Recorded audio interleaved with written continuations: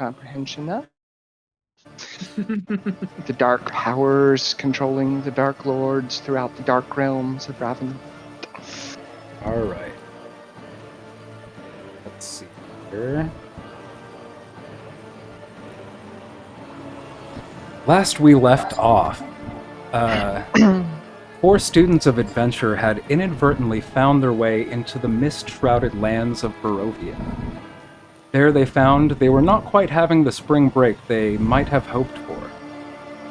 In the village of Barovia, you met Ismark, who tasked you with an escort mission for his sister, Irina, who has unwittingly gained the attention and affections of the ruler of these lands, Count Strahd von Zarovich. And so, agreeing, you set off west, serving as protection for Irina as you seek a place that might offer her safe haven from Strahd's persistent and unwanted advances. Along the way, you adopted a dog, developed an addiction, ran from zombies, had your fortune read by the Vistani elder Madame Ava, built a Minecraft staircase into a 1,000-foot cliff instead of doubling back to face those zombies from earlier, and slayed a coven of witches who were baking addictive pastries out of Barovian orphans, until at last you reached the first suggested possibility for Irina's refuge, which was the Church of St. Andrel in the town of Vallaki. The town of Vallaki as a whole, it seemed, was a total bust. You got in a fight with some sort of smoke demon at St. Andrel's orphanage. You tracked down the missing holy bones from the church, but you sprang a trap, letting loose a nest of vampire spawn. And you did your absolute best to minimize the damage being wrought by Strahd and his minions.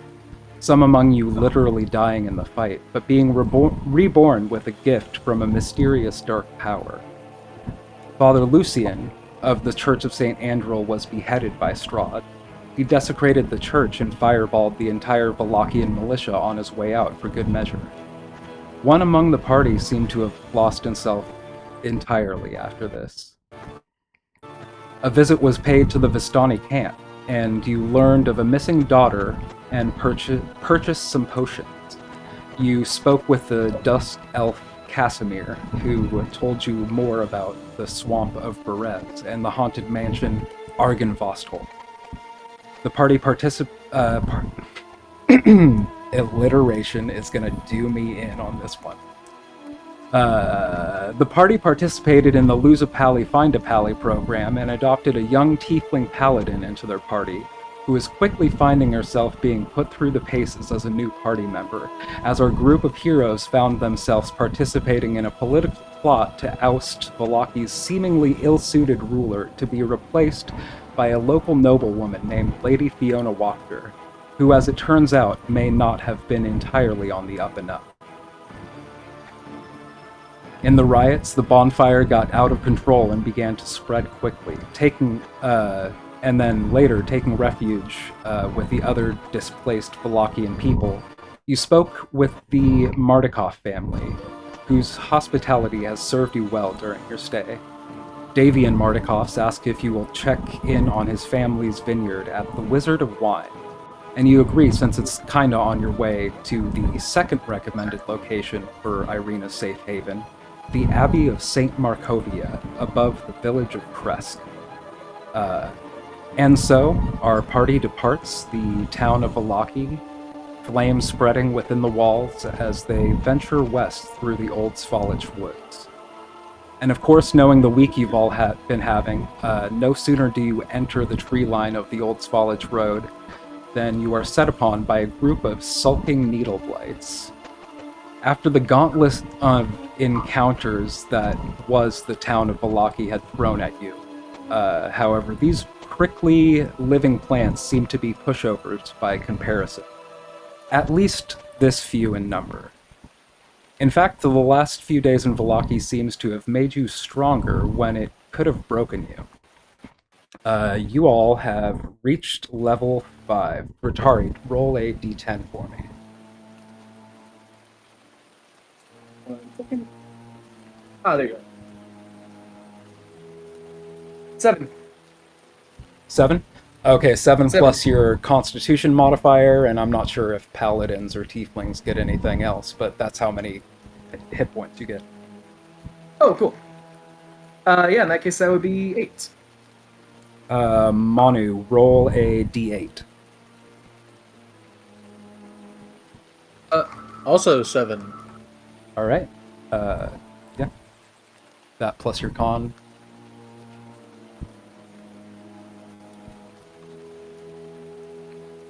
Sunny, roll a d8 as well. Roll a what? D8. Alright. Actually, I'm not taking a rogue level. What are you taking? I'll be taking a fighter level. Is that also a d8 or is that a d10? I'm not sure. D10. Yeah,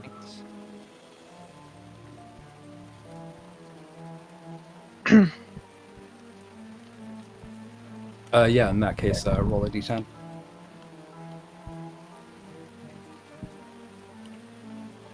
And Tegan, I believe it'd be a d8 for you, regardless if you're taking Yep. Bard or Cleric. Alright, here we go. Ooh! I rolled max. Nice. Hey!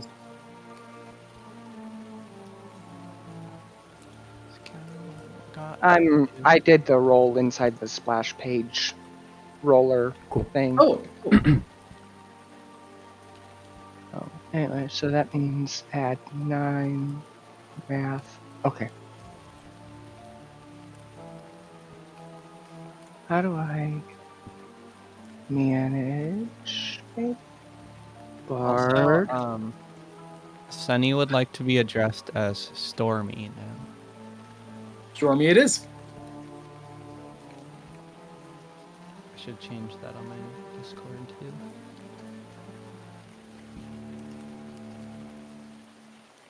Stormy the Rogue, I take it, or just...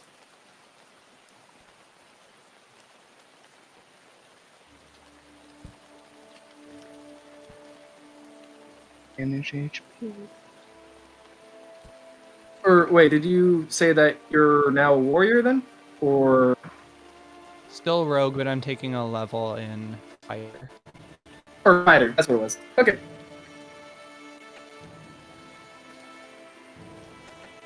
And so, these spiky Sunny plant is- creatures that have attempted to assault you along the road now lay unmoving at your feet. And you all look around each other and at each other and yourselves, and you can't help but feel just a little bit badass. Despite being utterly traumatized by this haunting place, the aches in your bodies and the burning deep in your muscles somehow seem to embolden you. But the day is yours. What would you like to do?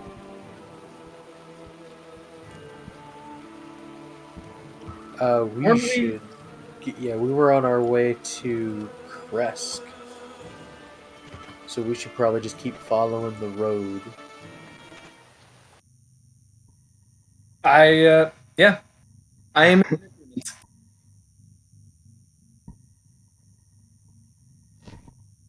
Yep. The only thing I will point out is that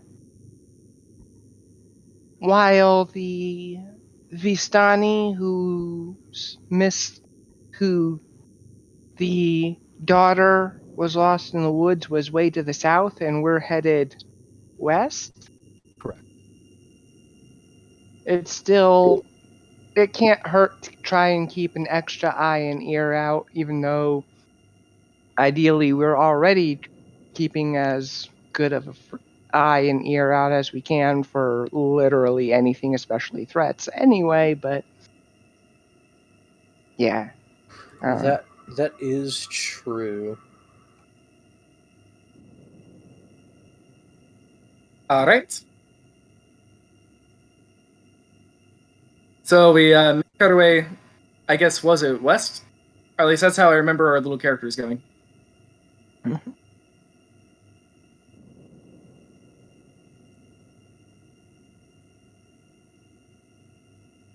Here we are.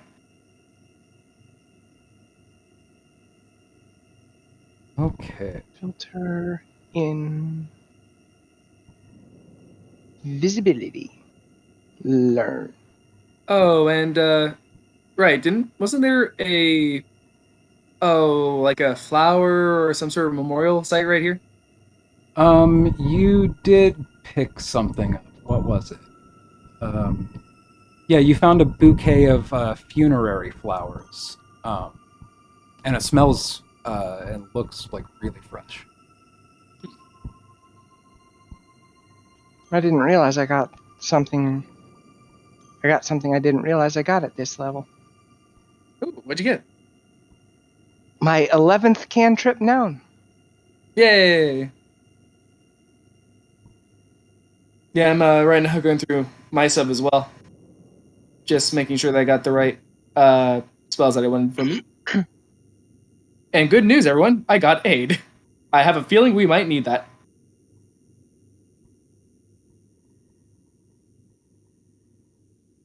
Good You cross a river, across an arching stone bridge, and after some time, the road comes to an X intersection with branches northwest, northeast, southwest, and southeast.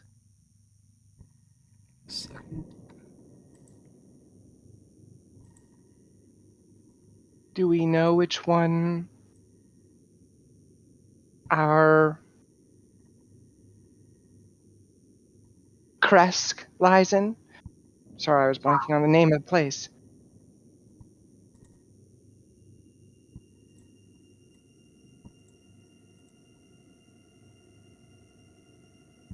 Yeah, is one of these roads more traveled than another? Sorry, before I get to that, you do see the lower half of a snapped wooden signpost thrust upward at an angle near the eastern elbow of the intersection. The top half of the sign, featuring arms pointed in 4 directions, lies in the weeds nearby.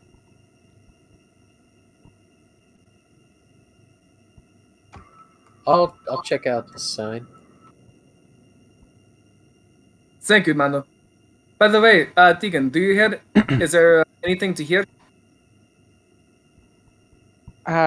Is there anything to hear? Make a perception check. All right, let's see if I can find settings, tokens, Tegan. Ah, there. And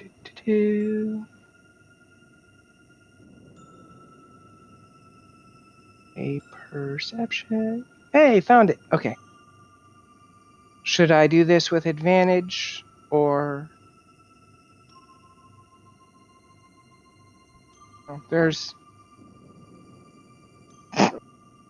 I don't see nothing. Should I do the advantage for the hearing part? Let me see.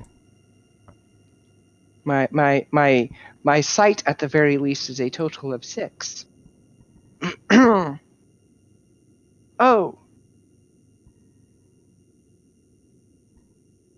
Actually, that might not be. That is not accurate. It would be a total of 7 because I need to adjust the fact that all of us having hit level 5, our proficiency bonus goes up. So we need to change that in table plop. Well, for those of us that use the table plop dice rollers anyway. Somebody on the Discord server has written a JSON file format translate that will fetch data from a D&D Beyond character sheet and translate that into a table plop character sheet. At least in theory, because I haven't been able to get it to work. I just changed my 3 to a 4. And I also had to remember to manually adjust my charisma because I had originally intended to do another feat, but A, I need the stat, and B, I don't have the stats for the feat I wanted to take anyway, so I don't meet the prereqs. But yeah. So yeah, That perception check was actually a 7 instead of a 6. I'm sure that makes a massive difference. But yeah, fixed. There is really thick, kind of low-hanging mist, but the visibility around you is not that great. But yes, go ahead and roll with advantage because of your represents. My all types of special ear.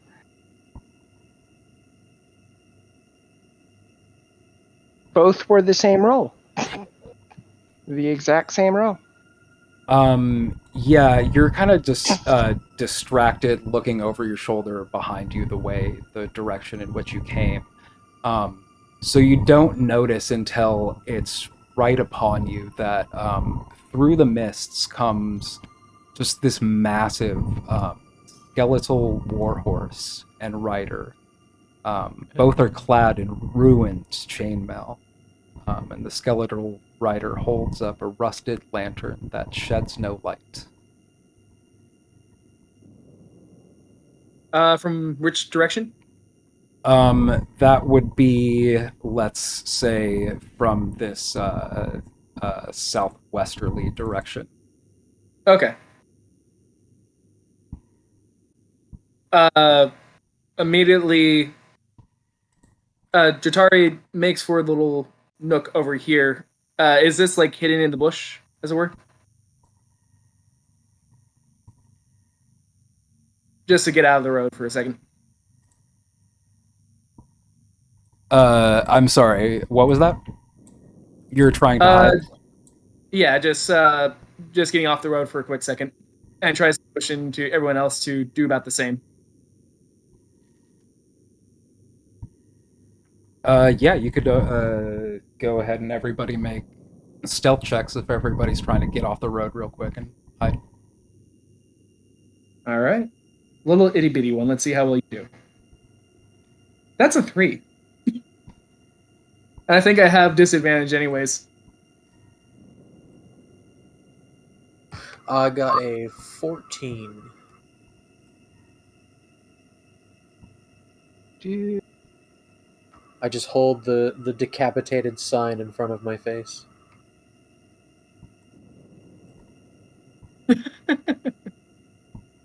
Okay, so that is correct.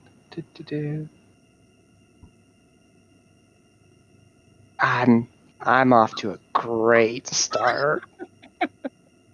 You and my 3 agree.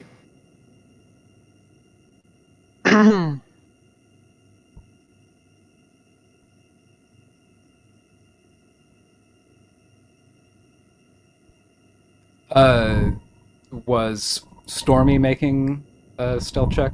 Were you hiding? 7 plus 6, 13. And Irina gets a natural 4. Which is not great.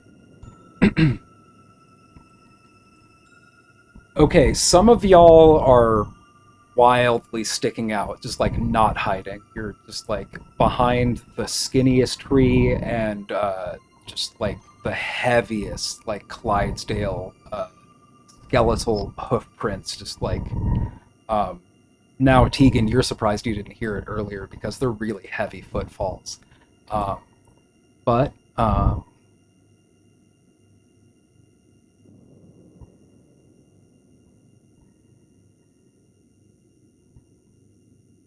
it seems to in fact I believe Tratari, the skeleton, like holding its unlit lantern, turns directly to you and faces you, but then keeps riding. Is it holding it like on a pole or in its just in hand? its outstretched hand, and the lantern is not lit, and it just seems to be ambling on, no change in speed. Well, I guess I take whatever it's worth, at least. He kind of just like shrugs, like, well, that was weird. Let's keep going, kind of thing. And just kind of count it lucky that he didn't notice us or like didn't care about us. But Manu, I think you ducked down really quickly where you saw the top half of the sign. And you see it has pretty sharp, jagged edges. You think you could probably line it up with the in-ground half of the signpost and figure out which way it's all supposed to be pointing.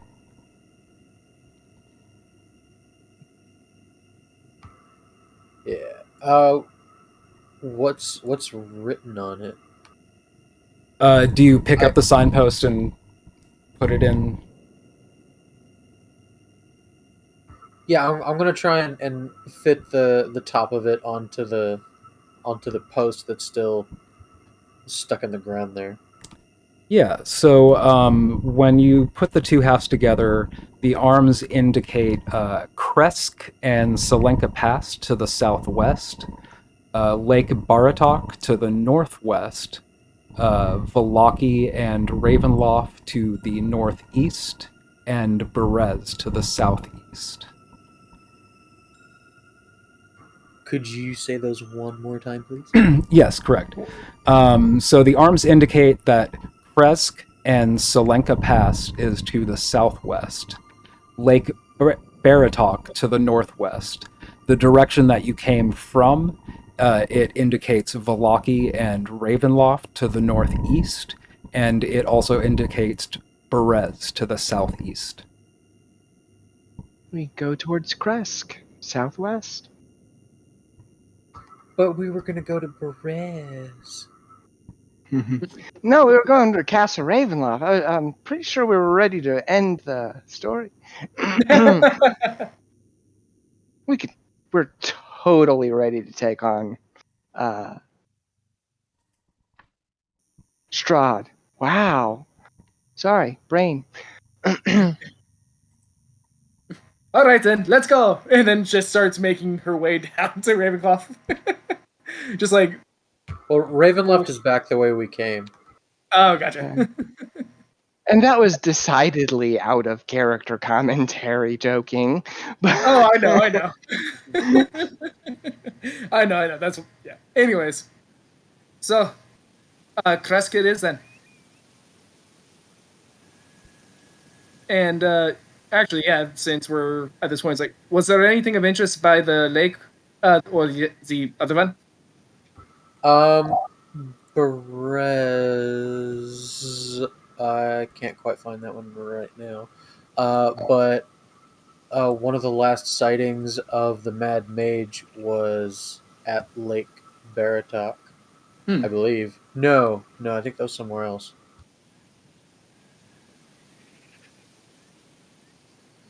You said north towards a lake by a mountain? Is it Lake Baratok? I know it's north and a lake by a mountain was the direction we were given for Mage. Yeah. Baratok. The Mad Mage was sighted on the north shore of Lake Zarevich, which I think was north of Valaki. Yeah. I like I said, I know it's that location is a lake north of Valaki, but I couldn't remember the rest. Mostly just because I had previously thought I remembered him being dead until I was reminded that we had heard stories of him being seen. And Berez is, I believe it's swampy down there, but that's where the Dusk Elves used to hang out. That's where I told, I can't remember the leader's name, but I told him I'd go and find, I believe it was his sister's remains. And there's also he would have told you that his sister's remains are in Castle Ravenloft and should be okay. to rest. Okay. So in that case, we still have his first name was Casimir, by the way. I'm not sure his last name off my head. I think it's Velikovna or something like that. But Casimir, the leader of the Dusk Elves. Gotcha. But also a powerful witch lives in a hut that I think they said it said walks on legs in Berez. Yaga Baba. Yagabama? Right. Yaga. I don't remember if we heard the name, but I just put in my notes. I just put powerful witch there lives in animated hut. And you're back to the forest hut. Uh-huh. So, Yeah, as fun as there's those... lots of. Oh, sorry. Go ahead. Oh, yeah, just... As fun as those sound, it might be good to get our friend to safety first. That is true.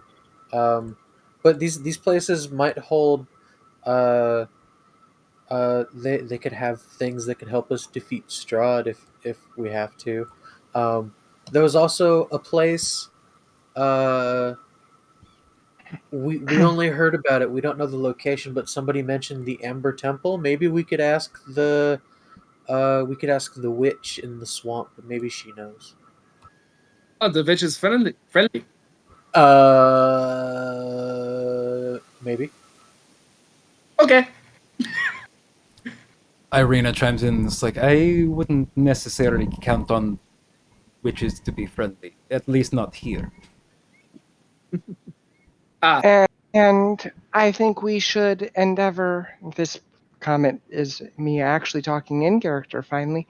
I think we should try to endeavor to get her, pointing to our NPC escort mission, to safety first, just so that is one less point of danger for us to have to worry about following us around. That is true. Yes. It is, and I mean no offense to you, miss, but it is a rather large target on our backs, as we have found more than once. Oh no, Tegan, none taken. To be frank, I'm quite eager to find a place where I might rest and feel safe and comfortable. Then it is settled. So To is Krezk. Yes. Is it this southwest one then, Manu? I believe so. Immediately accidentally goes in the wrong Yes, direction. to the southwest. There's also Solenka Pass, which we might just sort of naturally happen upon as we go down the road.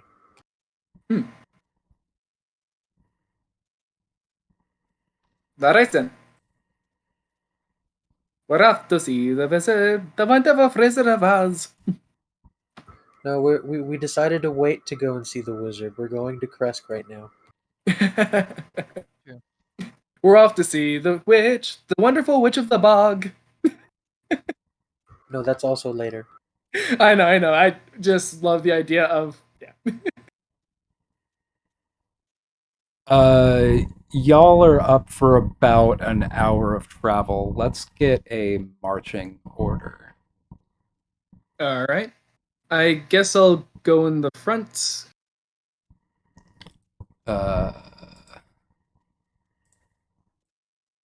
Y'all would be coming from roundabouts here.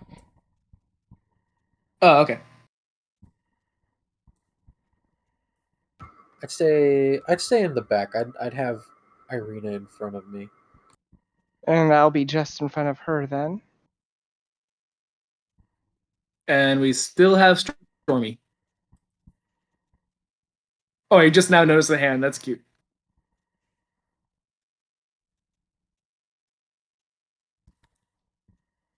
Scott? What? You okay? Yeah. What are we doing? Oh, Marching order. Marching order, yeah. Oh, we're moving our characters. Got it. Yeah. I was like, I'm there. Oh, you want to be in front? Actually, now that I say that out loud, that might be a good thing. After I was zoomed in and I was like, okay, now I know which direction we're going. Yeah, we're going in westward direction. Although, how do you In say the that? exact middle. Because it wouldn't be a bad idea to have a rogue out front, or someone that has good perception against traps and like. My perception is not good. It is a 0. Oh. Yeah, mine's a 0 as well. I see that. Oh, okay. Would you like me to be in front then? But not good at. Never mind. I'll just go for it. If nothing else, I have. I'm fairly perceptive. I hate to say this because I feel like I'm a super squishy person, but does it actually seem like, especially with the advantage on ears, that my 4 perception is actually one of the higher ratings here? Definitely higher than me. I have a 0, so yeah. I mean, this is kind of going more Wisdom is my like lowest stat, so. the old school RPG kind of idea, where you kind of do want to have the rogue out front just so that they can detect the traps. So, all right. Okay. You see a weather-worn signpost next to the road. The 3 arms of the sign point along the 3 branches of the road. The arm pointing north reads Krezk. North in this instance being all the way west. Oops, nope, I did not mean to grab that. Hercules. And through the woods, you could see an arching stone bridge spanning a river. The arm pointing east reads Vallaki, and the road slopes up gradually in that direction. The arm pointing southwest reads the Wizard of Wine. The road slopes gently downward in that direction. The southwest road would be this one in this case.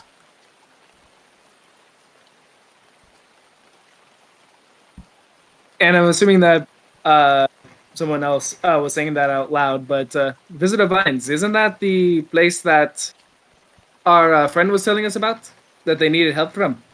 Yes, Yes, Davian he said did. something was the method there.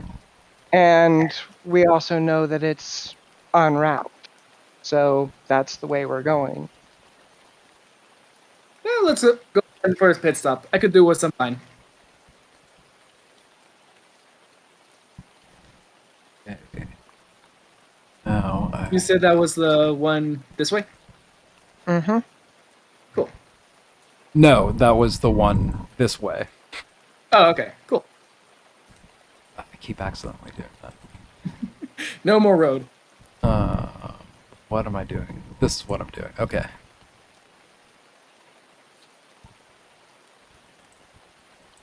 And Also, I just realized I used my joke too early. We're off to see the wizard, the wonderful Wizard of Wine. Would have worked perfectly. Oh, I'm sad now.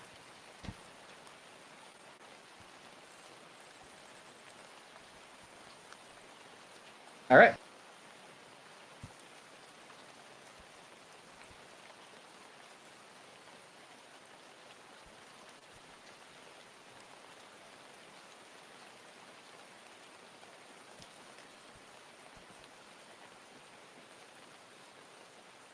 But we are still going to Krezk first, aren't we? To drop off Irina, and then we can just kind of go do whatever. Well, I thought Since- both were. One was on the way to the other, right? Unless I misheard.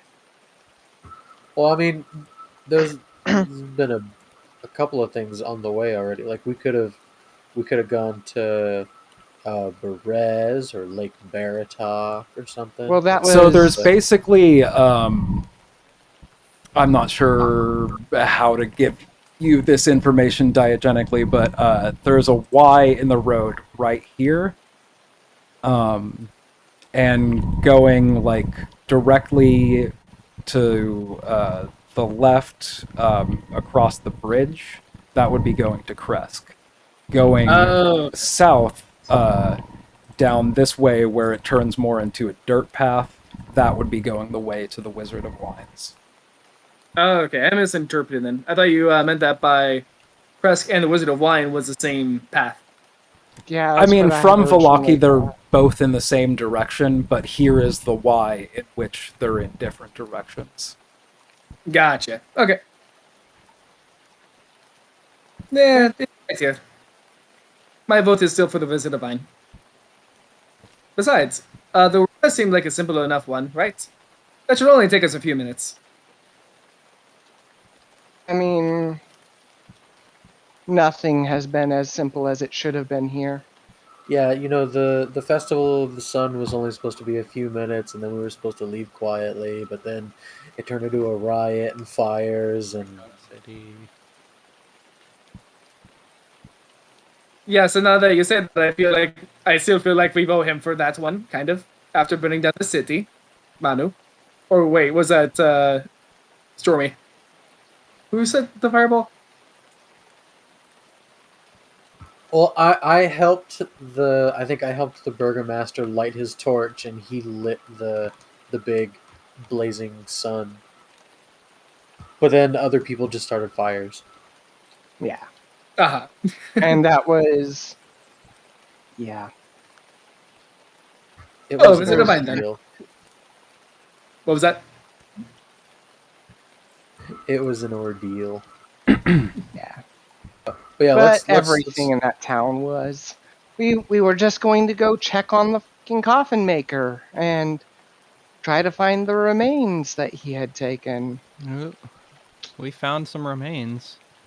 Yeah, they What weren't. remains of our party? Yeah, But yeah, let's just drop off Irina first to make sure she's safe at the temple. All right, all right. Are The abbey.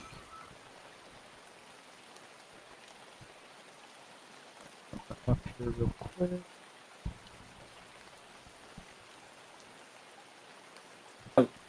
For this world, is there like post, as it were, like mail? Because I remember him wanting us to get word back to him about the state of it. Could we like send off like a post to him or something, or do we actually have to go walk back to him and tell him? Out of game, some of our players have been privy to the fact that Raven Post exists, but Cool. in game, none of y'all have experienced that. Gotcha. Okay, cool. That's okay. If yeah, maybe tomorrow or something, or whenever I might be able to just sort of magic a message to him. Oh, right. Yeah, that's a thing as well. Yeah, another thing, like most of y'all have like some magic message ability, don't you? just Manu right now. Yeah, Really? I thought that you had one as well, Deacon. Mhm. and I have I- super limited magic. I could choose it as a spell known next level, but spoiler, Gotcha. I won't. Yeah, understandable. I just have too few of too few of slots for spells known to use any of those slots on anything that I'm not going to be using Deacon sees often. no need to message the party members when, of course, we won't split up ever again. There's no Never reason to again. use that spell. I have the message spell, and it works over a short range. I just not entirely sure if I'll ever take the sending spell itself. Yeah, maybe we'll find us some walkie-talkies somewhere. So you Podcast. have decided to start heading to Krezk itself, though. Yeah, just so that to finish up the NPC. As you cross these crossroads, you're not currently being watched or followed, at least that you are aware of. But the road branches north and climbs a rocky escarpment, ending at a gatehouse built into a 20-foot-high wall of stone reinforced with buttresses every 50 feet or so. I'm assuming that's what we're seeing right now. Mm-hmm. Yeah. The wall encloses a settlement on the side of a snow-dusted mountain spur. Beyond the wall, you see the tops of a sorry. Beyond the wall, you see the tops of snow-covered pines and thin white wisps of smoke. The somber toll of a bell comes from a stone abbey that clings to the mountainside high above the settlement. The steady chime is inviting, a welcome change from the deathly silence and oppressive fog to which you have grown accustomed. It's hard to tell at this distance, but there seems to be a switchback road clinging to the cliffs that lead up from the walled settlement into the abbey.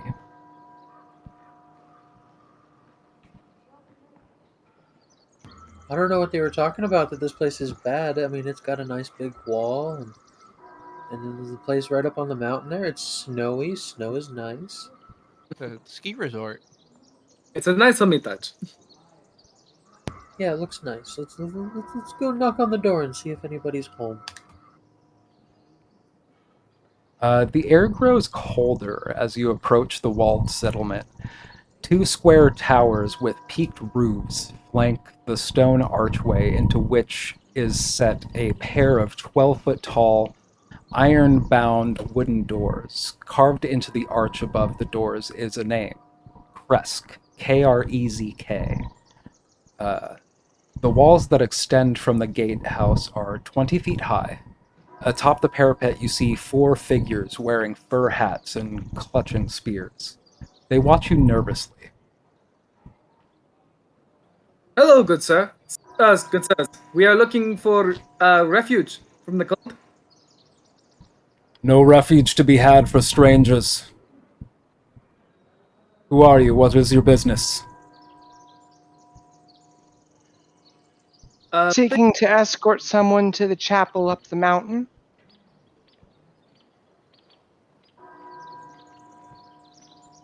What business have you with with the Abbey of Saint Markovia? To leave someone in their care. Who is this that you intend to leave at the Abbey? I think Irina steps forward to be like, that would be me. I'm the daughter of the former burgomaster of the village of Barovia. I've come seeking safe haven. And above, the two guards kind of like disappear behind the wall a bit, start mumbling amongst themselves. And they say, "Stay there. We will be back." And one just stiffens up and eyes you all closely as the other steps down from behind the wall. Am I the only one mildly disappointed that they weren't French knights taunting us? They fought in a general direction. Yes. We bring gifts of elderberry. Your mother was a werewolf, and your father smelt of Barovian mist. Werewolf? Werewolf. Their castle.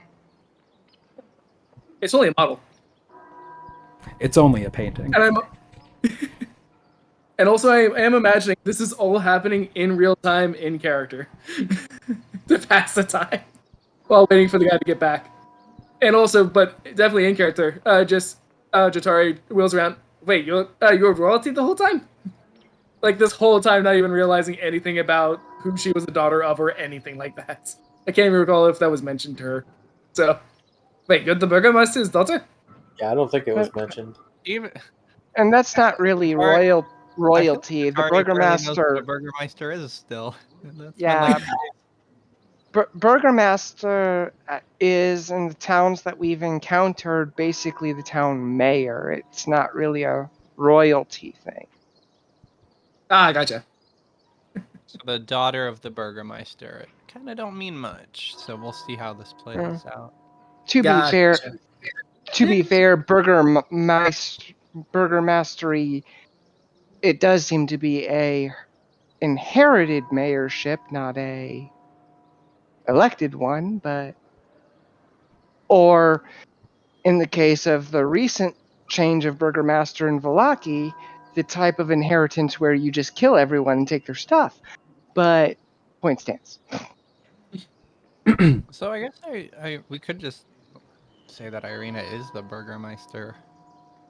No, that would be her brother now. Ah, That's right. You hear some creaking wooden stairs, heavy footsteps, some jangling of perhaps chainmail under heavy fur approaching up, and the guard that had formerly left comes up quickly, and behind him, a dark-haired man.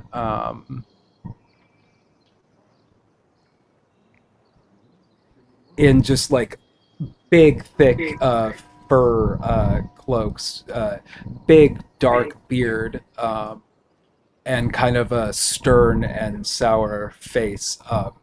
And he just kind of crosses his hands over his chest, just on top of his sternum. And he just silently looks down at you for a moment before saying anything. hello. I try to look as non-threatening as possible. Still full beaming smile up and just like, and also, are we allowed to enter? You are strangers to me, and it would seem you are strangers to these lands as a whole.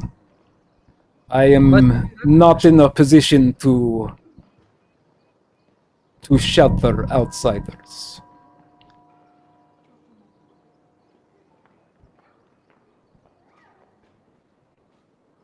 Why not?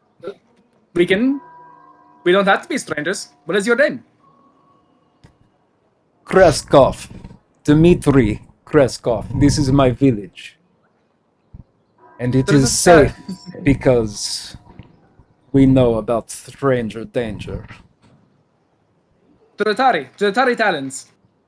These are my associates. You know, Stormy. the notion of stranger danger is actually something, and I'll say this in character, is actually something that causes more people to fall for the dangers that happen in their own homes, right? Like that was a major thing that was the fallout of that kind of messaging of stranger danger, was that it actually exposed people to the greater dangers of being hurt by people they knew. We didn't experience the 80s or their repercussions in the 90s, so I have no concept of what you're saying. But who among you claims to be Kolyan Indirovich's daughter? And Irina steps up and says, that would be me. My brother, Idzmar, he's Burgermaster now. My father, he passed some weeks ago. I am terribly sorry to hear. Kolyan was good man. But I still do not know you. You are strangers to me. We work out some sort of friendly relationship. You do a favor for Krezk. Perhaps we know who you are then. Sure. What is it that you would like for us to do? He kind of scratches the thick black beard on his chin for a second as he considers.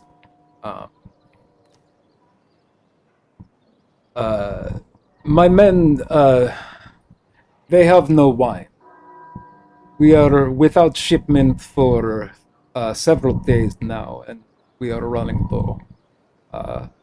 The winery, Wizard of Wines, it is not far from here, Tegan has just over the already valley. started walking back along the path at this point.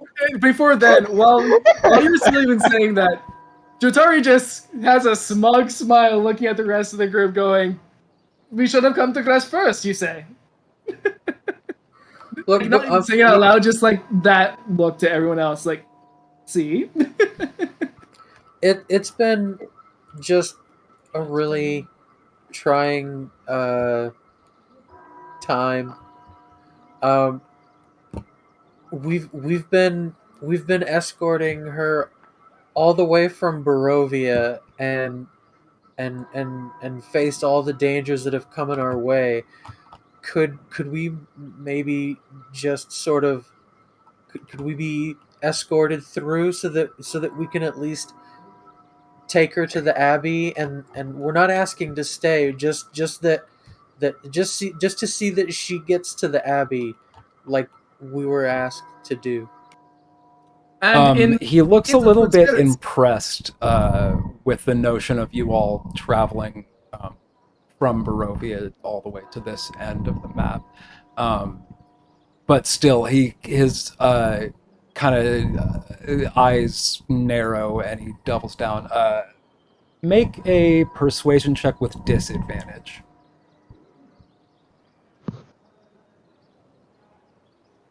A 12.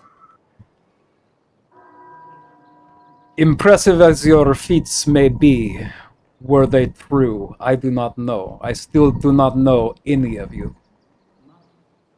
What do you happen to know wine? What? I'm sorry, what did you say? I know you had some wine from the last, you got wine from the last place that we were at. Call it down payment for later. No, that's my wine. Did you want I've, to I've, I've, buy yourself I've, I don't off? know if a bottle of wine is enough to. Well, you got like 3 or something like that. Sustain a town's militia. I found that. That's my wine. We'll get get you them more their wine. wine. Mandu, we're going to a winery. I will get you more wine. I'm fully capable of getting wine. I have 3 bottles. I have 3 bottles. You have none. This proves that I am more capable of getting wine.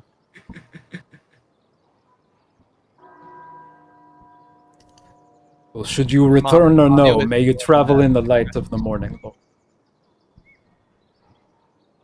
What? Can you say that one more time? Tegan will actually turn around from the fact that she had managed to get about 15 feet back along the path, because like I said, I started walking. And we'll actually turn and spin and actually ask, we've heard of the Morning Lord a couple of times, but just because these lands are pretty morbid, it seems, in many ways, which way of morning is that actually meant? I was assuming it meant like the dawn of day, but at this point I just wanted to ask to be sure. Since you're very far away at this point, he's like, that is referring to the dawn. Okay. Yeah, if I was far enough away that I would have benefited from using thaumaturgy to triple the volume of my voice, I would have, just for the record. And to answer Stormy's question, what he said is, may you travel in the light of the morning, Lord. Also with you. So, Wizard of Wine. Yeah, looks like we're going to the wine. Okay, so you How much wine are we talking? are you asking the Burgomaster of Krezk, who is starting to retreat at this point since most of your party We is... don't. Did you I just want imagine- like a bottle, or how much? Will we be paid for the wine? Like, can I we get imagine- some type of? We're expecting a whole shipment, so whatever would come on wagon. Yeah. Okay. All right. And the shipment has already been paid for, I assume. I mean, if paid for, vouched for, yes, we get it for free from the winery. Oh, free Oh, so wine. okay. Maybe we should stay there instead. By the time, Oh yeah, go ahead. how long have we been traveling road-wise since we left Vallaki at this point? This is still the same day, but you're rounding into the afternoon. Yeah, so at this point in time, we'll probably end up resting the night at the Wizard of Wines one way or the other. Exactly. So, by the way, do we have any camping gear just in case? Long rest or the longest rest you'll ever take. Exactly. I mean, I kind of feel like been there, done that on that note, but yeah, okay. Claro.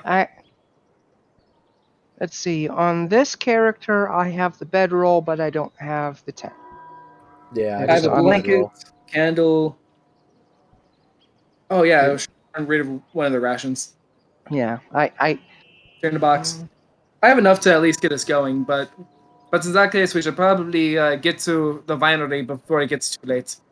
Thankfully, since you know, since we already know someone from there, they might be able to take us in. Let's get going before it gets too dark.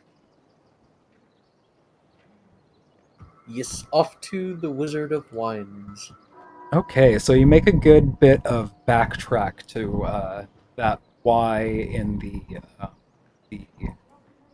Raven River crossroads, and then you take that southwest path. And then after a mile, the road becomes a muddy trail that It's a meanders pie, not a Y. meanders through the woods. Um, I like pie. um, Descending gradually until the trees part, revealing a mist-shrouded meadow.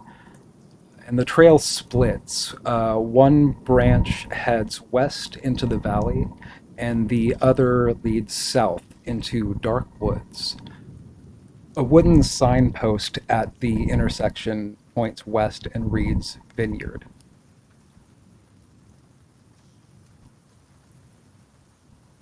All right. Can we see a front door from our angle, or This image that I have up is a lot closer than you actually are.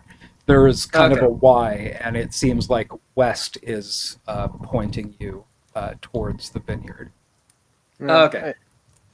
Unless there's another sign pointing us like to the house or something like that, then yeah, we're going to go towards the vineyard.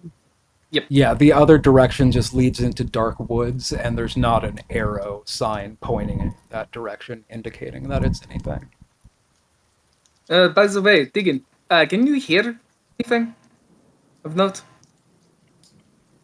Can I hear anything of note? Make a perception check. There's not another sign around here It that had maybe could go ahead and fallen? be with advantage. I feel like some things don't make noise, but I feel like if you're listening for things moving around, then yeah.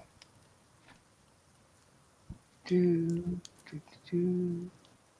More just curious, since by the way that the vineyard looks, it looks kind of almost decrepit and abandoned. So That's just how perception. everything looks. Oh wow! Nat 20. I'm not going to bother to roll the second die. So a light drizzle begins to fall. Unpainted fences blindly follow the trail, which skirts north of a sprawling vineyard before bending south towards a stately building.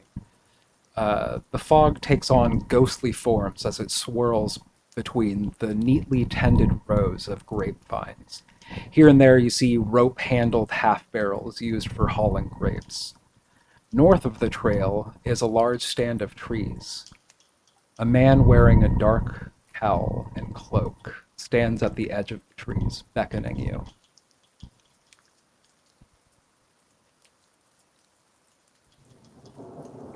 Who are you? He's a little far away. He's just like kind of motioning you to follow, and he gets closer to the shade underneath the stand of trees which were behind him. Can we see his face at all? Make a perception check. All right. He's wearing a big, like, kind of woolen cowl. Let's see. 21. 9-0. Oh. 9 from Manu and what from Drishart? No, yeah, 21. 9 for me, but like 21 from Manu, so. Oh, 21 from Manu. Yeah, you see, let me give this to you, actually.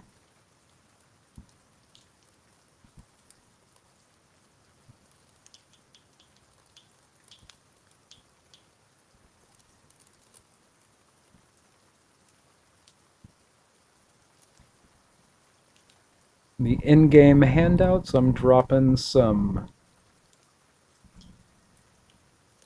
Here, this kind of, like, very old, codgerly, barefooted man leaning on a big, thick staff, and kind of just like big, heavy woolen cloak and cowl, just like scraggly white hair and just like very like grizzled wizard. Kind of is starting to look a little bit impatient, just like as slowly shuffling his way back to the cover behind the trees. Cautiously, Jatari creeps over to the man. Yeah, I'll hear- go over to him. He seems okay.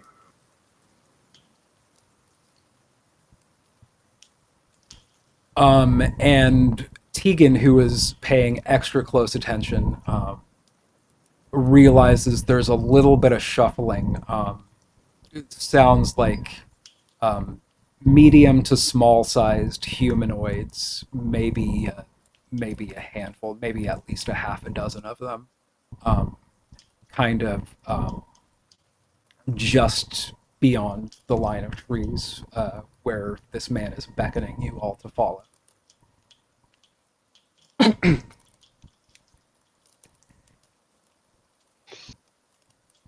So, Is he taking us towards the main house at all, or is he just trying to lead us into the woods?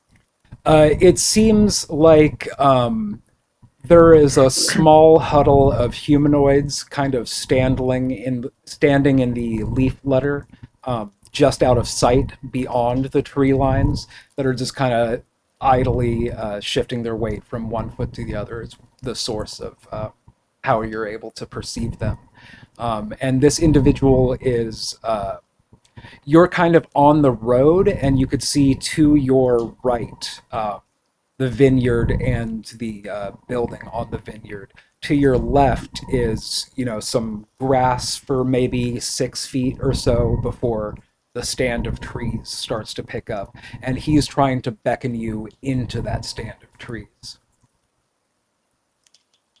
So I go in just a little bit, like enough for that, let's say, 4 feet. I'm going to tell the whole party to Whoa, what? slow up, hold up a little bit here, and the how far away from us is the man? Maybe like a dozen feet. Okay, and how far away are the little people shifting? Where he is, he's maybe less than 5 feet away from where the trees start, and within like 10 feet of that is when there's enough depth of trees to kind of obscure the visuals, and it's kind of so like he's maybe about a dozen feet from you, and from him is maybe another dozen or less feet for where you hear people in the woods. Tegan starts to cast message. At the very least, 2 out of 3 of you have seen me cast it enough times to know. Although usually when I cast message, I keep it my voice quiet enough that the people immediately around me don't pick up what I'm saying, whereas this time I'm asking it quite deliberately loud enough for you guys to hear me as well as the old guy trying to direct us. Is there a particular reason you're trying to direct us towards what looks like an ambush? It's not safe. Get cover. We talk. Shh. I go out on. Dratari goes out a little bit on a limb, so to speak, and basically just gets close enough that more easily talking in a hushed tone with it, as to get within like say 3-4 feet, just close enough to kind of get out of the road for a quick second, just in case. You damn fool. You need to be hidden and be quiet. Follow me. We talk. And he slips at this point between the trees. You could probably see where he's going, Dratari, but the rest of you, unless you're following immediately behind, kind of lose sight of him behind a tree. Okay. I'd follow him. I'd go. I'll stay within 30 feet and track him with tremor sense, but I'm also keeping very active awareness of where everything else is. I don't. And I'm going to actually lean into Stormy. Think I should turn the two of us invisible? Since he is outright asking us to be hidden. And I kind of try to turn back to you guys and try to do like almost like a keep your distance kind of motion with the hand. Or just like try to follow, but just a little bit farther back, just in case. Yeah, so I think it's Stormy and Tegan hanging back, discussing possibly becoming invisible, and then Ritari and Manu are following directly behind this individual. Yes. So the two of you that are following kind of snake your way between like 1, 2, 3, 4 trees, just enough where the scattering of them obscures the road. And there's this small clearing. It seems like there's a couple bedrolls rolled up and some bundles of provisions. I think you were probably walking in with some maybe deserved apprehension, but you see it's common people, men, women, children, some of the children very young. There's a woman holding a baby. They also bear, some of them at least, a familial resemblance. They seem to be a family of people that are kind of trying to take refuge, stay hidden in the woods. And since I had asked Stormy about that before, my question before we actually really saw all this, did Stormy answer Tegan? I think Stormy is pretty confident in her sneaking abilities, so she'll probably just sneak around. Okay. So, yeah. Jatari turns to the old man and just asks, just bluntly, what is going on here? Why are we hiding from the vinery? This is my land, my vinery. First of all, who are you and why have you come? Let's see. Well, 2 reasons, Jerry. One, we had word from, what was the guy's name again from the other town? Davian Mardikov. Markov. We made a promise to Markov to come and check on the vinery after our run-in with him. He said that there should have been a shipment by now, but it was running late, so he had some concerns. And for a second, we were trying to get to this other town to help out our friend here, but they wouldn't let us in without a shipment from you guys, so From the winery. And he kind of spits and he says, Davian, little shit.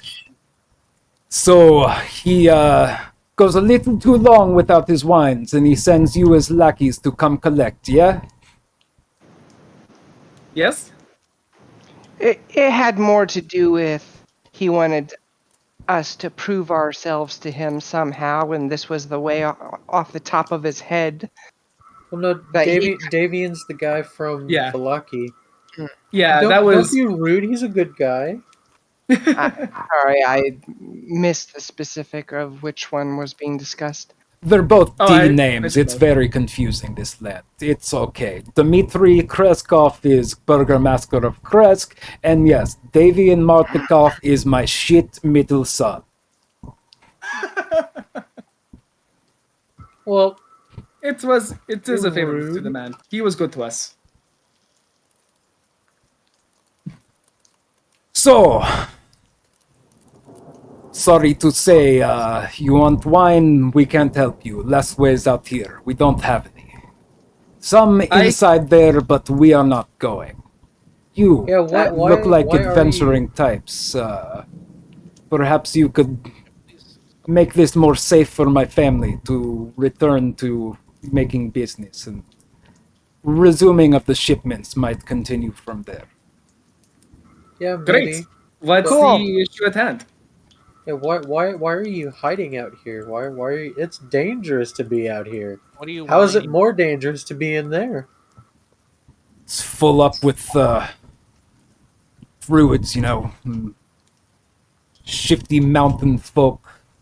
They come here, they raid from time to time, harass family, be genuinely stinky and bad house guests. Are they like squatters, Druids? or are they just you just don't like them? Well, the ransackers at this moment, they use the magic of the forest and are able to animate plants. Our winery is lousy with them at this moment. Little creatures, very scratchy and bitey. Twig They're not that blights. big, but they overwhelm There's you. But enough that's of not them. it. There's bigger ones than that, and even bigger ones than that. And it's just big it's we just too talking? many. We could not withstand the onslaught. We've suffered bad neighbors from time to time, and yes, these have been a repeated bad neighbor.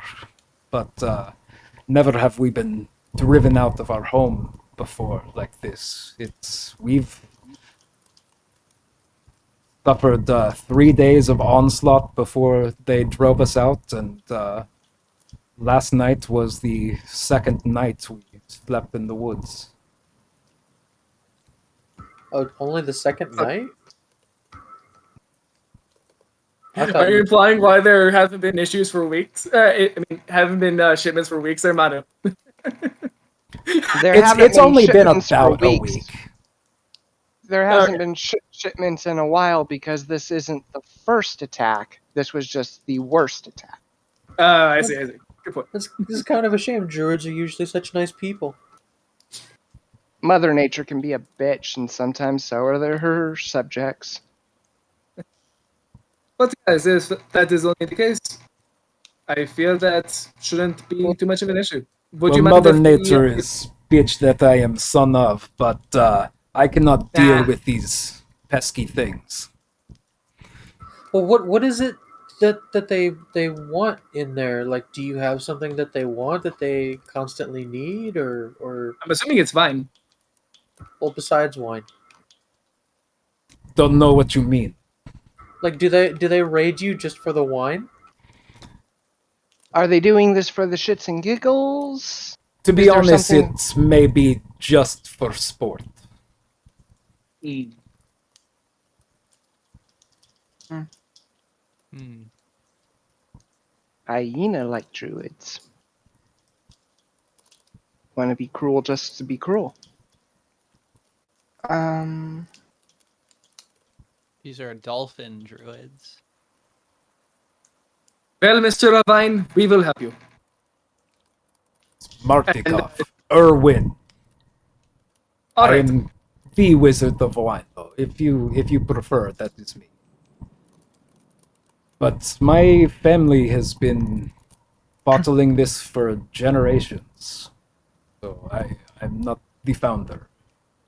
I'm just the current resident wizard of wines. Do you have? Are you? Wine boy. What? Say it. Sorry, I was just actually curious.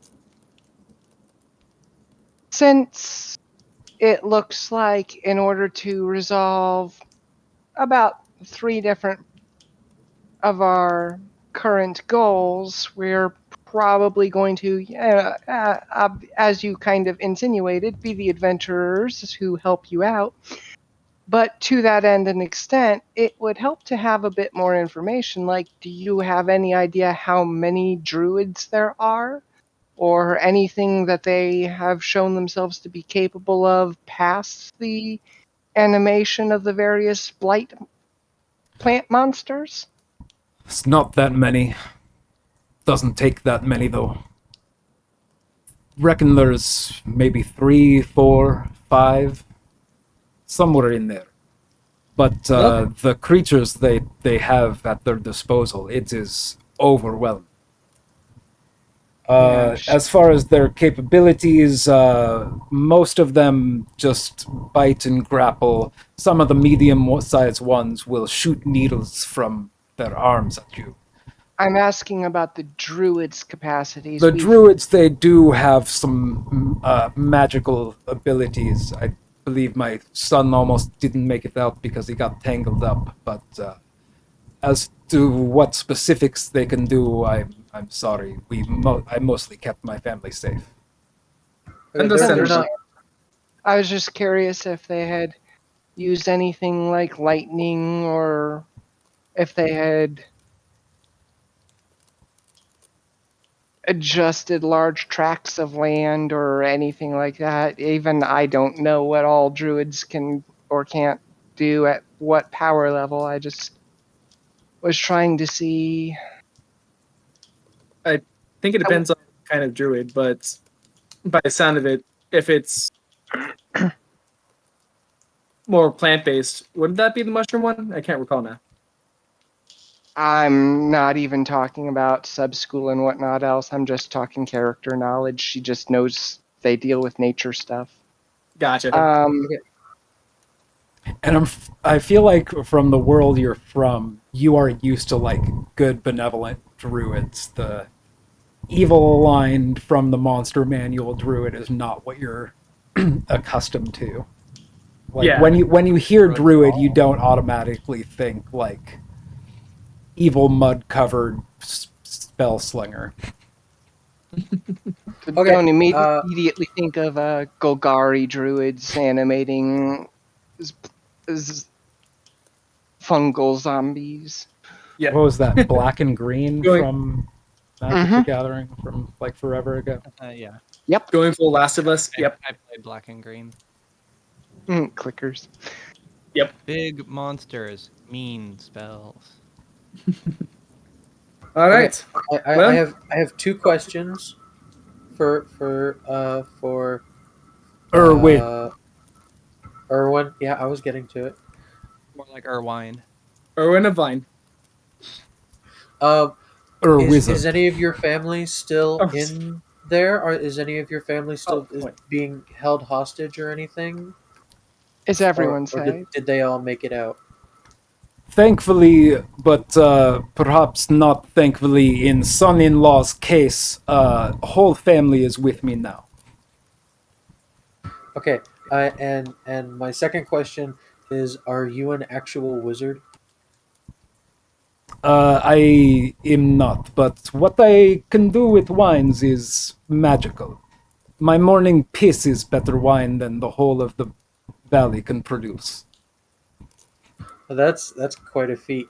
Maybe I'll talk to you at some point in the future. And Do you in the meantime, though, speaking of folks here, while we deal with your problem here, would you mind housing one other refugee for the moment? We have a. I think companion Irina was- steps up and Yeah. she has Lancelot in her arms. It's like perhaps two. We're quiet and we can sit out of the way. Yeah, I think it would be best if you guys stayed here. I don't know what those druids are up to. To be fair, Lancelot did hold his own back in the last cellar. Well, that was against skeletons, and you know. Good point. Damn yeah. bones. Especially with it getting dark, would it be better for us just to wait till morning? It's not quite no, getting we go dark in yet. now. It's maybe okay. like 2 in the afternoon. Oh, okay. When you said afternoon, I was assuming it was like 4 or 5-ish. Okay, cool. For it.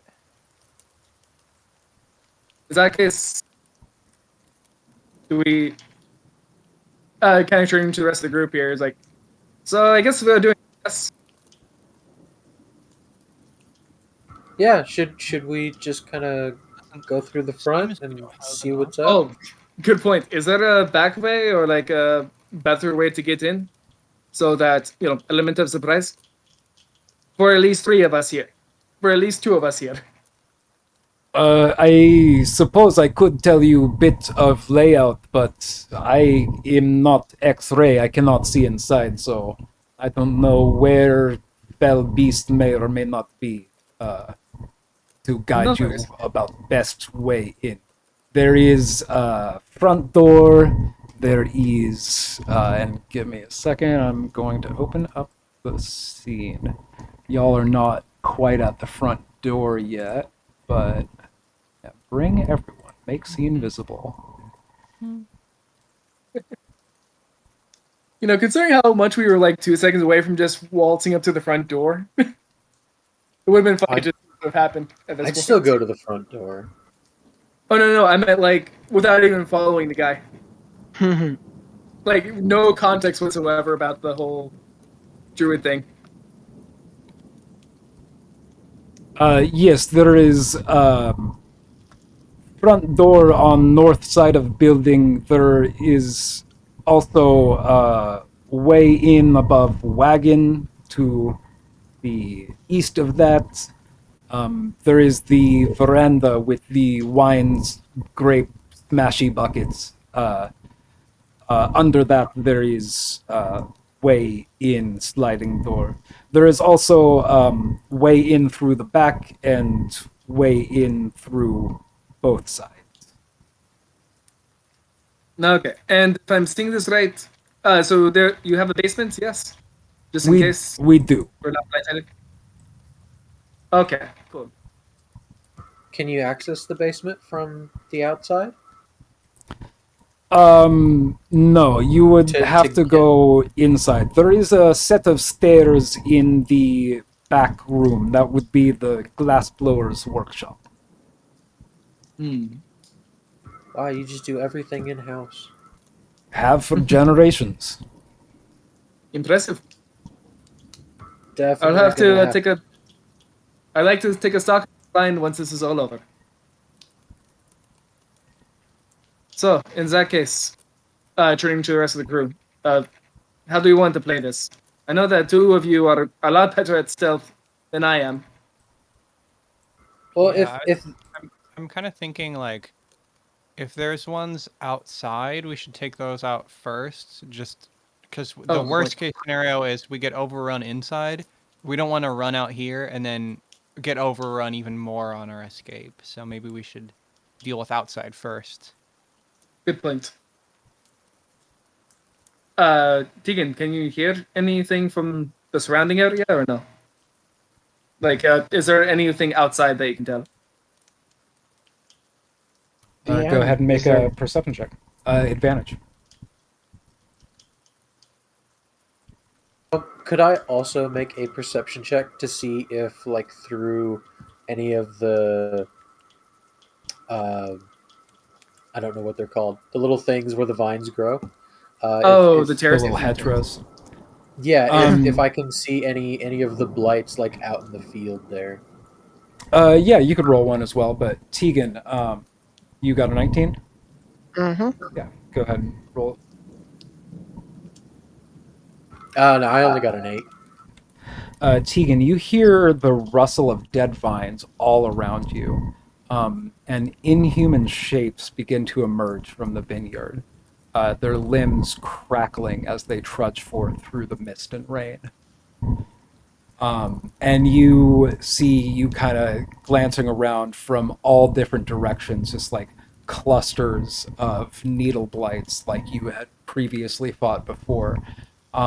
It looks to be more than 24 of them. There's a lot of them. And they're slowly starting to emerge from the vines. We can take them. It might be a little prudent to take some of these guys out a little bit more quietly, I feel. And is it just the basic twig blights? They are needle blights. Hmm. Damn, that's a lot. Yeah, that changes Uh-huh. the number. That changes the perspective of the numbers by a bit. Um.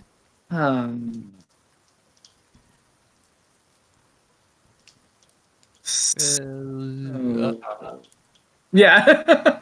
Now all of us are just trying to do the math of this one. Only if we weren't supposed to save the wine, I'd just say burn it all down. But Yeah, no more burning down. No burning things down. We've done enough of that. Yes, please. No, thank you. Kind of bristling at the idea of the burning down things at this point. Just like, yes, no, thank you. Let's not do that. we need to create a giant umbrella and slowly starve them of sunlight. I have a Said shield. it. There's already no sunlight. We've never seen the sun here,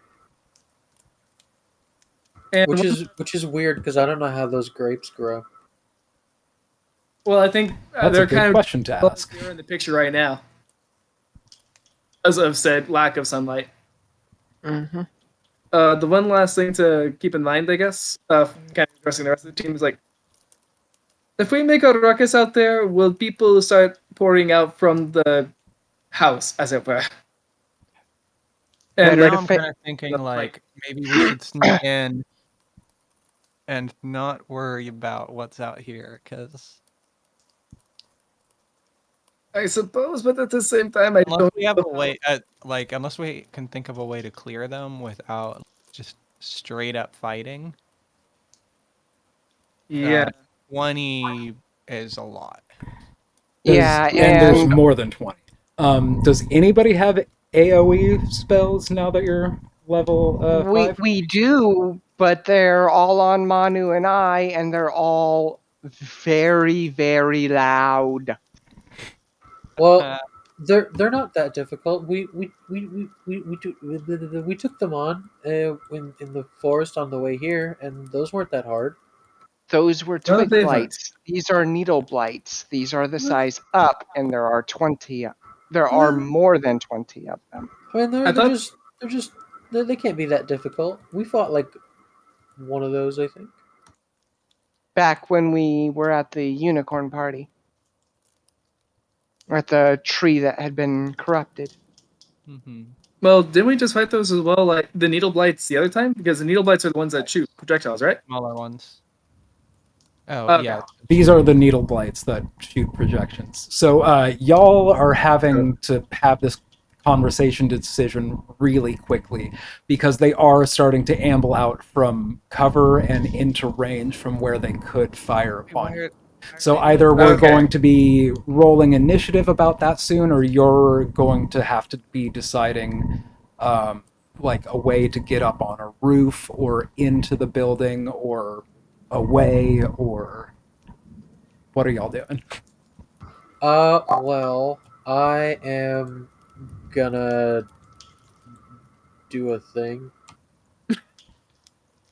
And y'all can discuss amongst yourself. I could stretch the time out a little bit, pretend that you only took 30 seconds to talk about it. I mean, we even can also though we're talking about it for 5 minutes, but they haven't seen us yet, we can have more conversation. Like We've They seen the area. have seen you. They, as you started Okay, to yeah. approach, they Come on, started to walk out. Shamble towards A us. lot of Changes groups of them are kind everything. of like wandering the aisles in between the rows of grapes, and they are starting to kind of single file head out into the path to kind of line up a shot so they could take aim on you.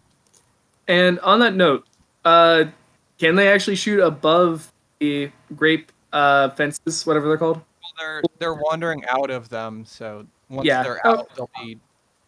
Well, Yeah, because And I guess that was a depending, question. I'll probably be considering it half or quarter cover, but okay, that was the question. I feel like if you're behind it and aiming over it, I don't think you should have disadvantage or anything like. I don't feel like the coverage should work the other way at that point. Okay, I was wondering like how tall these things were, that's good for them. like if and they not were at for chest us, high or waist high, etc. because they're in the cover right now. It's Yeah. good for anybody who's up against the vines, but yeah, they are about like sternum to chin tall, Gotcha. Okay. Cool. depending on how tall your character is. But Well, they've already spotted us. I guess there's no real way of getting around this other than just going at it. Well, we could also just run in the house and pray. Would it be better to? Because I feel like if we have outside, we at least can run outside. We could leave and never come back. That's always an option too. No, man, I want to try the. Don't forget, we don't have to die. There's no No, rule no. that says we need to die right now. Do we still have the area of effect thing? yeah, let me bring that up. Does that go out to token. a 60-foot radius by chance? I think it might only go out to 20. Make 3 of them. Yeah, because I don't have any area of effect stuff, so I'm just gonna have to bring it as work. Yeah, my closest thing to area of effect is magic missile. All right, so it affects 3 areas. I'm just gonna run up here and I'm going to cast Call Lightning. And I'm gonna run like. Would it be better for me to be behind you or in front of you at this point? It really doesn't matter. All right, I will be right here. Jataria sees you run and immediately just runs after you just to make sure, like, okay, shield up, let's get going, kind of effect. Let's go loud. While that's happening, I'm going to use disguise self to make myself look as much like a bush as possible. Like I like obviously I'm still a humanoid, but I like go ultra camouflage mode. Ghillie suit. So yeah, I was about to say. So Stormy is now in a ghillie suit. Looks like wine. Plus second level everyone. Okay. And Manu, remind me what you were doing. You were casting. I am casting Call Lightning. Directly overhead, it creates a cloud with a 60-foot radius, and when I cast it, I can target a point, and I'm going to target that point, and anything within 5 feet of that has to make a dexterity save. So I'm guessing all 3 of these guys need to make dexterity saves. A 60-foot radius, I'd say all of them. Right? Well, no. When I it creates a cloud, but then I just do like 1 bolt of lightning, and it goes right there. And then within 5 feet of the bolt of lightning, those creatures have to make dexterity saves. So it would just be these 3 here. That you can use that spell 20 times in 1 turn? That would be very cool. Not in 1 turn, but not in 5e. Okay. That's a 16 from 1, 10 from the second, and 16 from the third. Oh wait, what was it again? 16, 10, and 16. Okay, so the 10 is the only one that fails, so the other two take half damage. What was the full damage, or have you not rolled for that yet? It's 10 total lightning damage, and then half for the two that passed.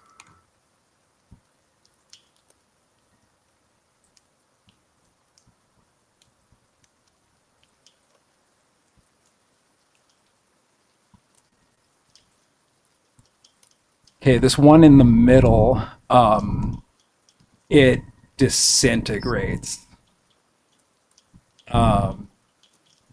But the two on the either side of it, kind of look shook up. But if anything, that whole swarm, and looking to your left and right, there's just more and more of them that are looking angrier and um, more focused on the source of that.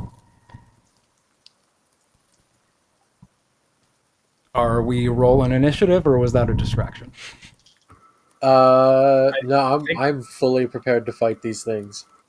Yeah, I think that's I'm pretty rolling sure for initiative. if we tried to run past them, that would A, get a bunch of darts in our back, and B, even more darts in our back when they catch up to us as we try to figure out how to get past whatever other obstacle we run into. So it's It looked like wine. They might not notice me. Maybe. They hide behind a rock. But yes, I think we are now rolling for initiative. So yeah, y'all are in the road, kind of. We're trying to make your way directly into this winery, and then you just see this like more and more and more of these needle blights coming out from between the rows and the vineyards. Manu strikes down, managing to slay one of them, but there's just like from behind the building even more just coming out. But I feel like now's a good time for a 15. We'll roll initiative when we get back. Sure. So that's Just so that I don't have that 10. 820 for the two of you and 1020 for the other two of you. Oh, wait, really? Sure. Yeah. Okay, see y'all in 15. Yep. Sounds like a plan. yeah.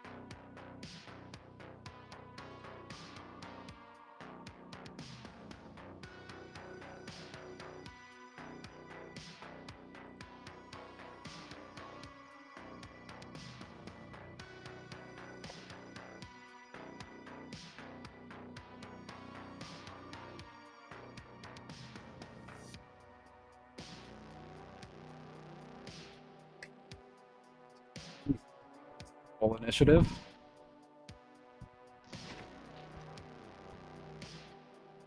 I hate that.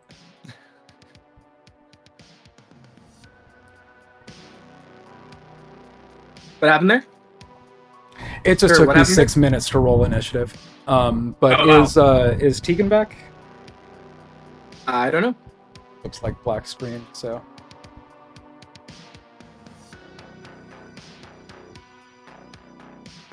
Wait, there's 30.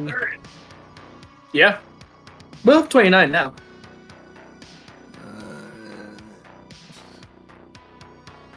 Yeah, no, there are quite a few here. Yeah, I felt like I tried to lean in that there are a lot of these things. I feel like I said there are dozens and dozens. And a lot of these sulky boys.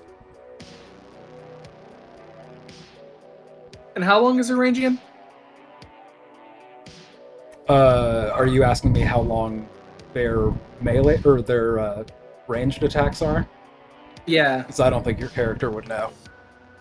Okay, because I thought we already fought them last time. You have fought, but I don't think you exactly done the threshold to know, like, this is exactly their range. Yeah. Gotcha. I mean, it doesn't really matter for my character. She has to run in anyways. She gets a lot of good cardio, I guess.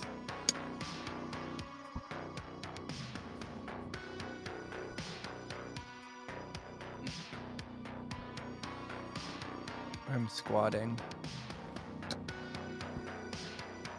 Tegan, real quick.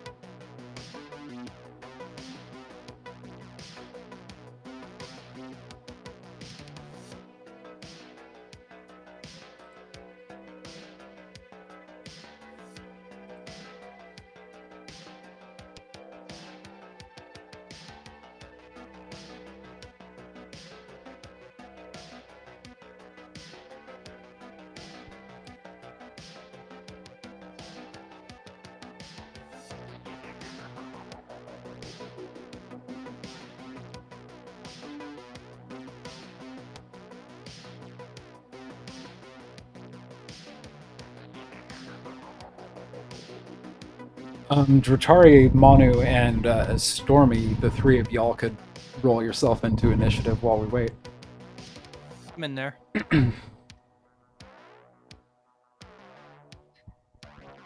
Yeah, I'm already in there too. Vine blight. Oh god.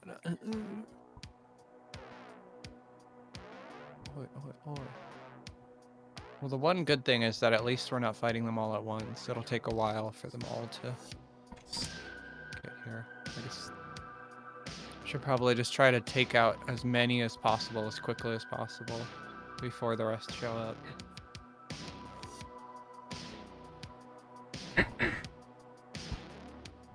What a great strategy idea. Kill them as fast as possible.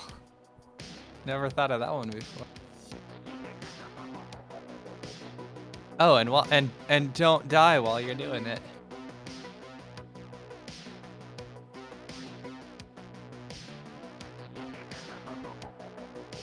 I mean, you make it sound so easy. Also, how do you... Oh, okay.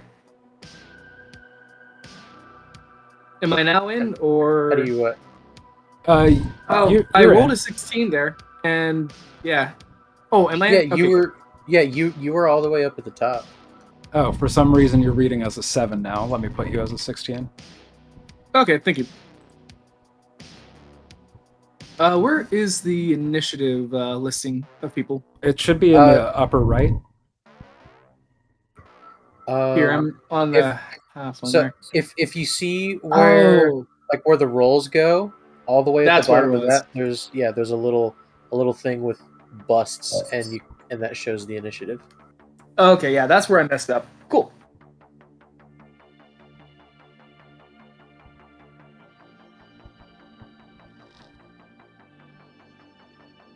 Q.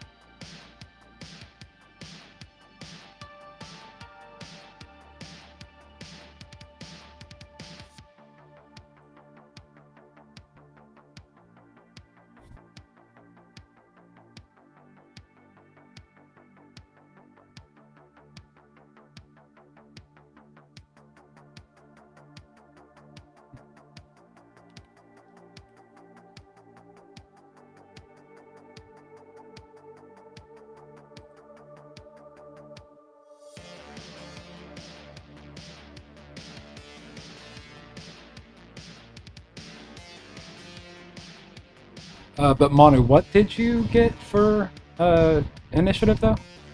I rolled a 1, but I have a -1 to my. Oh, so it is a dexterity. 0. It just is a 0. Yeah, I just have a 0.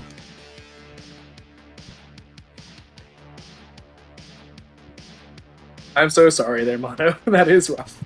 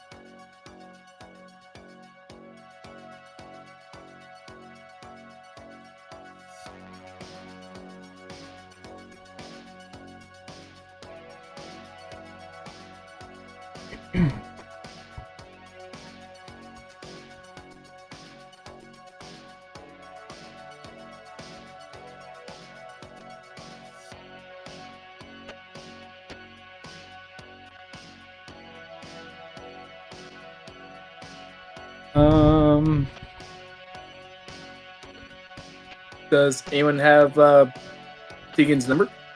I don't. No, I do not.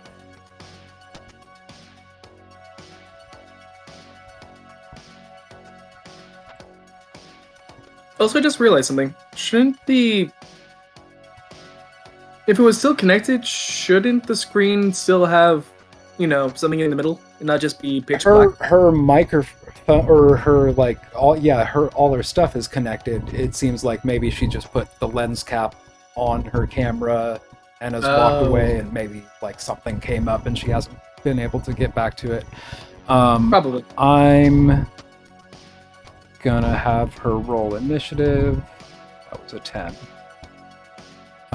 So I'll just do my best to take her turns if she's not here soon. But Okay. We can at least have...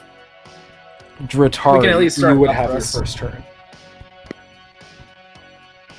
So, first move, run over to this lad.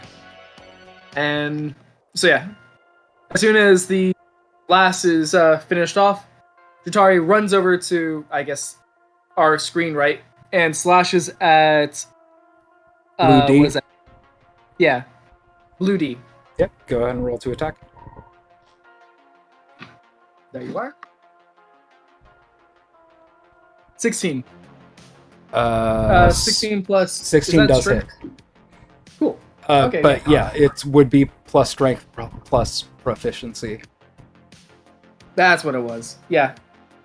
So that was like 19. Oh, with proficiency, that's plus 2. So that would be 21. Awesome. Yeah, that super hits. All right. Here's a D8. So it's D8 plus 3. 7. Nice. Plus 3 makes 10.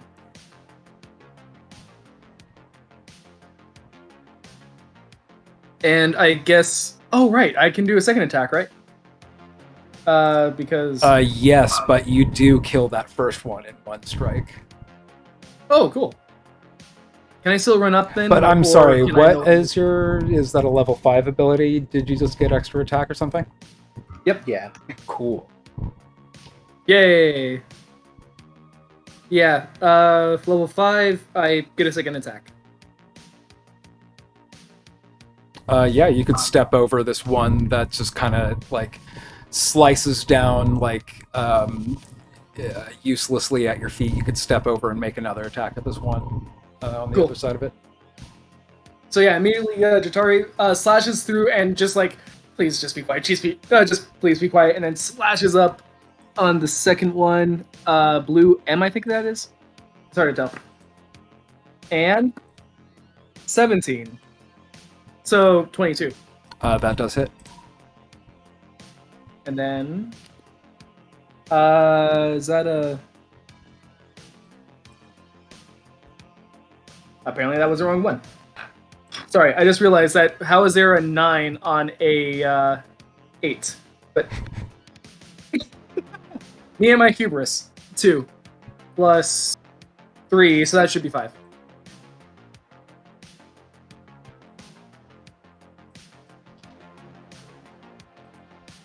Okay, not quite getting through to that second one, but you fell one in your first attack, and you seem to wound the second one pretty badly in your second attack. Are you moving or doing anything else? Immediately, as soon as slashes through, and then sees the fact that I didn't go down, so immediately puts a shield up first. Just kind of waiting to see what will happen next. Okay. And I guess technically, there we go. Next up would be the yellow wave. Where is yellow? Yellow is over here.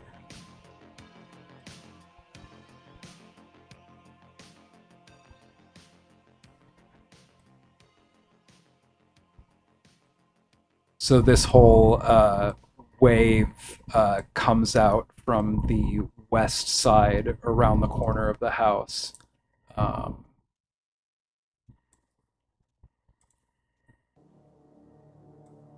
Oops. Did not mean to do that. This whole wave is going to make attacks against Modern.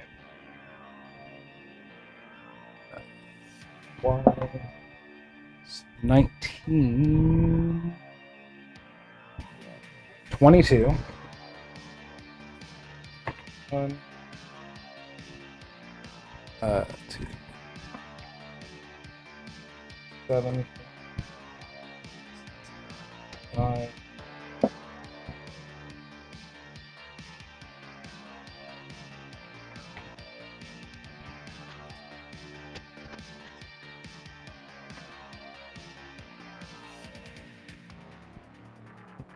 So, a 22 to hit, a 9 to hit, a 19 to hit, a 17 to hit, and a 9 to hit. I'm guessing that's 3 hits and 2 misses? Yeah, 3 hits.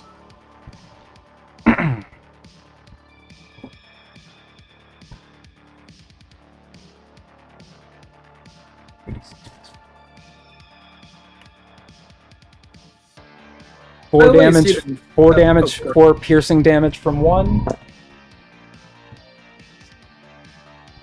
10 piercing damage from another. 3 piercing damage from the third. 4, 10, and 3? Yes.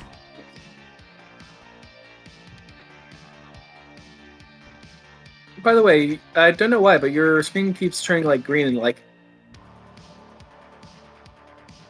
Mine? Does it?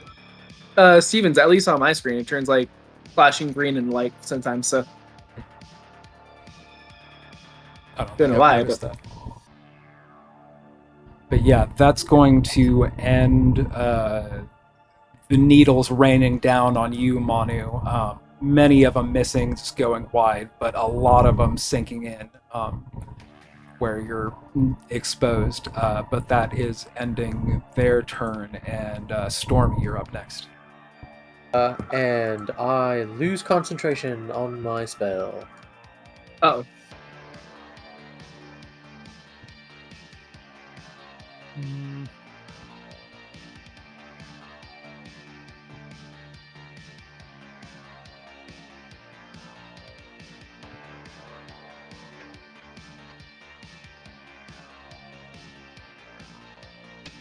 Wait, sorry, where was I? no, you're right there.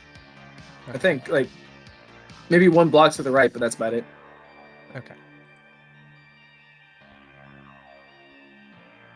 I think I was snapped, and then I like touched it, and it snapped. Yeah. Oh, probably. Yeah. Okay, that makes sense then. So 1. Back 1 second.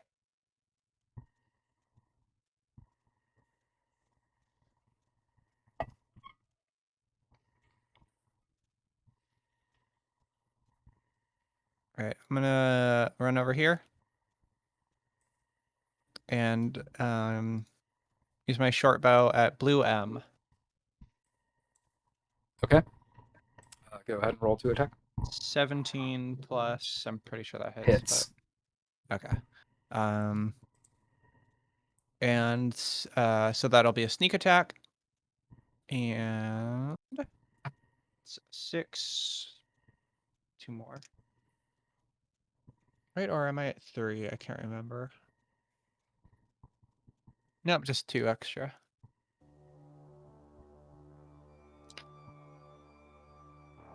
So that is, well, that's pretty bad rolling. Plus 3, so 4, 5, 6, 7, 8 piercing damage. That's enough. Your arrow just goes through it, and it kind of just like pins it to one of the vines behind it. And that one is lunging out against y'all no more.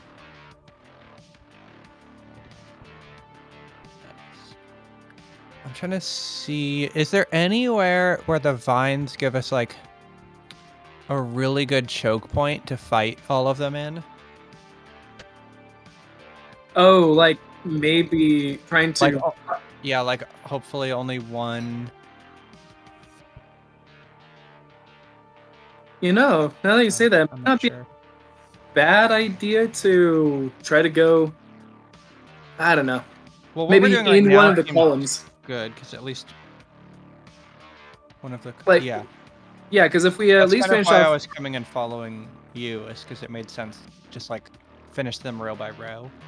Yeah, because especially if we do finish a row, if push comes to shove, we could just have me out in front trying to tank while everyone else slings spells from the back or something like that.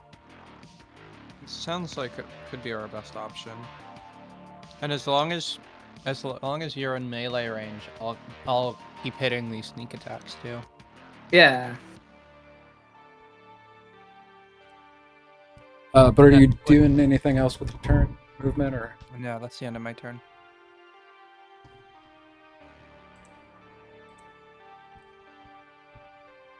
Green squad. Where are y'all on the map?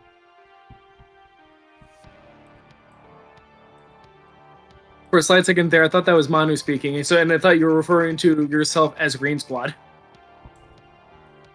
Blue, red, yellow, green. Yeah, there you are. Green squad, the half orc and the turtle. Yep. Teenage Mutant Ninja Turtles.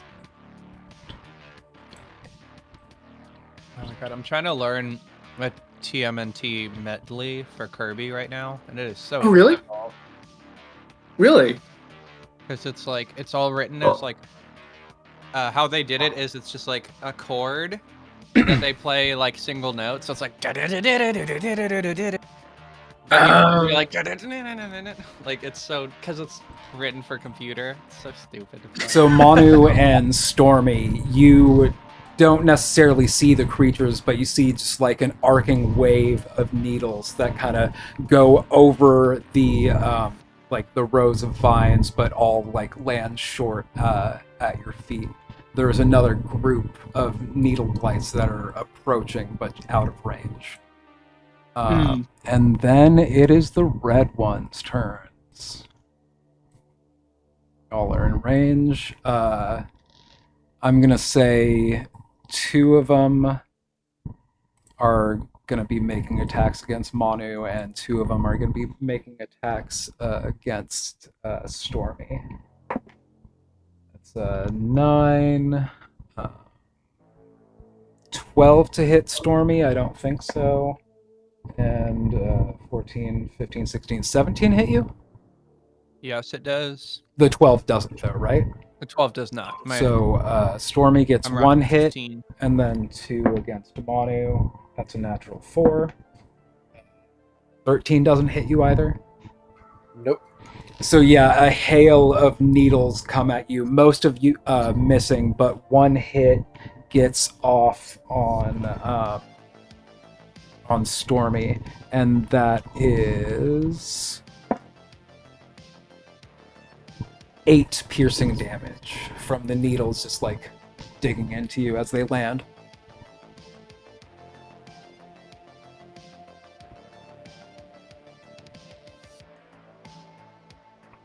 How's everyone feeling, by the way? I do have some healing spells, but thankfully I think we're still at the beginning, right? In terms of everyone's health? Yeah, basically. Yeah. Good. Yeah, after that damage is done. I think I'm gonna try to avoid healing myself, just because like I feel like it's more important just to kill as much as possible. Like every time we kill, it's like another turn for us to get overrun. Yeah. I'm just like if my HP gets rough, I'm running away. I'm out. Sunny is gone. Yeah, because I'm still thankfully at full health, which now after that level up was a nice boon. Yeah, my only healing is I now have a self heal as a fighter, but ooh, nice.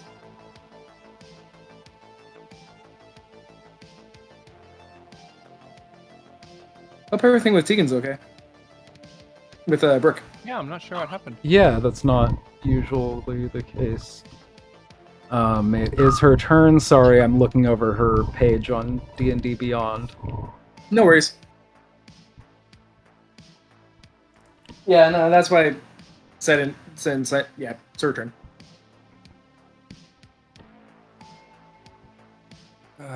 I'm trying to think, like, what would Tegan do? Because it's such a strategic battle.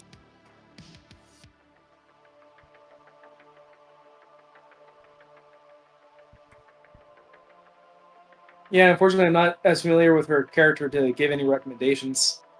I'm kind of flip-flopping in between just doing an Eldritch Blast or doing Guidance on somebody. Guidance wouldn't help in the fight.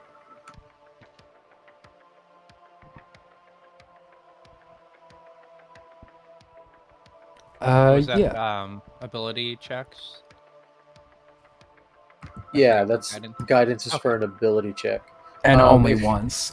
Yeah, that's not what I Yeah. thought it was. I thought it was Bless or something.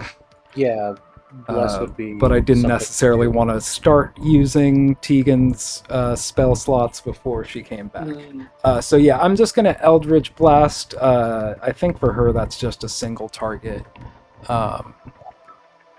And Yeah, she gets to make 2 attacks because you get 2 beams at level 5.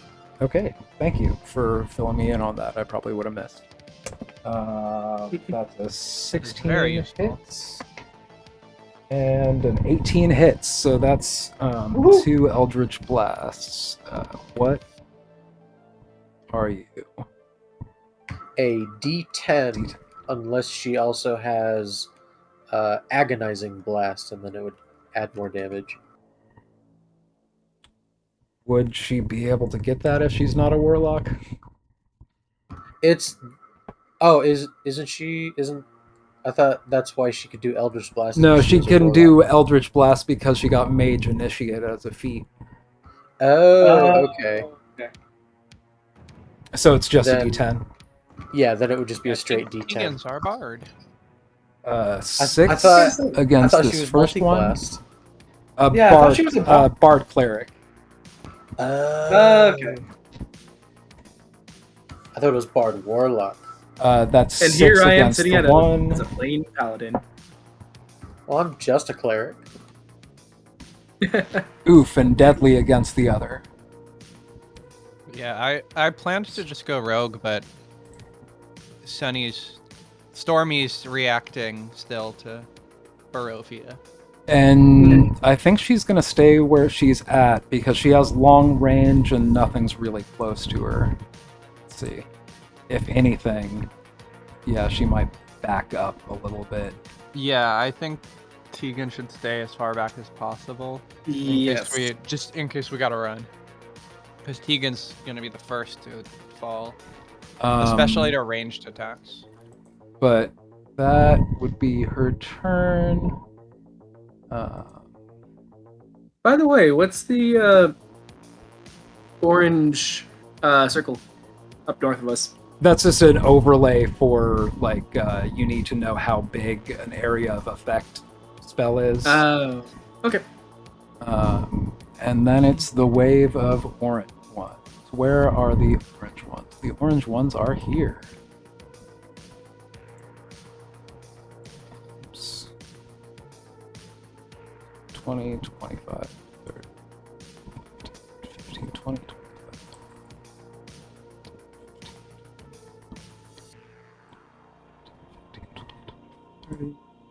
Let's call it 30. Who's in range? You're in range. So, Dratari, you're going to get a wave of 5 attacks. All right.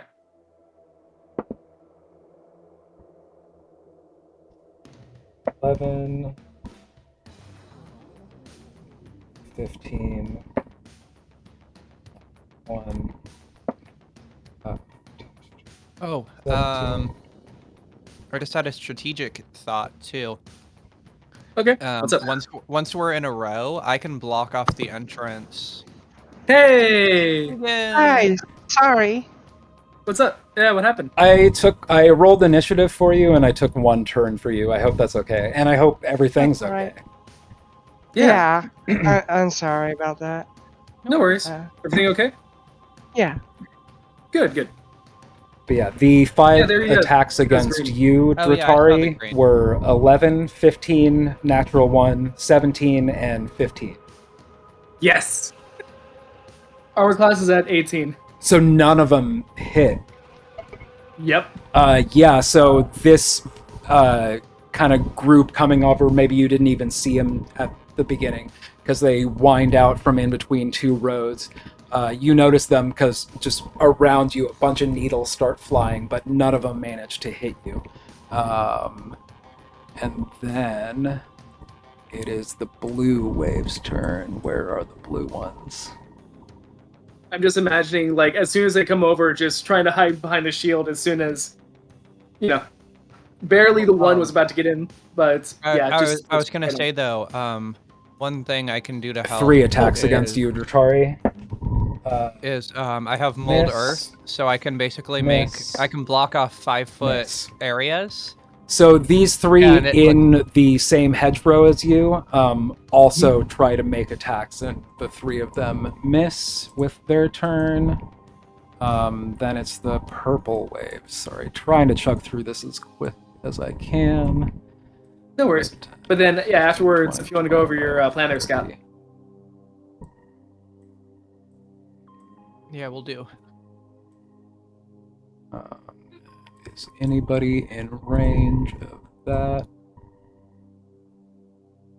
Yeah, since admittedly at this point, I think Dratari is just kind of going a little bit head empty, hit with big sword. Mm-hmm. So yeah, all of you see a volley coming over the building and a bunch of needles kind of landing shy of your feet. But you just get the impression that there's another volley behind another wave of needle blights behind the vineyard that are going to be approaching soon. And Manu, you're up with a 0. Yeah, finally. Before you do, what was the plan there, Scout? If we want to block off any of these rows, I can create 5 foot by 5 foot cubes of dirt. Oh. That could essentially block off an area. Since the bushes aren't full coverage, we could also, if anyone needs to go somewhere, I can block you off and then you can squat and hide under the bushes. Interesting. Or we can also funnel them. I don't have an exact plan for it yet. I'm just throwing it out there in case anyone else thinks of a way to utilize that. Well, now that you say Which that, basically is Sunny yelling "Remember, I can make dirt." Well, not just that, but honestly, having one right here would be a really good choking point. So that they would still be able to send it across, but they'd at least have to go around some way to get any closer. So if we can keep out of that range and just keep going around the house or something like that, that might not that could work out well. I might. Let's keep that in mind. Yeah, I could dump dirt on orange eye. Yeah. Which would also impede Orange Eye from moving and hopefully stop the other ones a little bit. All right. Yeah. Basically, just trying to buy time. I am going to cast Call Lightning again, since I lost concentration, and I'm going to put the lightning bolt right there, which will make all 4 of those guys in that L shape make dexterity saves. 7, 15, natural 1, 7. And I am going to use my Channel Divinity to maximize the damage, so 30 to the ones that fail, 15 to the ones that pass. They are all toast. I think the lightning hits them, and they just like are almost like a solid chunk of ash for a second before they just start to crumble down.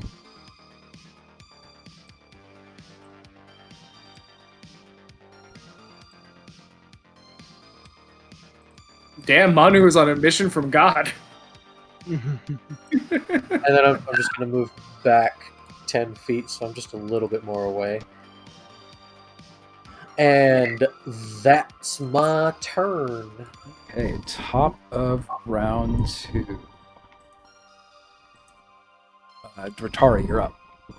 All right. So thankful that I was able to get around that volley. I then, Jatari then wildly swings at W here. Makes 10 steps, and yeah. Okay. Roll to attack. What was it? 11 plus... Yeah, proficiency plus 3, right? Plus the strength. Yeah. So that would be 5 extra, so that's 16. That hits. Cool. 1. 1 plus 3 at least, so that's at least 4. And then I guess I use my second attack to try to attack him again. Since I'm guessing he didn't go down with that one. Did not. Okay, 16. Plus 2 for... Cool. Let's try and hope that this second one will do a little bit more. 7, thank you. So 7 plus 3, so yeah, that's 10. Thank you. Uneven footing, you kind of stumble with your first strike, and you kind of just like get some bark off of it, but then you kind of spin around and wildly like slash at it, and its bottom half's like knees sink to the floor while its top half just like flies over the hedge. And this one is dead. I meant to do that. Exactly how I planned that. And then, yeah, just shield up against the next attack. Okay, is that your turn? Yep, and that's the end of the turn. It is the yellow wave. Where the yellow is right here. So they're all well within range of you, Manu. Yellow is going to make 5 attacks. 2, 4, 5, 6, 7. Oh, 6.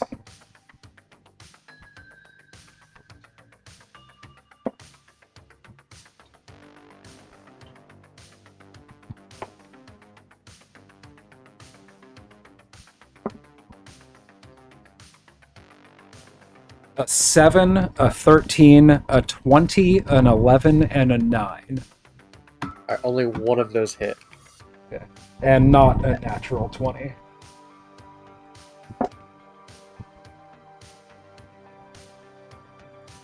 But you do get dealt 9 piercing damage as just like an array of needles do manage to hit, while even more surround around your feet.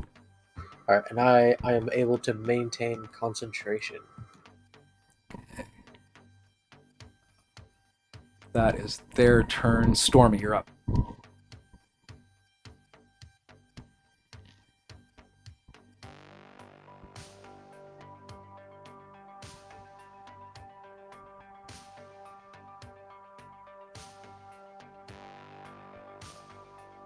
All right, I'm gonna move right here, and then mold earth directly onto. I'm gonna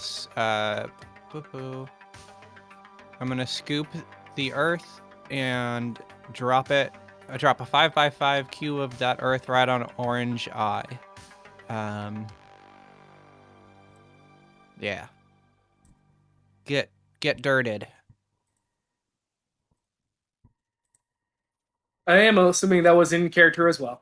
Yeah, get dirted.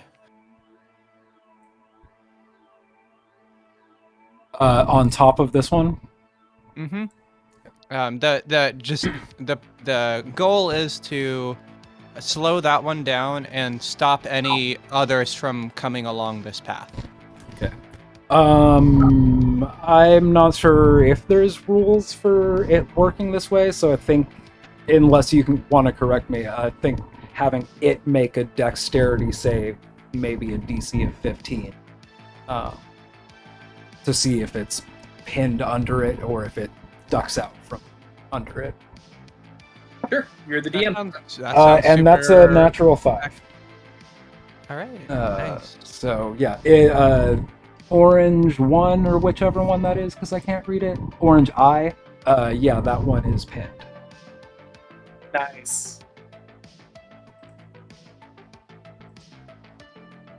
Yeah, the only specific rule is that it doesn't have enough force to cause damage when dropping it.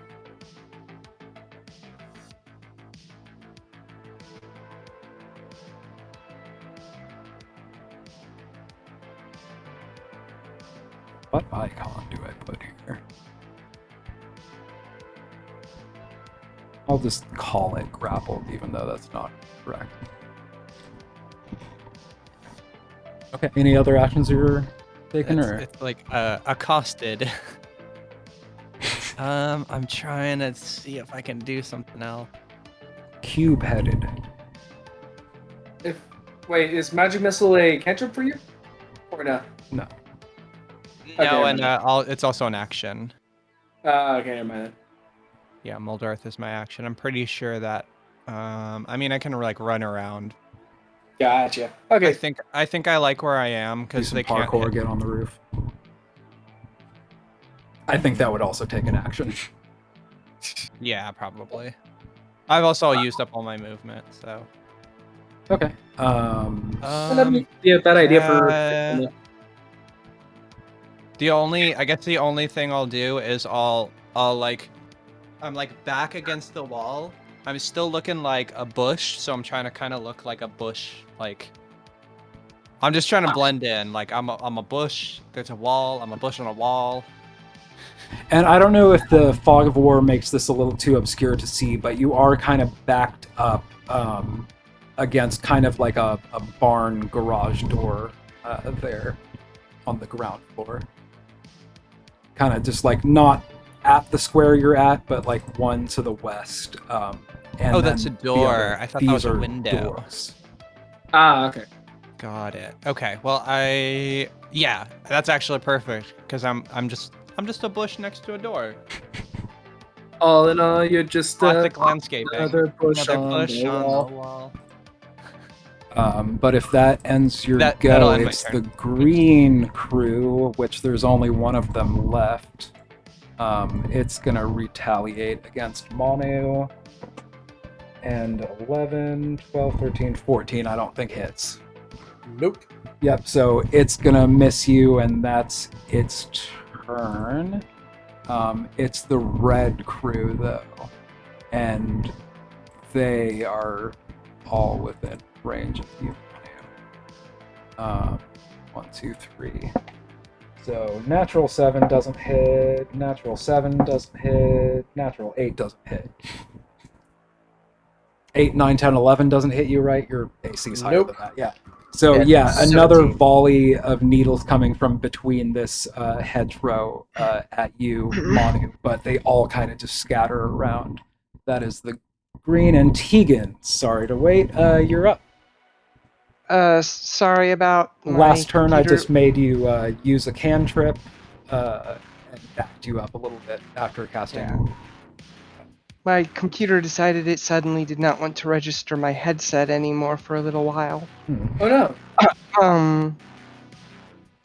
So anyway, I basically had to quickly reboot a driver.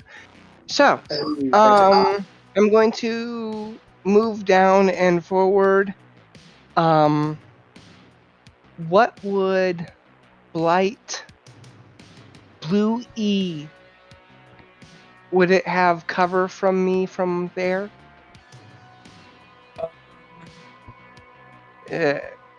On the other side of Dratari from Give me? it half coverage, so just +2. Okay. And yeah, I'm just going to Eldritch Blast, which Right. now has 2 shots. So the first one is Super hits. yeah. So that the first missile deals 9 damage, and the second missile misses. So yeah, the first, both of the missiles, I think you're not even trying to arc them at all. They just blast through the vines themselves. One finds its target, Blue E, and that one is toast.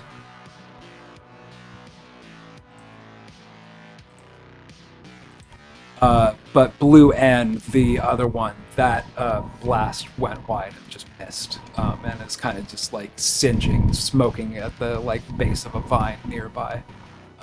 Okay. But you did fell one of them pretty good. I'm not going to do anything with my bonus action this turn, so that will end.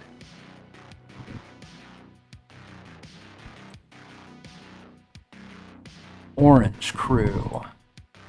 That's y'all. These ones are gonna just start clambering over and around 5.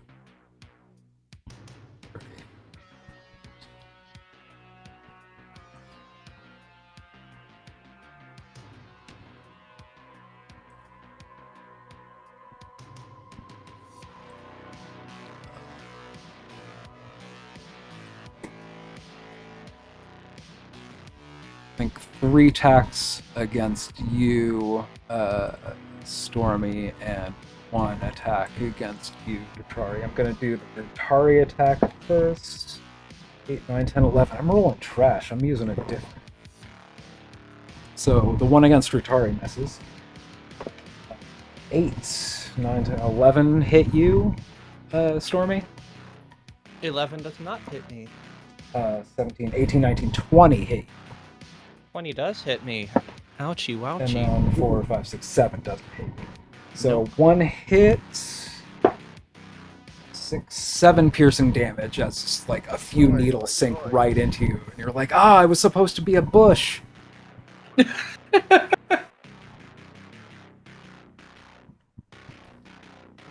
Alright. And then it's Blue Crew. 15, 20. This one's going to back up down the row and launch an attack against you, Dratari. That's a natural 2. Yay! Y'all. This is supposed to be like a borderline unwinnable fight. But yeah, that's their turn. Purple Crew.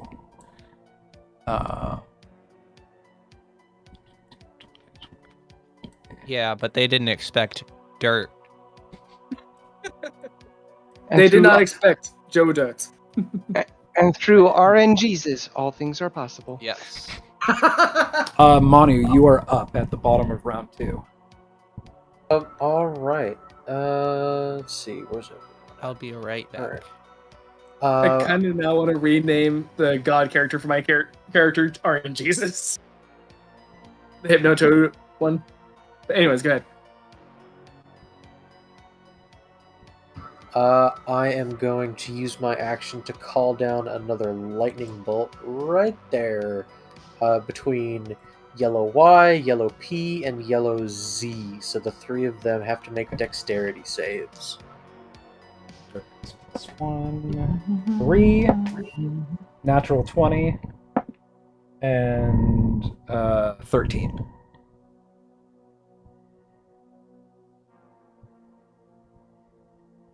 So 16 to the ones that failed, and if anybody rolled above a 15 or higher, they take 8.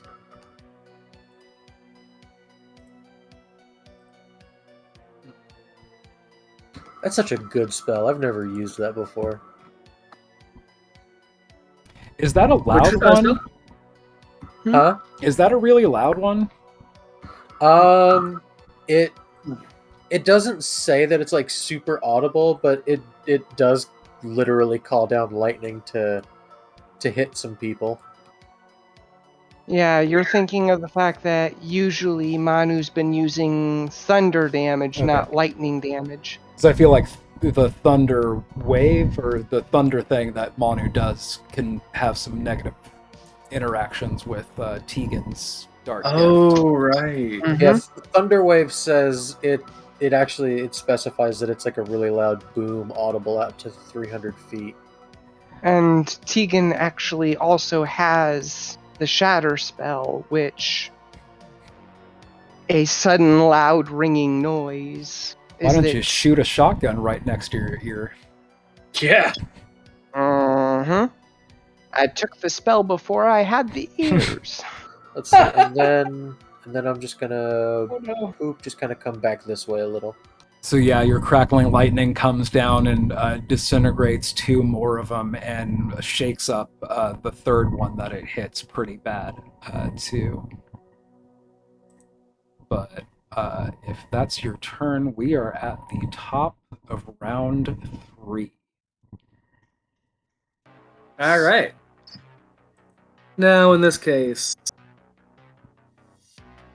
would it be better to go for blue N or try to jump over the hedge to attack orange X and that little band of lovely folks?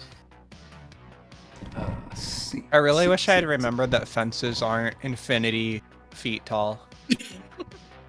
All good. I was like, yes, my 5 feet of dirt, impenetrable. 10. I mean, they probably could have even just climbed over the dirt.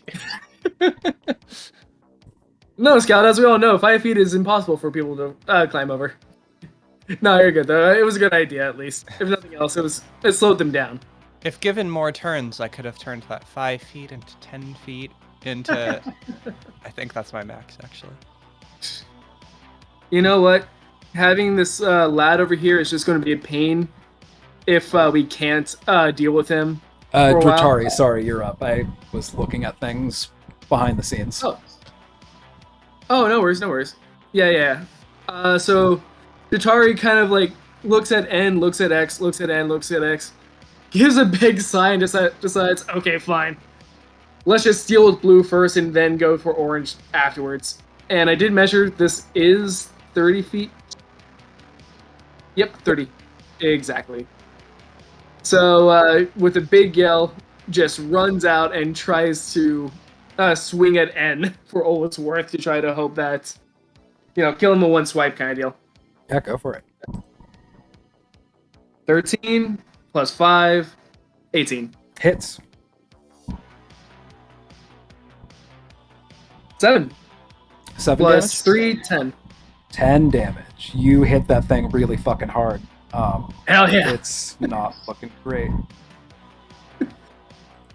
Just gleaming, but completely tired. Just turns around and just, eyes Orange X there going, you're next, buddy. That kind of look. Do you have a second attack to swing against it, or are you not? Oh, well, I already ran 30 paces to even get here to begin. Oh, is that a thing that you... I'm sorry, your new ability, I'm not sure what it is. Extra attack just means he can attack twice on his turn. Mm-hmm. Yeah, so you can since... roll to attack this thing again. Oh, I thought you said Blue N was dead. No, you hit it really hard, but it's Gotcha.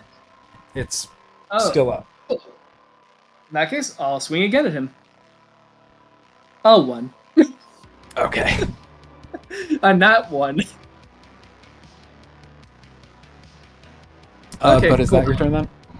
Yeah, now that's just really powerful swing, tries to go back up, and completely, trips over a branch or something like that. I was like, okay, I'm good. And yeah, end turn there. Just trying to get the shield back up for the next volley.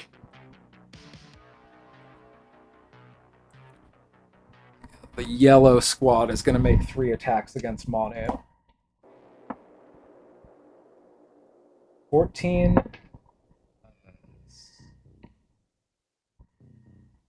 19. 9. The 19 hits. 6 piercing damage as just another volley of needles, most of them missing, but just a few managing to sink in. 6 piercing damage. Who just barely maintain concentration. Still have bless from when I cast it before the start of the battle. Oh, did you do that? Mm-hmm. I did not remember. But Stormy, you were up after them.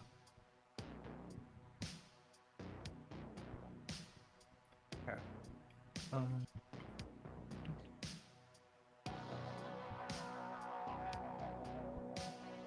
I'm going to run over here. And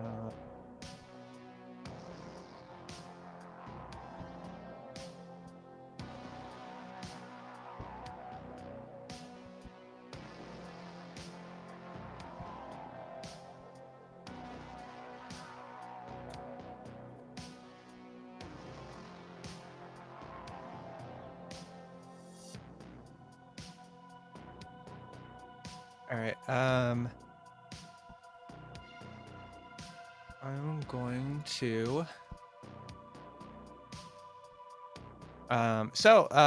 Cool little thing. When I picked up a fighter, so I guess this is just kind of some general note. I think you've all noticed that Sunny has been less than enthused about magic and the whole school system.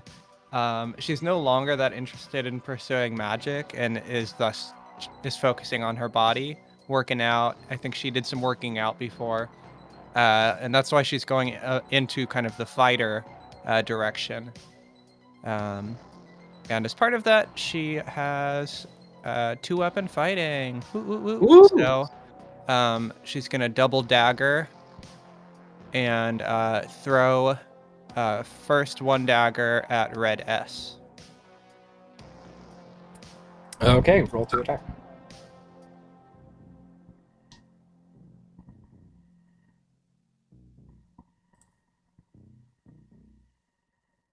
Oh God. 4 plus 6. Does not hit. Okay. Think that Well, the blade just gets lost within the branches of the vines. all right. And then as a bonus action, I'm gonna throw my other dagger at the same person. Okay, roll to hit.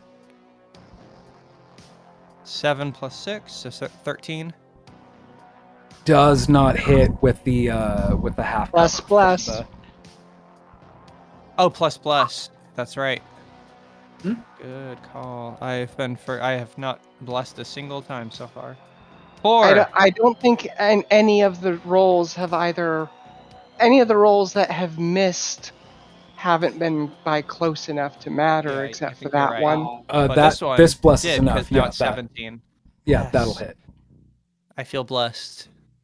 All right. And that is not enough to sneak attack, so I won't do that. I will end my turn there. What do you hit it for? Yeah, I should probably do that before ending my turn. So is 1d4, and since I have 2-weapon fighting, I get my my bonus. So 2 plus 3, so 5 piercing. Yeah, 5 piercing damage. With your first blade getting lost in the vines, your second blade sinks true, and that slays that one. So cool, you managed to down one more of them. And is there anything else you're doing with your turn?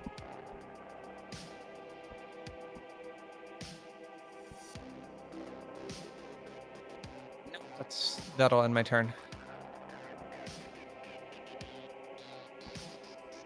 E-Squad.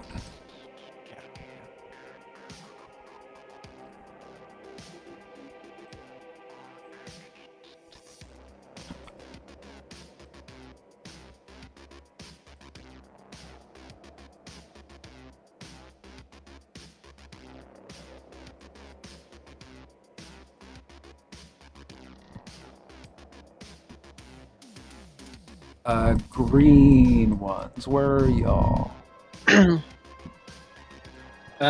Wait, weren't they dead? No, Yeah. there's one left. Oh wait, no, never mind. There's one left.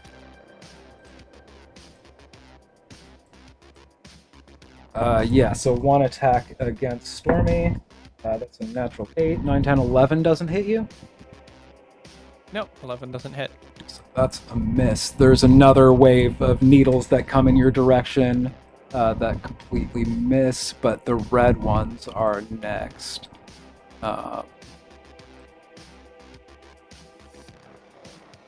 It's 2 more attacks against you, Stormy. 13, I don't think hits you.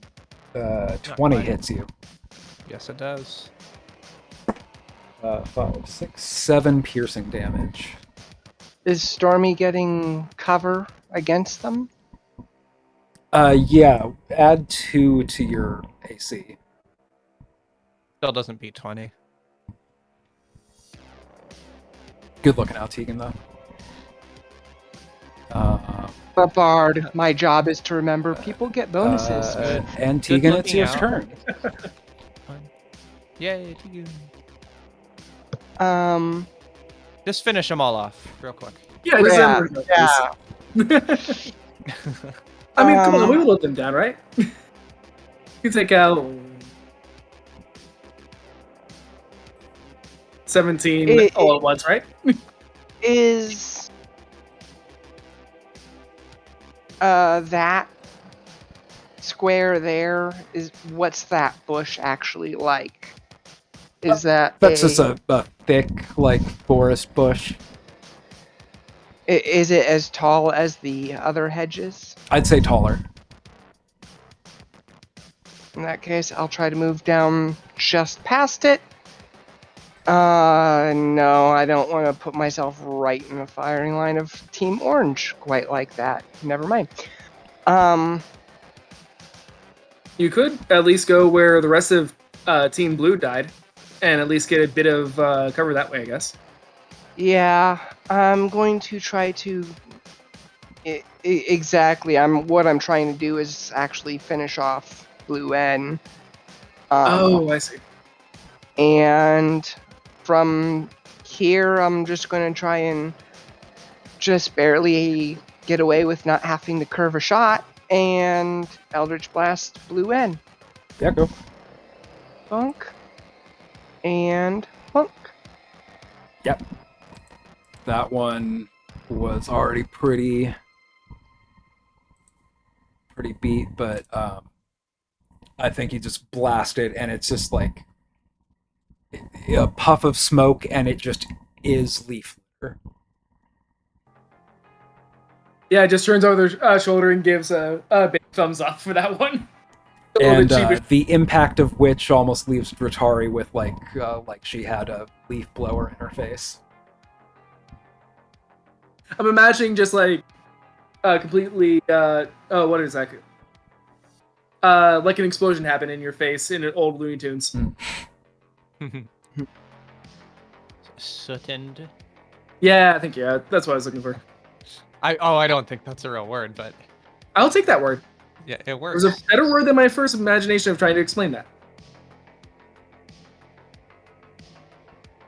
But yeah, it's all suited up, like. Suit and tie. Yeah, Tegan, are you doing anything else with your turn? That will end my move. Oh, that's all.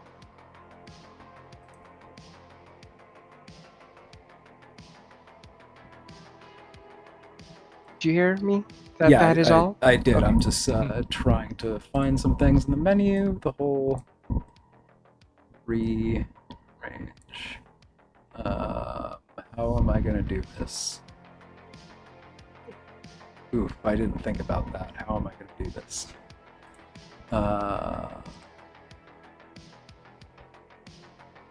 Okay, that's fine.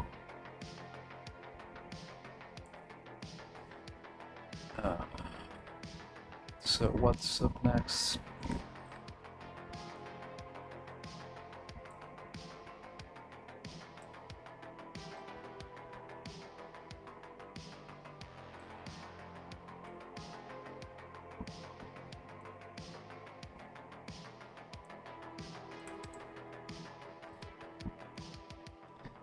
I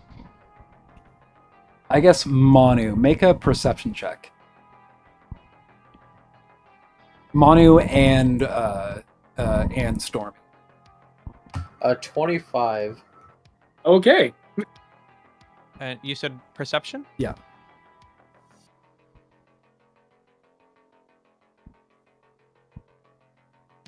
Uh-oh. 5.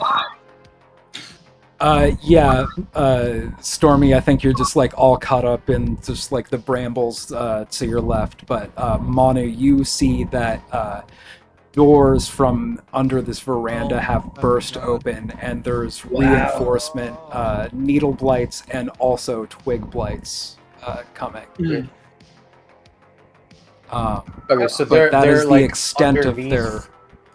Yeah, there's like an overhang above that little area with the barrels.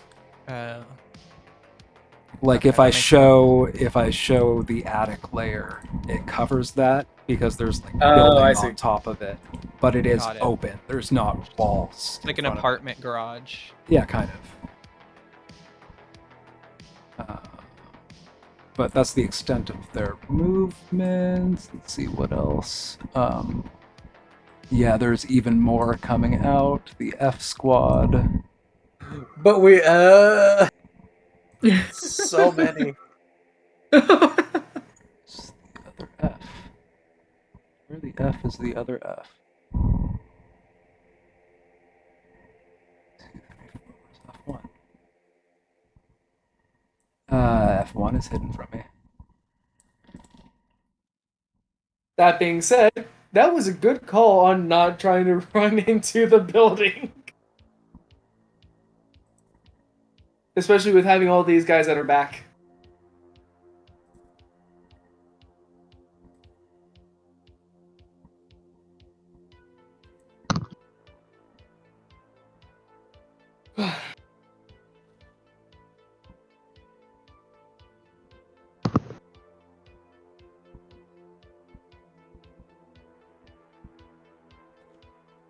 $100. 90.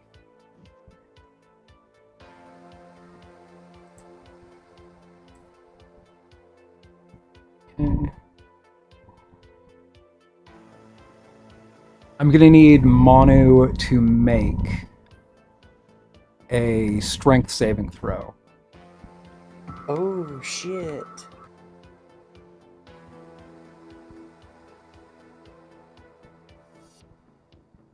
And Manu and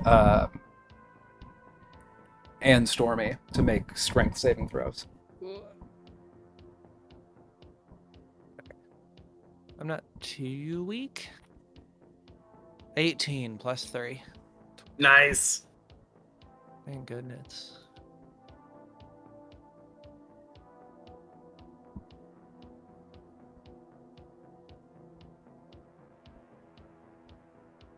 You said 18, Stormy? 21. 21. And what did Manu get? 17.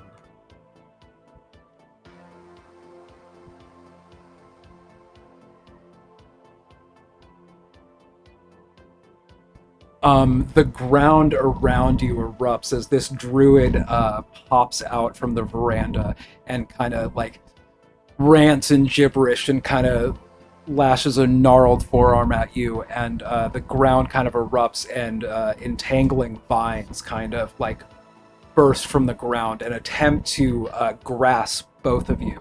But both of y'all are able to just like strong arm your way out of being held. And then it's the orange squad.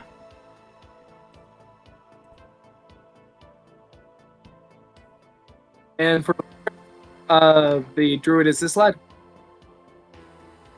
Yeah. Okay, cool.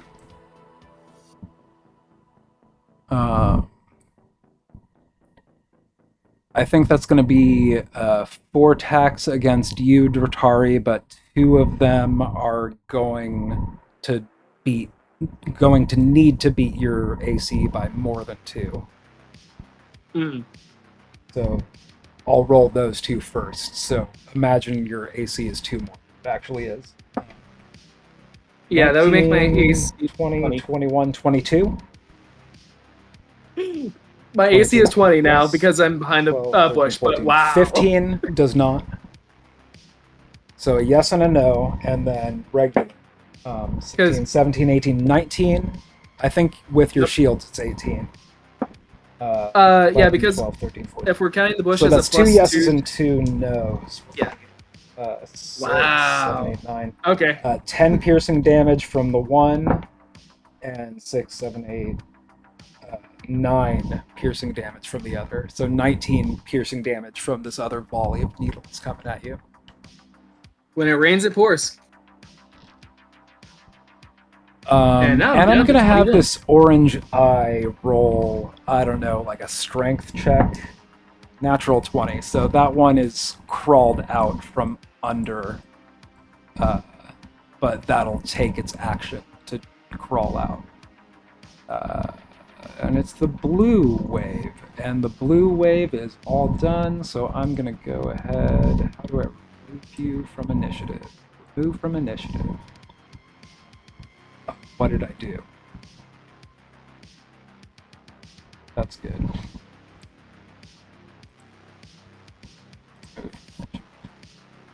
Okay. Where is this?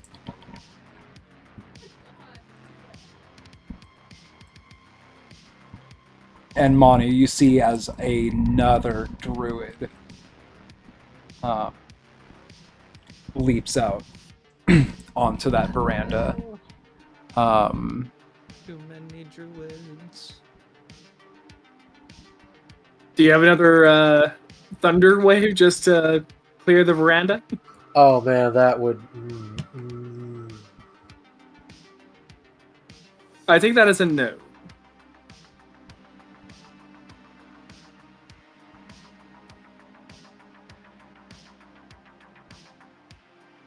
Actually, is it your turn? No, it's this druid's no. turn. And it is casting Thunder Wave, which is going to have Stormy and Manu in its effect. Thunderwave is from it. It doesn't go out to a range like that. It's just a square in front of itself. That's good to know. So it doesn't even have range to reach y'all yet. Okay, that's good to know. Thank you.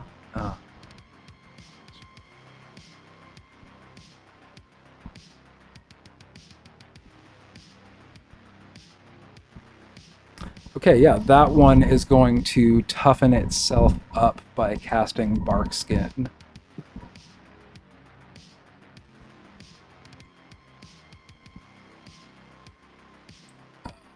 It's its turn, and then it's the purple crew.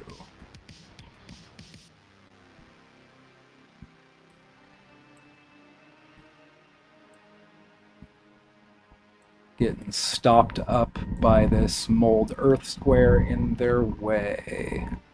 And nobody's really in line to that. And it's the B squad.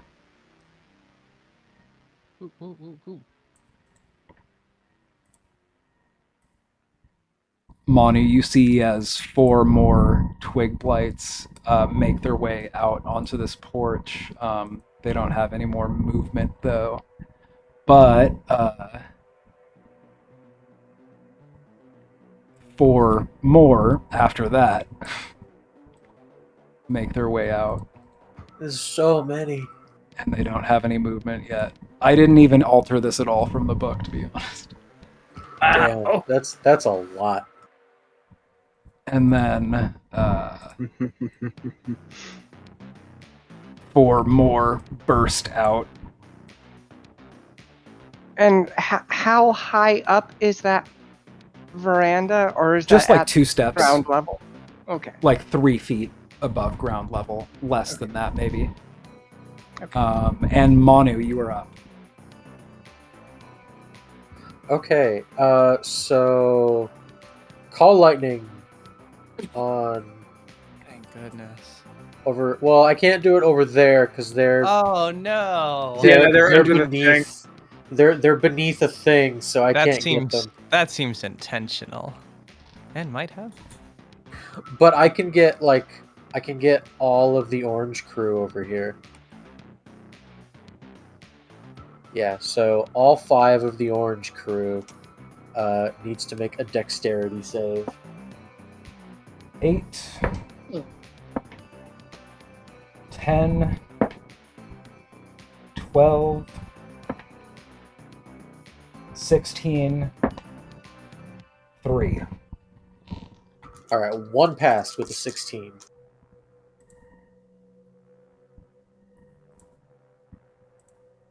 Uh, 14 total damage, and then 7 to the one that passed.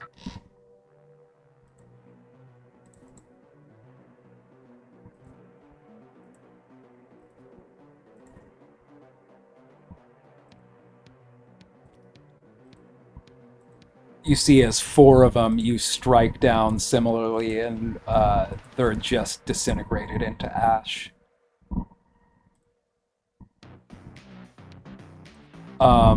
The 5th one is hurt pretty bad, but it's still standing.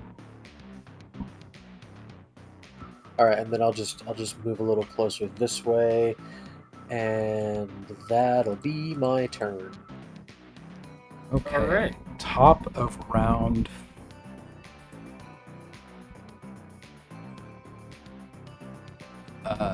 It's the sea crew, Twig Blights. 5, 10, 15, 20. 5, 10, 15, 20. 5, 10, 15, 20. 5, 10, 15, 20. They still can't do anything to y'all from there.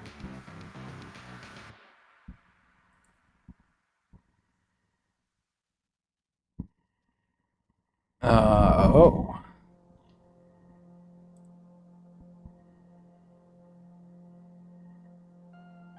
Where is Attic?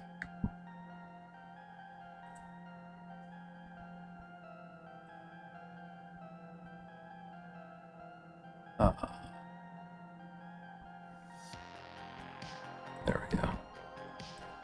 Another druid pops out. This one jumping from an attic window and landing kind of 3-point stance on the ground. It's going to cast Entangle against you, Manu. Make a strength save. A 16. So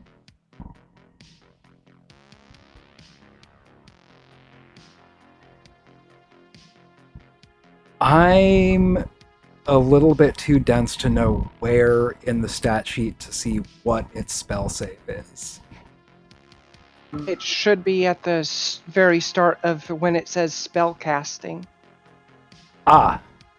12. So you got 16 right? You got over 12? Yep. Yeah, so you, again, you managed to, thank you, Tegan, or thank you, Brooke. You managed to, just like, vines try to grasp you, but you almost ready for it, you just like, just shrug them off. But behind, popping out of the same window, 2 even larger, where's the other one? Even larger blight style creatures pop out. I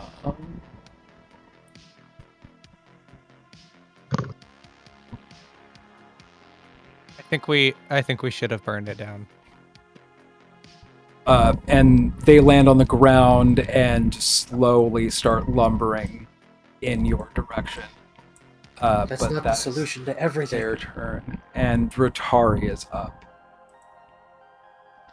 1 second.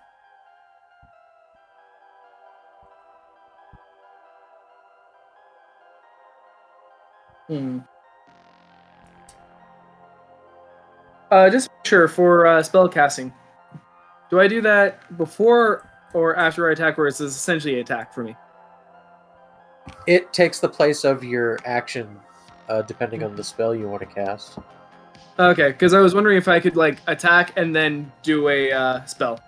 If I can do 2 attacks. I believe it's just your attack action gives you 2 attacks. Yeah, it kind of depends on the spell you want to cast. What were you looking at? I was going to do lay on hands and just give myself the rest of the heals there. Oh yeah, that uses your action, so you wouldn't be able to attack. Gotcha.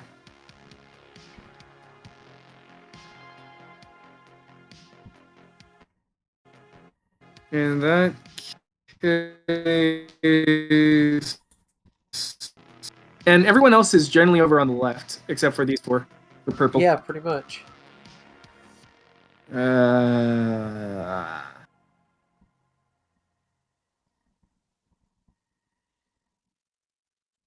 Not doing well, but still going in for the full charge to just kill orange there.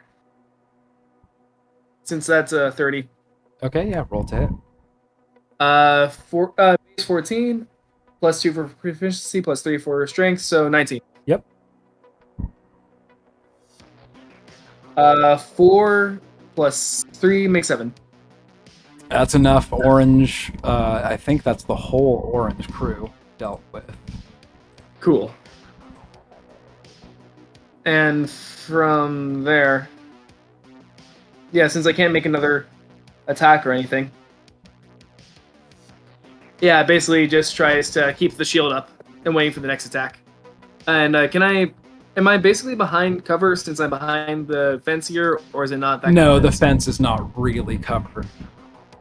All right, pity. Yeah, because I already ran 30 feet, so I can't really move anywhere else. Okay, yeah, ends there. Yellow crew is up. That's going to be 3 attacks against Manu. 8, 9, 10, 11. 17, 20 does hit you.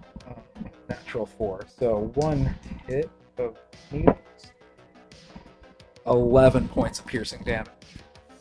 Just another rain of needles comes down at Manu. Oh, on Manu? Yeah. I thought you said at me.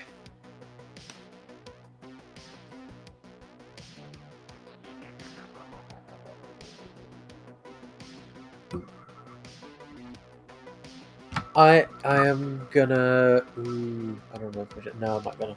I lose concentration. Did you add bless? I rolled a nat 1, so.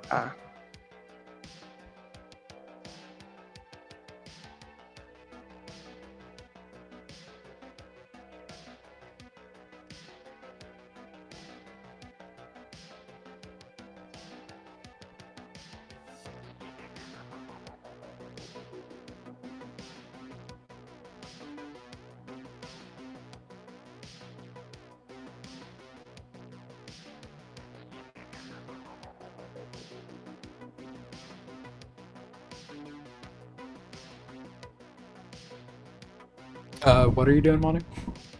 Oh, I rolled. Okay, yeah, I'm sorry. I thought I was waiting on something, and I. No, I was just rolling for concentration. Sorry. Stormy is up next. Okay. So it looks like there's like. What is holding up? So there, or I guess it's like pillars are holding up the second story that all of these creatures are in. What are those pillars? Let me see.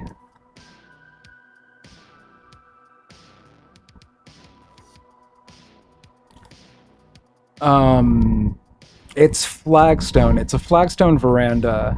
And I'd say these are stone pillars. Probably at least a good 3 feet to a side.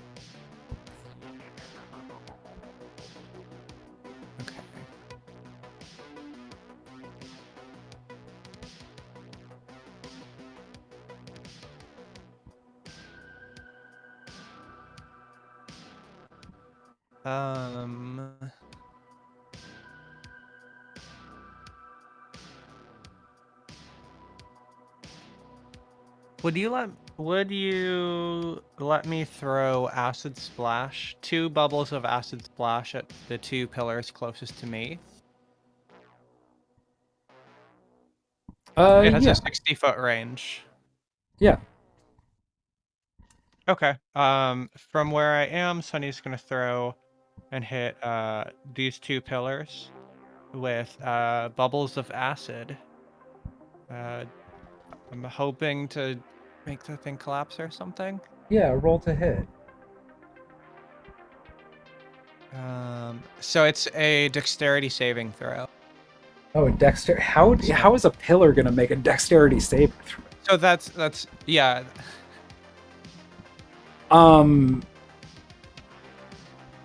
Yeah, I'd say since you're not right next to these things, you're gonna have to roll to see if you hit directly on them. That's fair. Just make like make a strength strength check or a strength attack roll. If you wanted to argue for dex, you could. I'm +3 either way, so it's fine. Not just that, but didn't you just learn how to throw knives? So there you go. Yes, well, I've always been able to throw them. Oh, okay. But now I can throw 2. And that's a 17 +3. That'll hit 1. Rolling another one. Okay. So 15 +3, 18. That'll hit both. So yeah, what does the vial of acid do? Or it's an acid splash. It doesn't have like that's why I asked like if you'd allow. It doesn't really have like any more description other than so it's you hurl a bubble of acid. Choose 1 or 2 creatures you see within. A target must succeed on dexterity saving throw. Take 1d6 acid damage. Yeah, roll a 2d6. I'm not 5th level. Oh wait. Yes I am. Okay. I was thinking that it had to be in rogue, but okay, then roll 2d6 twice. All right. So for pillar 1, 7 damage. For pillar 2, 9 damage.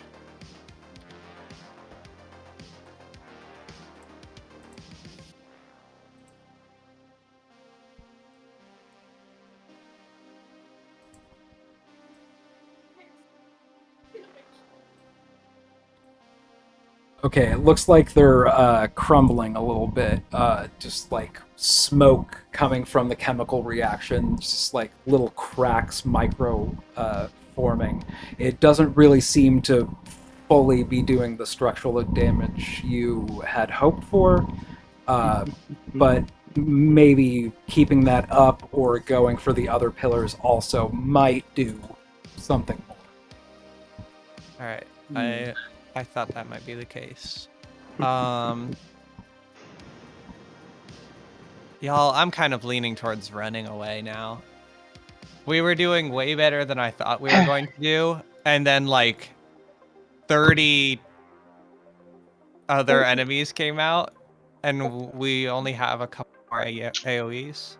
Give it another 5 points on the initiative tracker. Okay. Sunny is going to go over here, though. Okay, so to make it clear, Sunny is not turning around and running, but Sunny is backpedaling. She's not in flee mode, but she is definitely on the defensive. You know what? I'll bring her up here.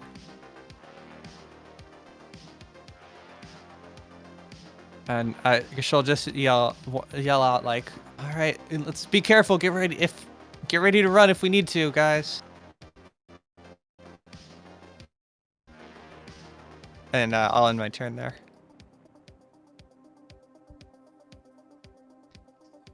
E squad of twig blights left.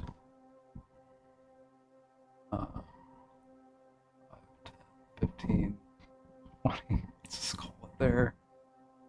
5, 10, 20. 15, 20. they can't do anything. But the vine blights are coming up. They only have 10 feet. 10. It's going to make it easy to just stay out of their range. Kite them. Yep.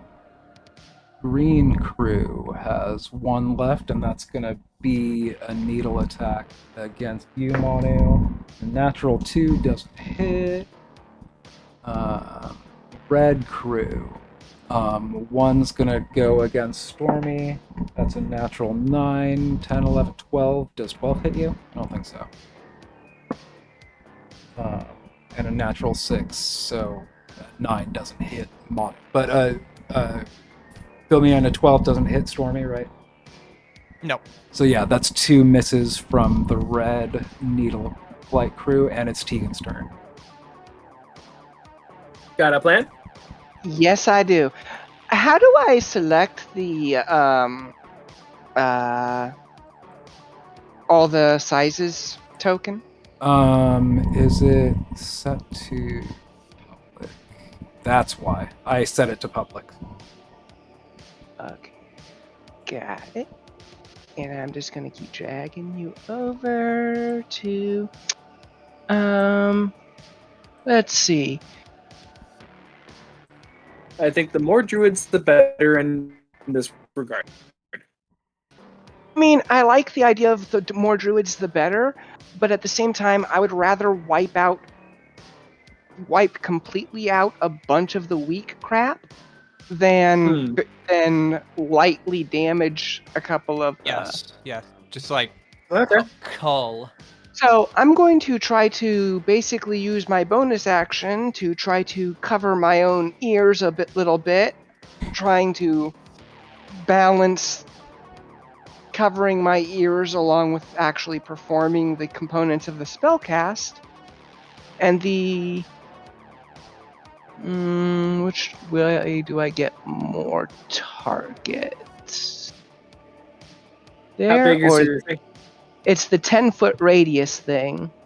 I think I'm gonna go with this one so that it goes from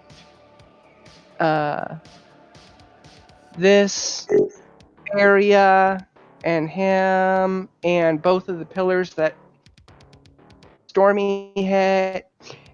And I'm going to cast Shatter at 3rd level for 48 sonic damage with a Constitution saving throw to resist. So everyone in that 10-foot radius area has to make a Constitution saving throw, and it automatically deals its damage to any objects in its area, which would include the pillars that Sunny hit. Which it's a what save? Constitution saving throw. That's a natural Oh, 1. wow, I rolled really low on damage. 2, 2, 1, and an 8. Wow, that is really crappy damage. That was bad, and I should feel bad. Wow. That had so much potential to actually be really cool, and it just... So this 13 was your shatter damage? Correct. And it's a saving throw DC 14 Constitution for half. But that said, both of the pillars automatically take the full 13. As well as, since I'm centering it on the ground, I don't know how high up the veranda goes, but any of the part of the roofing of that would be within it is also taking the 13 damage, as well as, frankly, the ground is taking 13 damage. Good times. Well, at least you got a lot of little guys out of the way. Probably not. That was really bad damage. See, look. That's why I was asking about what kind of sunlight there was outside of the coffin maker's shack when we were fighting the vampires is if there had been sunlight in the lands of Barovia, I would have made a hole in the roof with shatter and spilled sunlight down on them. But unfortunately, that was not in the cards. It was not actually an option at all. I mean, to be fair, looking at it, you might have only got 13, but that seems to be enough to take care of quite a few folks there. Jesus. And that was one of my 2 third level spells. So, guess what I'm probably going to do next turn? So everyone within range of the spell except for the druid, and the druid did fail its save. And every other creature, either because it had less than 6 hit points or because it didn't save and it had less than 12, everything that you hit except for the druid did get hit by shatter. And let's say you've added some more cracks to the foundation here.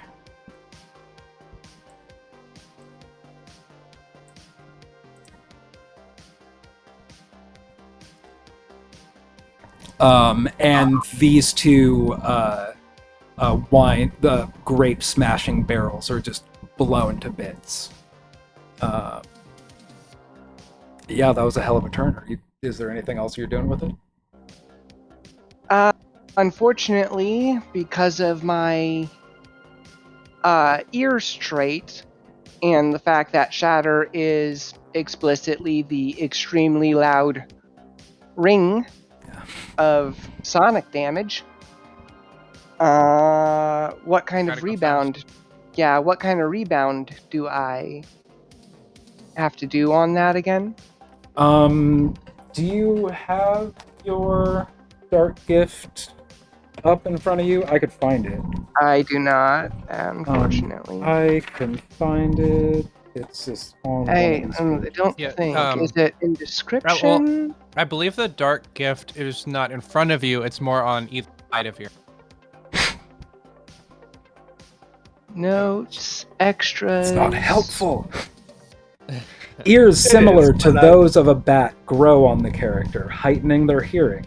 The character has advantage on perception checks relying on sound, and acquires tremor sense up to 60 feet. The improved hearing, however, causes the character to have vulnerability to thunder damage, and loud noises can likewise stun the character for 1 round if they fail a DC 10 con save. Okay. So a DC 10 con save because a loud noise happened. Yep. And Tegan is brimming with constitution. Tegan is not brimming with any stats. Scroll down. Thank you. Okay. Here we go. And thank you. Save. There we go. So I am not stunned, and because I am not stunned, I do not drop concentration on bless. Yeah, that was a very effective turn. Yeah. And next round will be second verse, and same as the first. Okay. Movement or anything else? After just having pissed everyone off, no, I'm gonna go ahead and sit tight. Right. Needle Blight, double. Oh god, there's 2 of them here. Of course, there's fucking 2 of them here. Jesus Christ, this is such a mess. There's so many.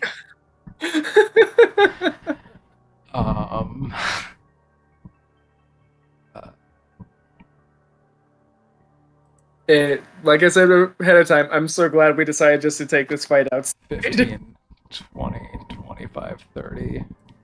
Give us room to maneuver if we have to. Yep.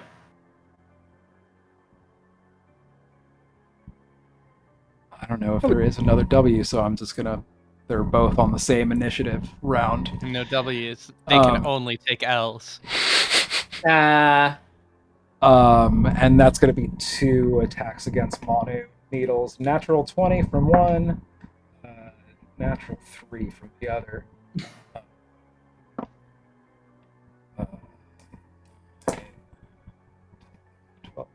13 points of piercing damage.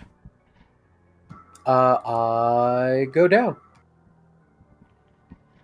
So 2 more needle blights just barrel out from under this veranda that has been just like wrecked by Tegan, and they just like lash out at Manu, and he is down in the dirt from that onslaught.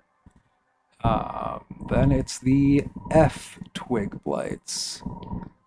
5, That's just what I was going to do. 15, 20. Or 5, I 10, still have my lay on 15, hands. 20. 5, I think I 10, 15, 20. at least keep you up. I mean, you say that, but at the same time, you're kind of the one holding the line against Team Purple. That is true as well.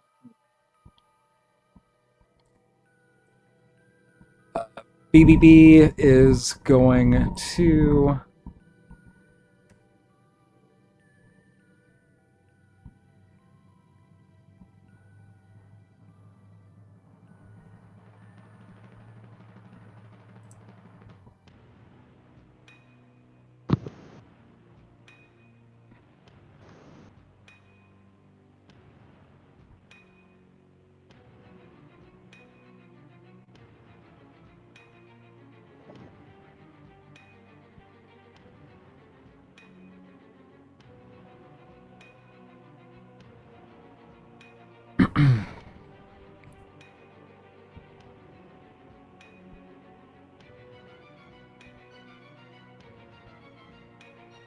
Jesus.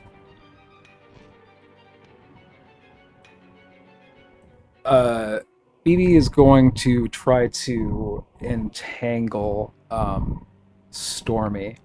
Make a strength save.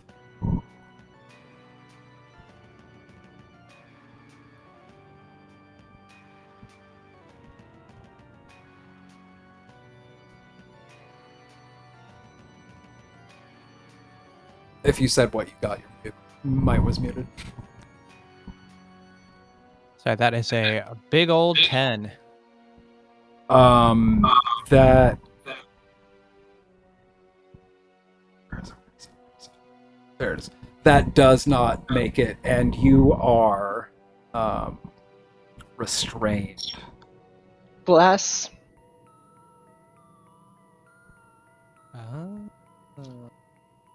Plus 3. Plus one. So 13.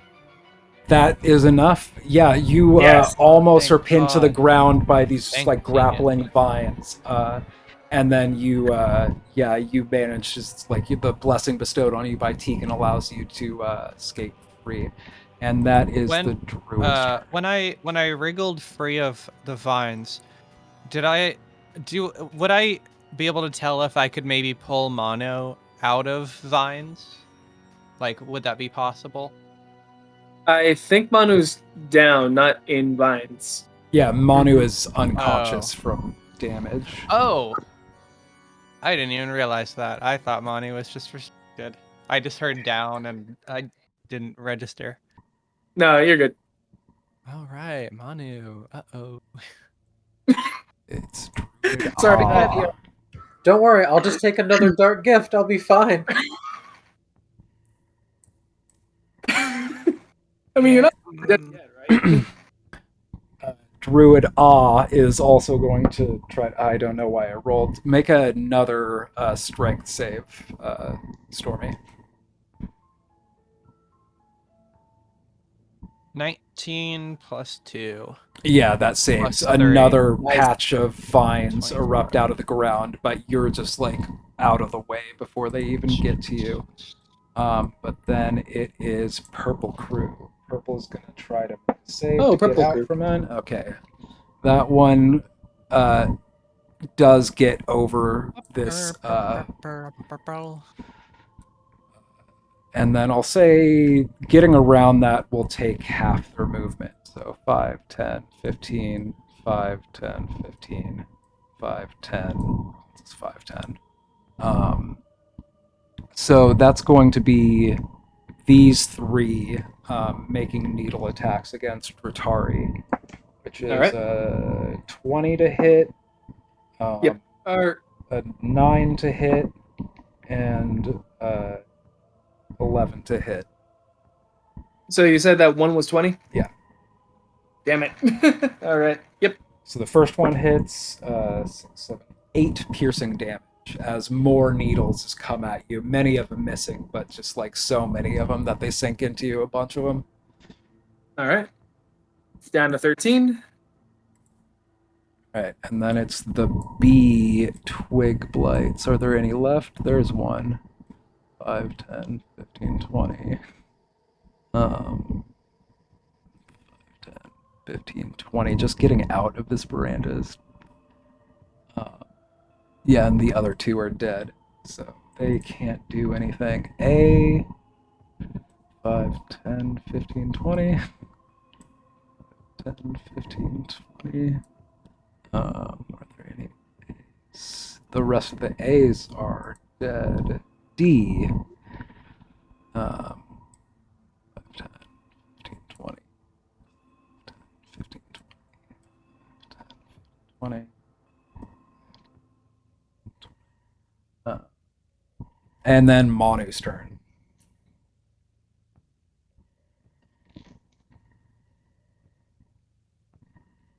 That is a natural 20 on my death save. You're at 1 HP. So you're at 1. Manu, you rise up from the dirt a little bit shaken. Amazing. You get anything for getting a nat 20 on your saving throw? Yeah, not having to make more of them. And a hit point. Yeah, you gain 1 hit point and then you can take your turn. Oh, awesome. And just like actually let me measure the distance. Yeah, it's far enough. Thank God. Shatter! Yes. Oh, Manu. I think I'll put it there. And yeah, I'm gonna cast Shatter. Oh, on what now? Okay. On that. Just all of that. That's 10 twig blights and 1 needle blight. And I guess the... or no, is the pillar in there or no? And 1 pillar. One of the pillars that's already been damaged. Yeah, just barely. So yeah, the DC is 15 and they have to make con saves. Go ahead and roll damage first, though. 17 thunder damage. Okay. Hell yeah. So all of these twig blights die in that, regardless of if I make saves for them or not. Cool. Oh. And the pillar.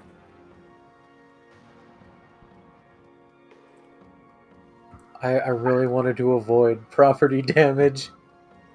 Oh, okay. Well, I mean, it is a little bit in and out, so... Yeah, I know. Dealer's choice. It's minor property damage. They can recover from this.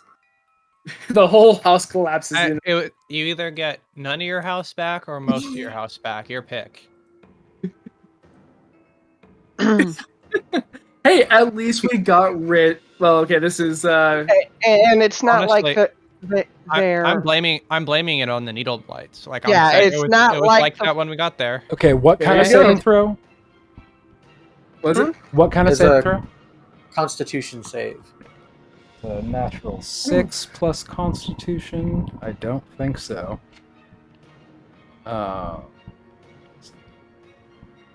Yeah, so 8. So it takes, did you say 17?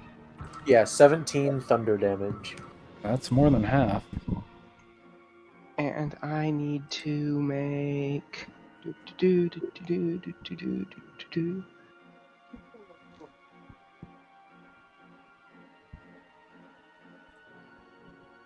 So how many lads do we have left then? Still kind of a lot. Mm-hmm. And I'm stunned for my next turn. Oh no, did that one hit? Oh, did Mhm. I? Oh, right. It also means that I immediately drop less. Oh.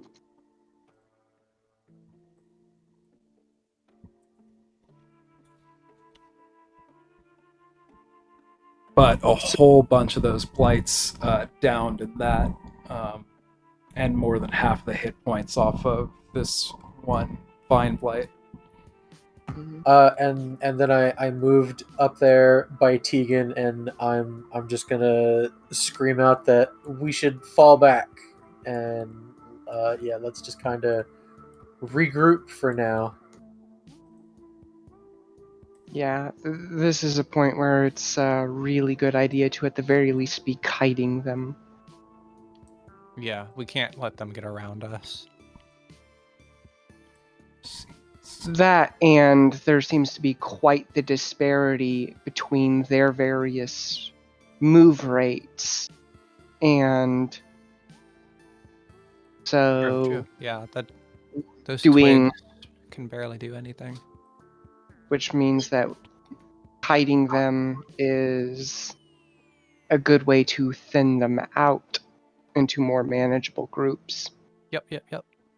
Manu and Stormy, strength saves for another round of Tangle coming at you. We're 16. 11, 11, 15, 18. All right, both of you make it just like at your heels, more vines trying to come out, but you just like stomp around them. Vine blight S 5. Let's call that 10 feet. Dratari, you're up. So are we actually just trying to make a run for it then? That's what I called for. It's like a for hasty, retreat. a hasty, violent retreat. Exactly. All right. Yeah, because I'm trying to look. Can I make my way through this shrubbery here, or no? I'd say you. Around this way. Yeah, you go around that way. Okay. Let's just check to see what that's looking like.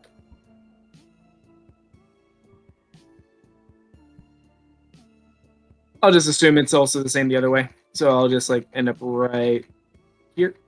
Yeah, that's fine. Yeah. All right. Just make my way right here and use. Let me think on this one for a slight second. Do I want to heal myself or? Yeah, we're not going to be finishing this fight here. I'm just going to heal myself right now. With a. I'll just do first level. For cure wounds on myself. Or actually. 1 second. Yeah, damn. You're not close enough. Otherwise, I tried to heal you there, Mata. Yeah, if you're really low, you could just do lay on hands to get a big boost. Good point. I'll just use lay on hands then. And give myself the 11 so that I'm at least back in the 20s. Okay. And I think that's my action. So, yeah, I guess, yeah. It is Yellow Crew. I think there's only one of them left. 15, 20, 25, 30. That's going to be needle attacks against you, Dratari. 16, 17, 18, 19. 19, I think, it does hit. Your AC is 18 with your shield up. Yep. 5 piercing damage. All right, 19 then. Not too bad. All right, and Stormy, you're up. Let's do this.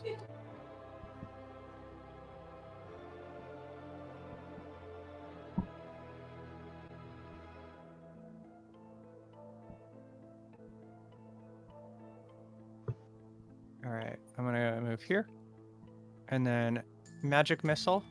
One dart at Red Sea, one dart at Red Q, which are basically just the three closest to me. Okay. Yeah, roll those darts.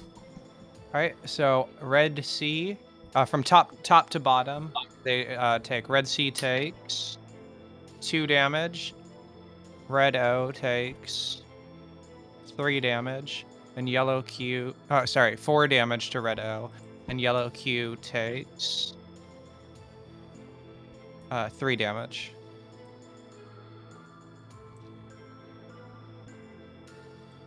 Quick question: if we do run here and we come back, do all of the blightlings come back then that we already killed? Who knows? I would certainly hope not, because I had a bit of a plan, and I feel like given time, the druids could make more. So I think it's yeah, kind of a time thing. yeah, given enough time, they could probably replenish the numbers. But I think if we regroup, we can. We've dealt enough of a blow to them. We might be able to force a negotiation, and Negotiate. Yeah. Well, if I also anything think else, we Egan's can very just right about. finish. We can finish them off if all else fails. I was gonna say I was going to have them negotiate with my sword, but all right. I Spoken think like a Brooks' true plan about paladin. kiting is pretty good for now, though, All because right. by the time we get out of here, we may have killed quite a few more. Yeah, See, and your 2 of your missiles get rid of the other 2 blights that are in the red row, Thank God. I was hoping so. and does a pretty good amount of damage to this one here, who had not previously been hit before. I mean, all told, we at least got rid of 15 of them. Or actually, yeah, we almost got rid of the entirety of green as well. All right, and I'm going to use my bonus action to use Second Wind and regain 1d10 plus 1d10 plus 1 HP.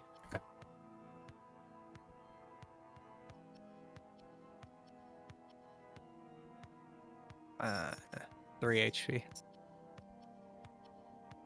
All right, and then so I used 1, so 2, 3.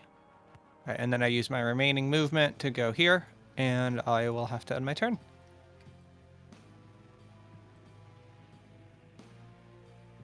Do we have any in the sea crew? 10, 15,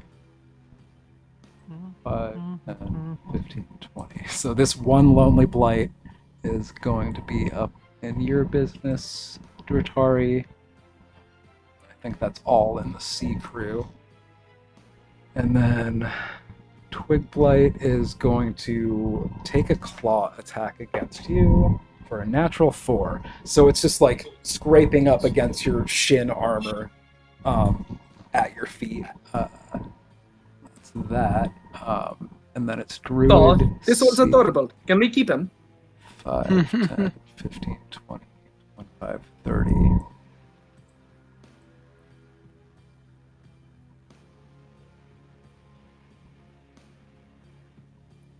Entangle again against Dratari and Stormy. Or sorry, Stormy and Manu. Oh, okay. So strength saves. Ooh, that is an 11. Bless. Oh God, thank you, bless. 13 for me. You're not blessed. I'm not stunned. blessed. Oh Yeah. no. Tegan, yeah. Then that is Shattered. like a 9. You are both restrained. Oops. Yeah, I didn't realize. I didn't realize bless was concentration. Mm-hmm.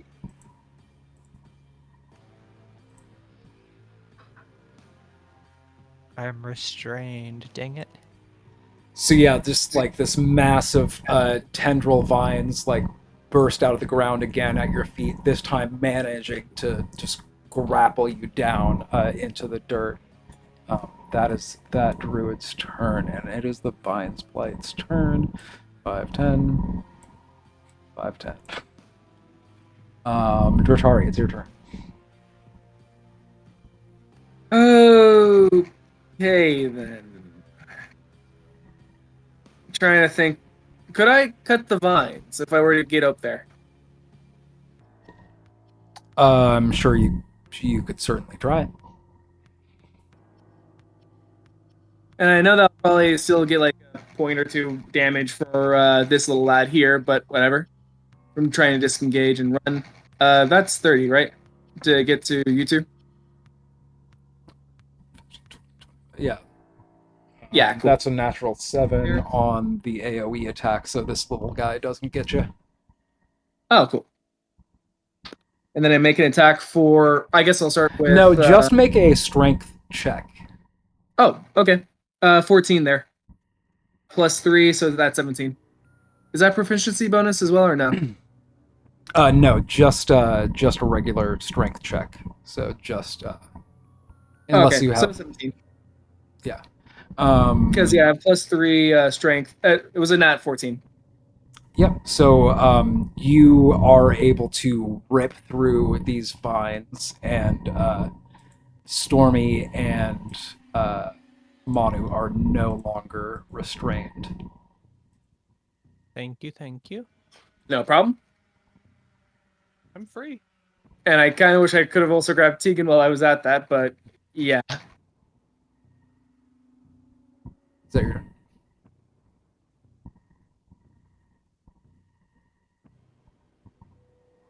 But by the time it gets back to you, you should be up again, right, Tegan? Yeah, because I think it already passed by me once while I was stunned. Yeah. So Good. so I'm actually no longer stunned. But nevertheless, I had been stunned. Therefore, I dropped concentration. Okay. I guess that was action, so I guess I just end it there. Yeah. Yellow remaining 17, 8, 20. So that is going to hit with 11 piercing damage against you, Dratari. And this is why I'm glad that I played on my own hands. I am now at an 8. And Stormy is up next. Wait, it made an attack roll and hit Dratari? Correct. Yep. For a nat 20. Oh, okay, never mind. Yeah, when it rains, it pours for my character. All right. I wasn't expecting to be free. This is a nice surprise. Just like the thorns sticking out still. Yeah, you're welcome.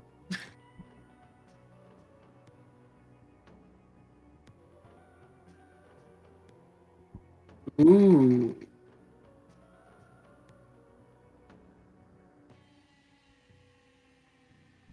All right. Short bow at... Oh, actually,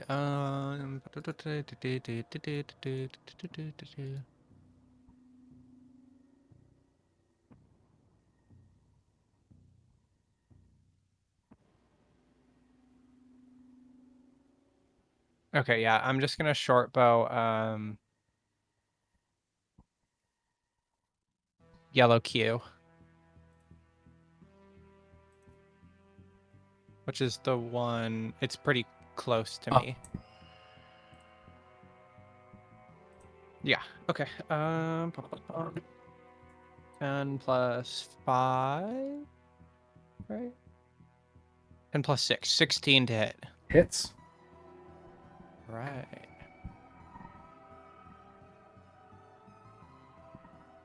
That is 6 piercing damage.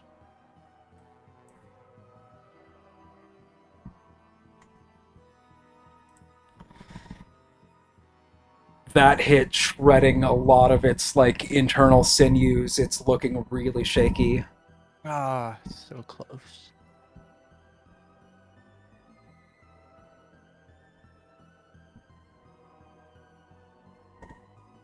And then I'm going to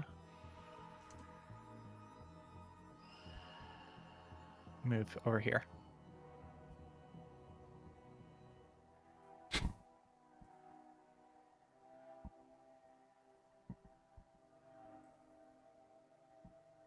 Oh, and then my turn, sorry. Blights are up.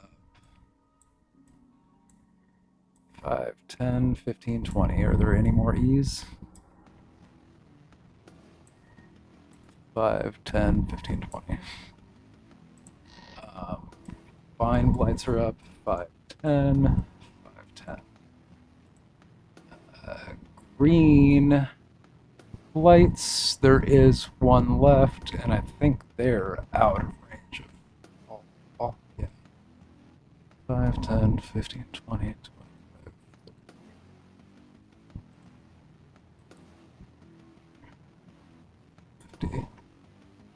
Yeah, another attack. I think it's going to go against Ratari. All right. That's a natural 8, so an 11 does not hit you. No, it does not. And that is the only green left. Red is done, so I could take this out of initiative. And Stormy, you're up again. Okay. Or, I'm sorry, Tegan is up Yeah, I again. was gonna say. I was like, wait, that was real quick. Actually, on that note, was green ever the last green one ever damaged? No. Okay.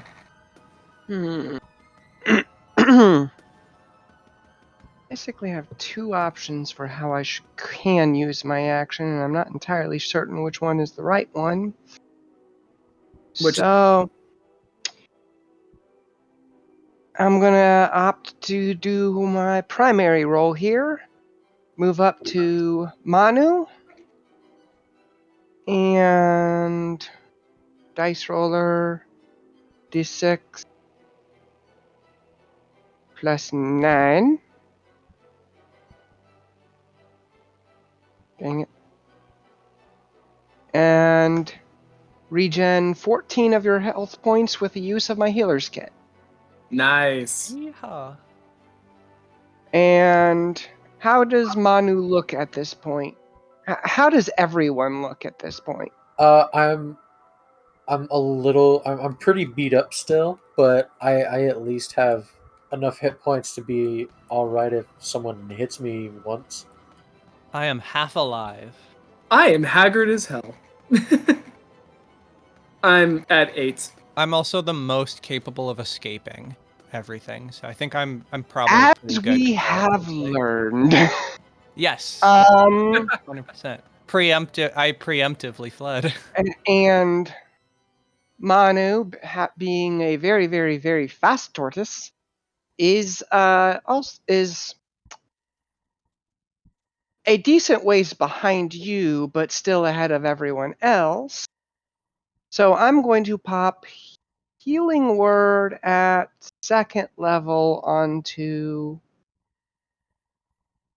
our Jatari. Thank you for that. Missed Ellen. Do I cast Healing Word as a cleric or a bard? I have to actually look that up real quick. Bard. Good. That is the better of the two options. So it's plus 3. I rolled 2 1s. Oh no.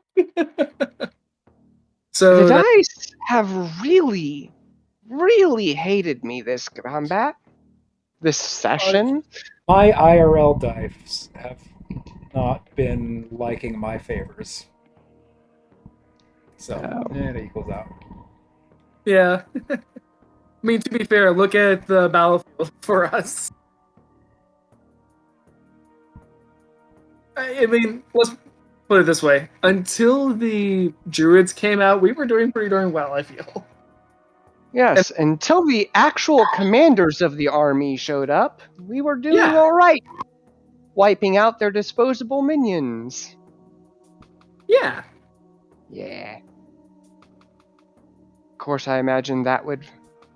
my appraisal of their minions would come very different if one of the vine ones were actually managed to ever close with one of us, but thankfully, they slow.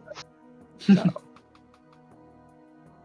Anyway, that was all of my move action and bonus action, so that will end my turn. I mean, yeah, actually looking at the numbers here, there's about 9 of the little lads, 11 of the medium lads, 2 of the big lads, and all 3 of the druids. Yeah. But the real truth is we're still 3 for 3 on druid. Because everything else is replenishable. And the more of them that are left, the faster they will replenish them. Mm-hmm. That's going to be 4 rounds of Needle's attacks. I'm going to say 2 against Dratari and then 1 each against Manu and Tegan. So the 2 against Dratari, 13, so a 16 doesn't hit you, and 15, 16, 17, 18 does hit you. What was that? You're going a little bit in and out there. A 16 and then an 18. Yeah, my AC... how does that work when it's exactly the same? If it meets, it hits. Meets it. Damn. Okay. That's 11 piercing damage to you, and then 1 is coming at Manu. And I'm down. That's 12. No. 15 towards Manu, I don't think hits. I'm going to actually... And natural 2 against Tegan. That second attack towards Dratari, I'm going to use cutting words to reduce the damage. Okay. That it dealt. Because I would have to call it before the attack roll to use it on the attack roll, but I can use it after it's hit to... So it deals 4 damage less than what you said. So what was that, 6? So... No, that would have been 7 because you said 11. Okay, think, right? I couldn't remember if I said 10 or 11. Which leaves me at 3. It leaves you conscious. That was the super important part. No, yeah, thank you for that. I was not meaning to be snide about that aspect. Oh, I know. I hadn't been using that ability all battle because I forgot what type of bard I was. Oh, gotcha. And then suddenly I remembered. And it was a very good moment to remember. Very much so, yes.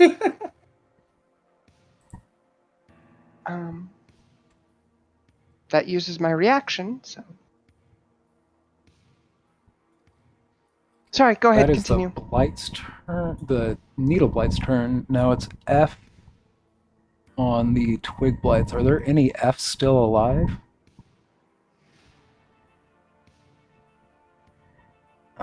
I see.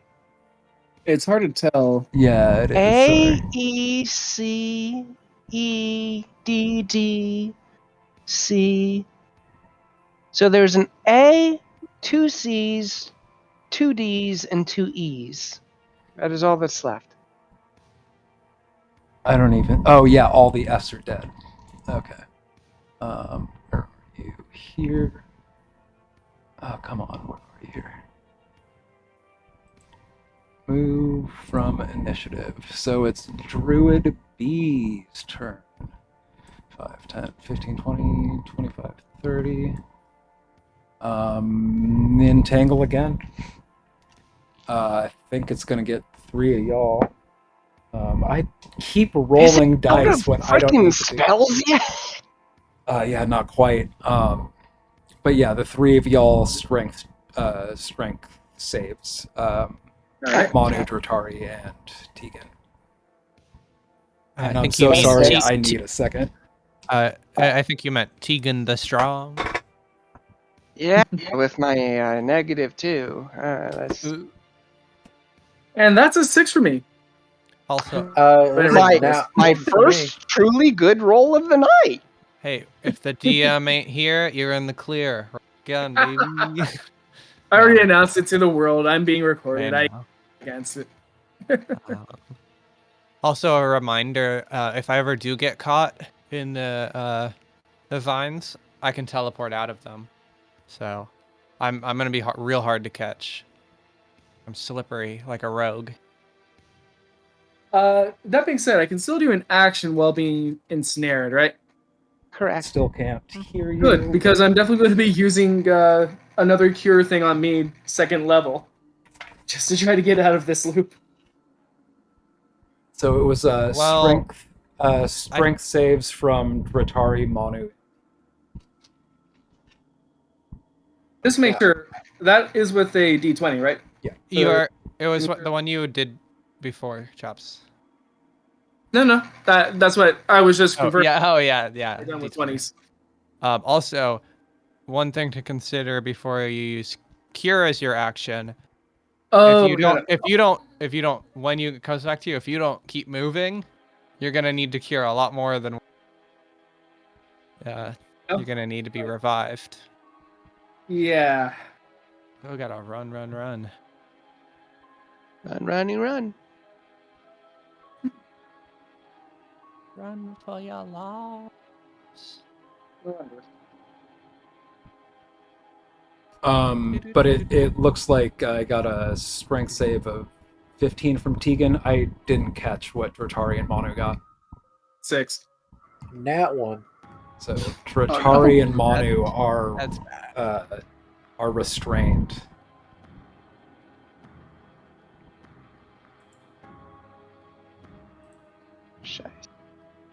It's like Manu is in a cat suit made of vines. What? Just Where'd that come utterly encased. I mean, just getting the one. I assume it's like there's like two Oh. tiny like vine eye holes.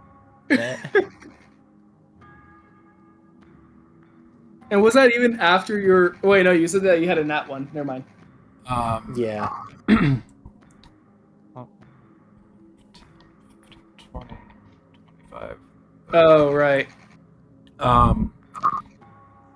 This one is going to bonus action Shillelagh and swing against you, Tegan.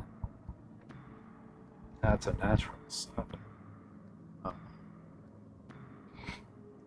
9 doesn't hit. It just gets all up in your face. It's crazy, covered in mud, just like wild-eyed, just like swinging wildly with its quarterstaff, but you just duck out of its way. And that's this turn. Is there any purple? Oh yeah, all the purple are here. 10, 15, 20.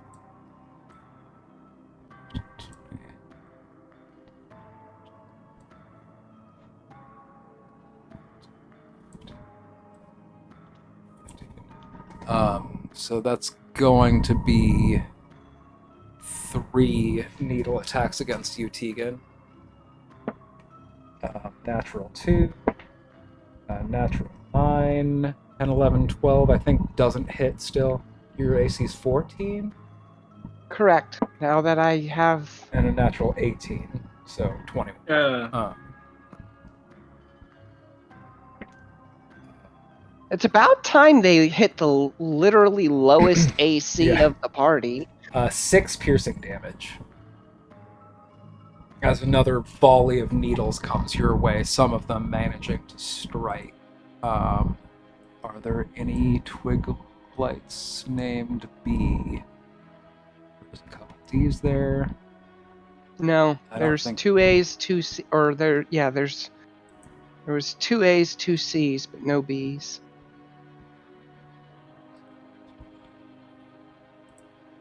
So there's 2 D's.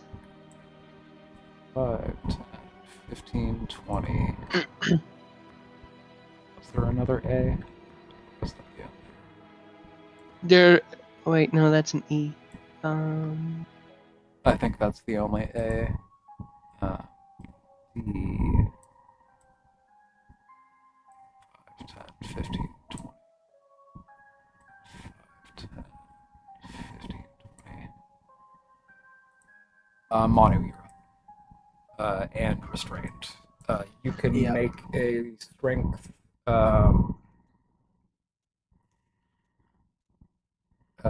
strength check.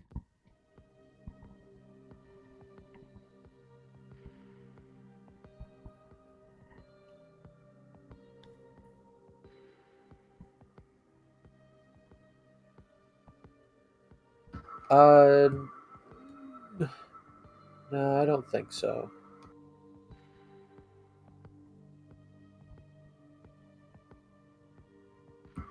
I'm gonna tell Tegan to cover your ears.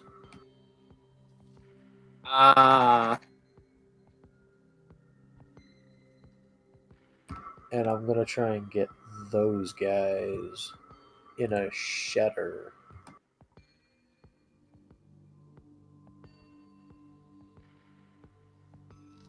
Actually, I think I should be able to move it up one and get that little guy too.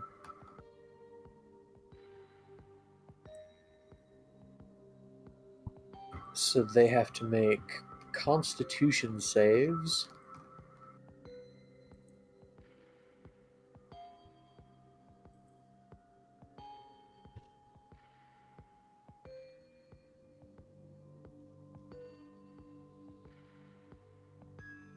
Roll damage before I roll con saves. 16 thunder damage. Okay. Super dead, regardless of what I do. Natural 4. Natural 7. Natural 16, so that's save. So this one, half of how much? 16. So 8. Natural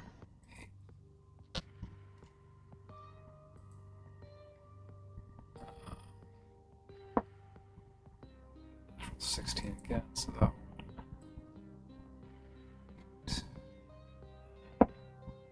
Okay. I successfully covered my ear. Yay. Good.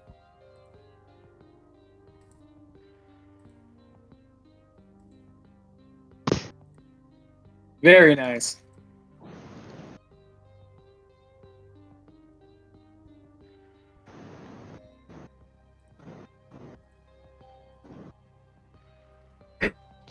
Okay, just absolutely shattering most of the creatures in that. Just one managing to shrug off half of that damage. Very nice. Even managed to eliminate one of the WW2s. And then I point my trident at Druid AAA and I yell at him, "The elements are mine to command." That's cool. Just in common. Yeah, just in common. Anything else? Nope, that's all. Thing of round 6. Twig light C. 5, 15, 20. Is there any receipts? Nope.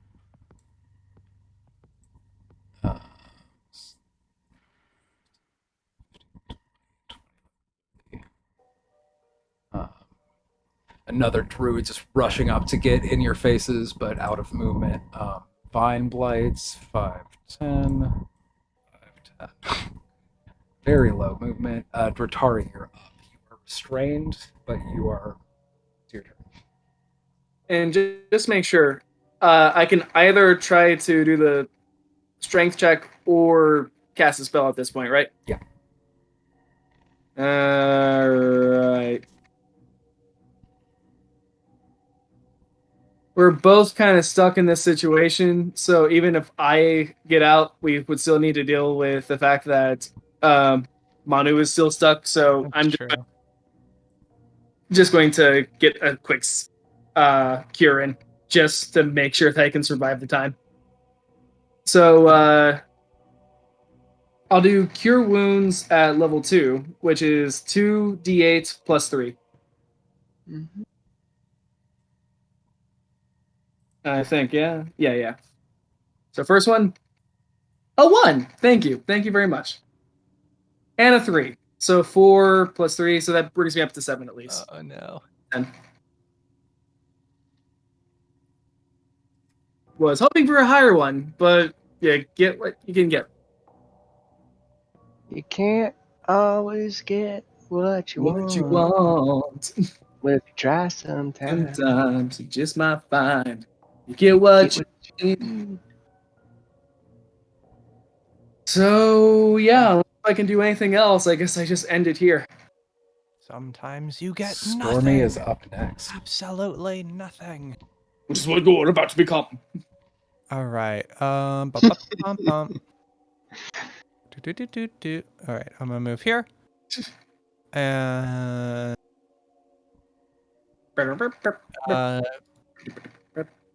hit him with that short bow sneak attack on Druid AAA. You. Let's see, is there anything else I can spice it up with?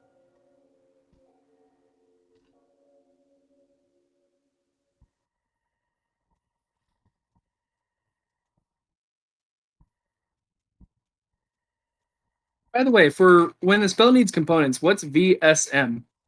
Verbal, Verbal, somatic, somatic, sorry. yeah, verbal, somatic, and material. Okay.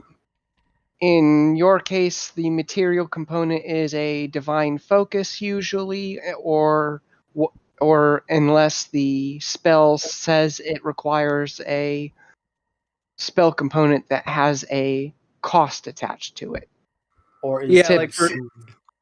And typically for a paladin such as yourself that carries a shield, your divine focus is typically actually literally just emblazoned onto the front of your shield. So as long as you're carrying your shield out, you're carrying your material component out. okay, yeah, because it's weird. For the material, it says a pinch of fine sand, rose petals, or a cricket. Yeah. Your focus replaces the need for those 3, but Cool. but you would still need to consider that you need to be able to speak and move your hands. Correct. Gotcha. Okay. That also a focus does not replace things that have a gold value. So any Yeah. materials that have gold are required. Oh, okay. Or if the spell specifies they're consumed. Yeah, or something. That.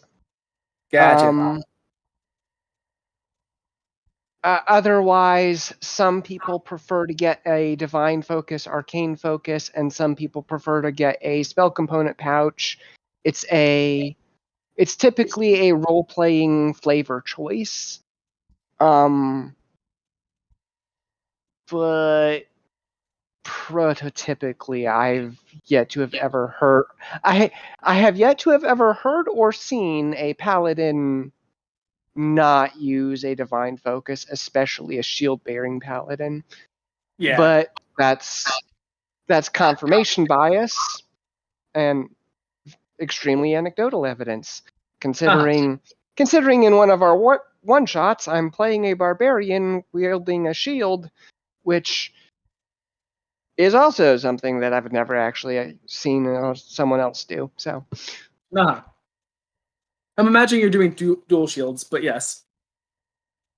unfortunately, this is not Elden Ring, where dual I was shields is a just thinking valid. about that. I was actually thinking Dark Souls 2, but yes. A valid PvP Pretty sure that's build. also an Elden Ring. Anyways, Yeah. topic. But Stormy, you were rolling to attack her. Yes, actually, I'm going to first.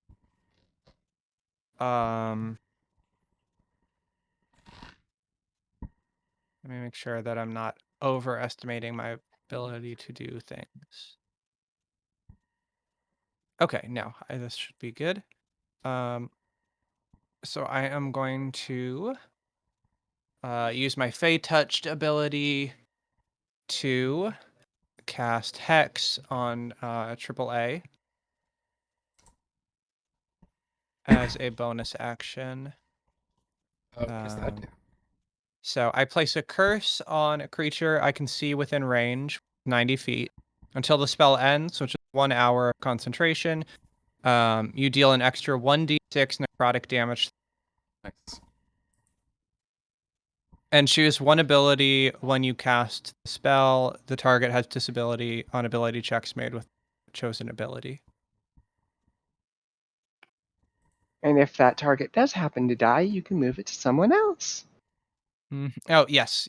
I can use, as an additional bonus action, I can somebody else, which is very useful because I can only use this once per long rest, because it's not actually one of my spell slots.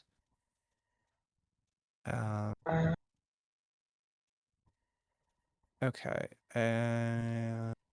So yeah, and that's just an automatic. They are cursed. I don't roll anything. And the ability checks I'll do is I guess strength. I don't know if that'll matter, but all right now. You can also cast these spells using spell slots you have of the appropriate level. That's right. I forgot that It's not that I can't. It's just that I like built it around not often doing that. But you're right. I forgot that I actually can. Mm-hmm. It's different from the Magic Initiate feat where you can only use your actual spell slots to cast it if it's already on your list. I was thinking of my Misty Step, which I can't cast because I don't have any. So I can only use it during. But that's different. The Hex I could. Okay, so I Hex, and then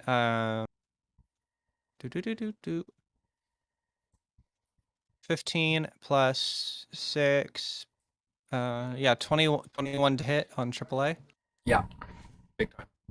Okay, so it will do 1d6 necrotic, 2d6 sneak attack, and 1d6 of regular piercing. So 14 piercing plus 3 necrotic. So 17 in total. Mm-hmm. That was a really big hit against this thing. It Nice. just looks very surprised and alarmed. It almost starts crawling backwards on its like backwards crap, walking away from you, stunned.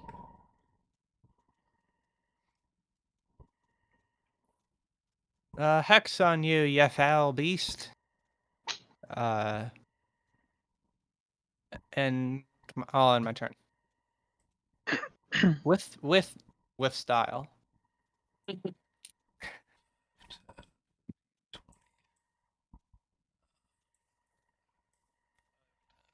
20. I'm glad that we might win because I want to get my daggers back. I only have the 2. Right, you threw them. Yeah. Unlike arrows, I feel like I need to specifically like be able to get them, even if I don't like say it out loud. I need to be able to have a minute of downtime at some point to grab them. That's going to be 1 needle attack against Tegan. A natural 2. Nice. 5 doesn't hit. Can't believe they keep missing the literal weakest party member. We have been so lucky. And Tegan, just you're up. like if we had like one bad or like if one person had gotten left. All right. Overrun. Oh yeah, no. We already had 2 cases where we almost got down there. So we've gotten very lucky throughout. Very happy. Shit. This is the version of this fight that should be unwinnable. I am having some bad RNG. Yes, you very much so are, and it is appreciated. Okay.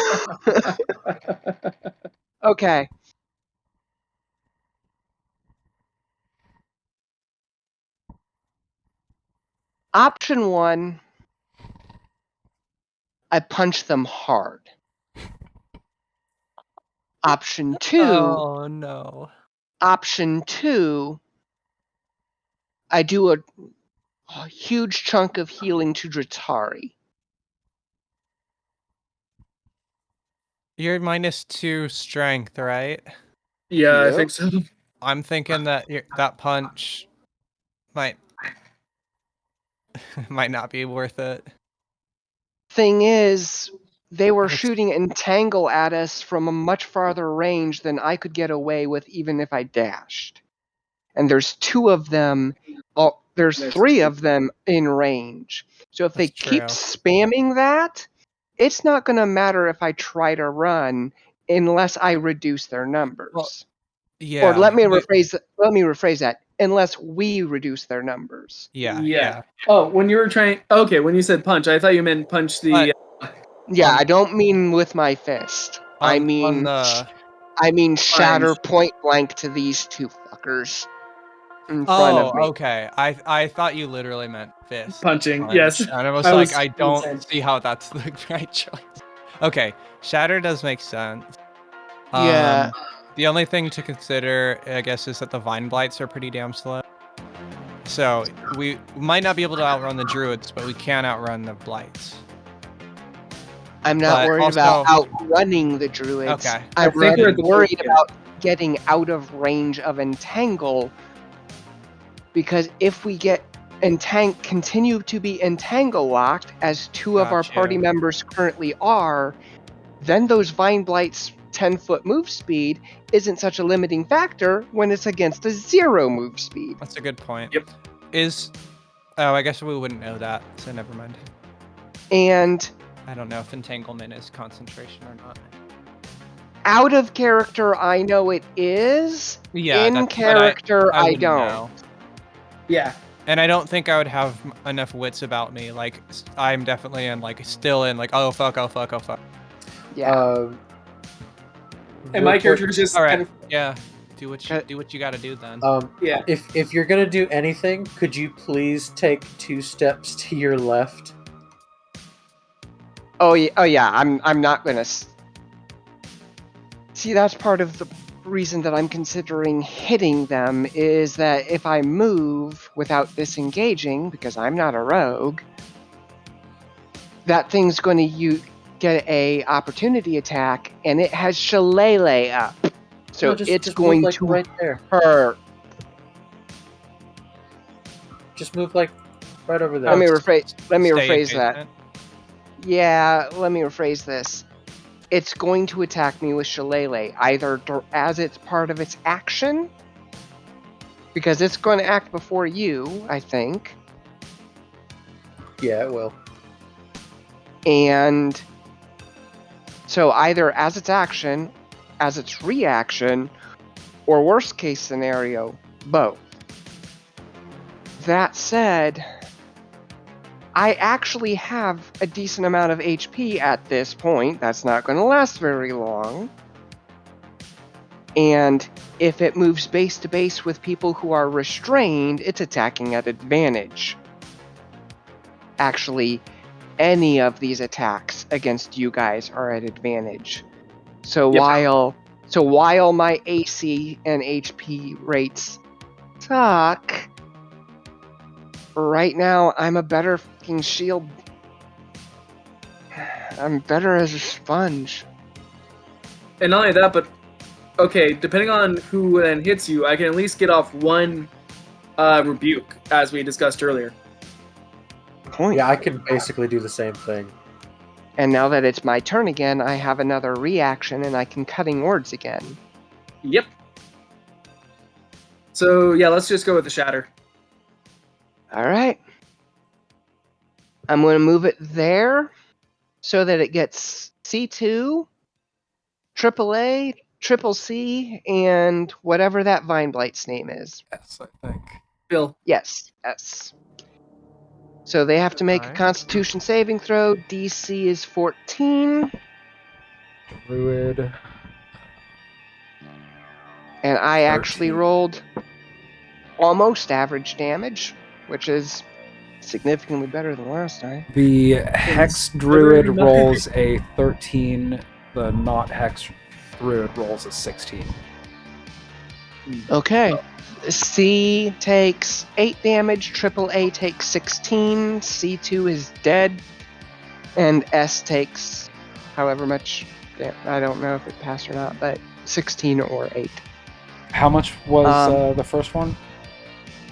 AAA takes 16 damage. Triple C takes only 8. Thank fuck and hallelujah, 1 of 3 down. So. And then I didn't roll for the Vine Blade. That's a natural 4. How much was full 16. again? 16. 16. So. Yeehaw. I feel good about that. That changes so much. I feel very good about that.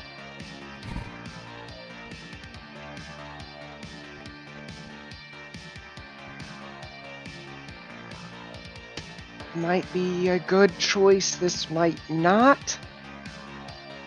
But nevertheless, I am quite bereft of bonus action options anyway, so I'm actually going to put a Bardic Inspiration use. Eeny, meeny, miny, mo, kill the fucker, then his hoe.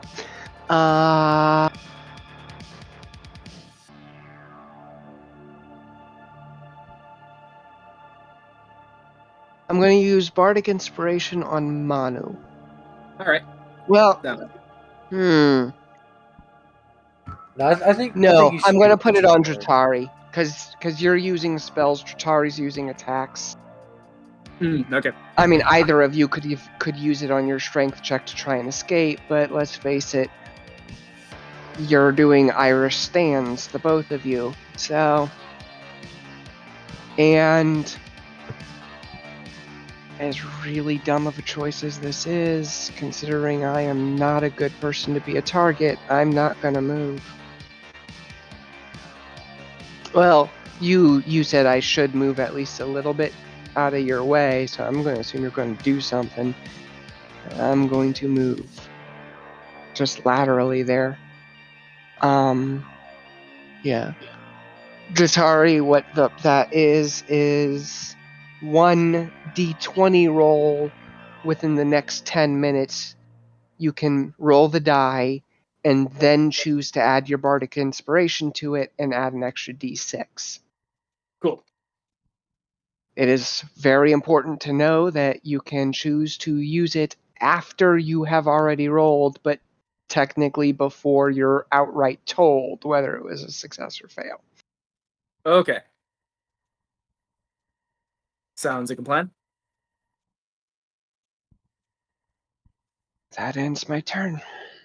All right, with that And as a memory from devastating shatter, felling one of the druids and many other creatures, it is the W waves.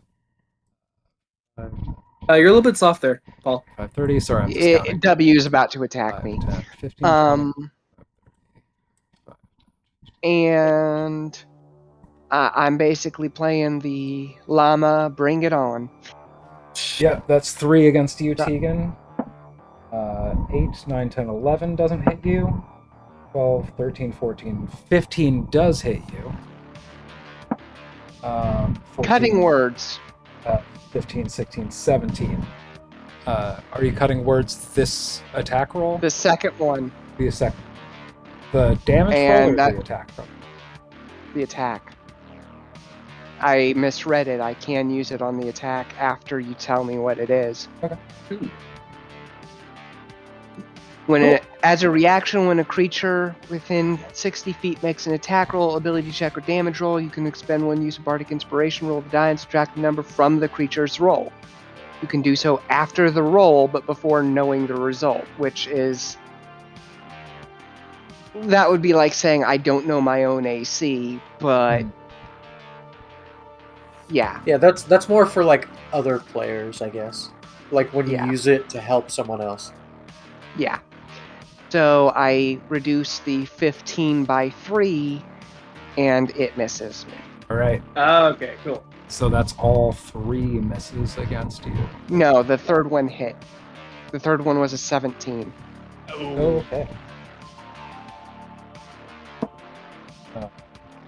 7 piercing damage from that one. Right. And do we want to save the rebuke for when a druid is attacking? Because we only have one, apparently. Since it's dependent upon divine channeling, which I only have. Yeah. That's entirely up to you. We don't know what the druid's damage output is because they've focused entirely on locking us down, and the only one who tried to take a directly, truly damaging action whiffed it badly. Yeah. So we have no idea what their damage would actually be like. This one speaks some gnarly gibberish to itself, and you see, you're not quite sure, but it's casting a spell on itself, ending its turn. And then it's the purple ones.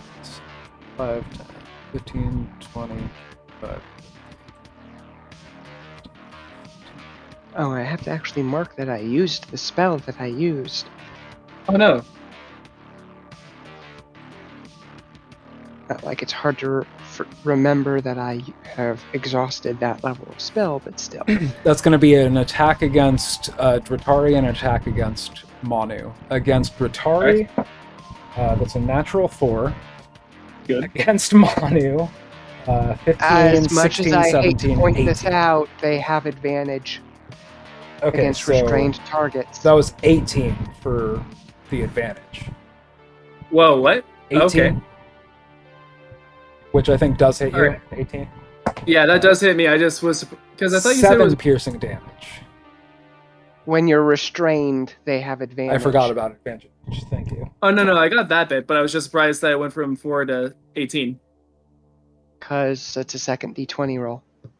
Oh, okay. I didn't realize that. Cool. And advantage 16 is roll against twice, Manu. the better. Gotcha. Okay. No worries. So how much was that damage?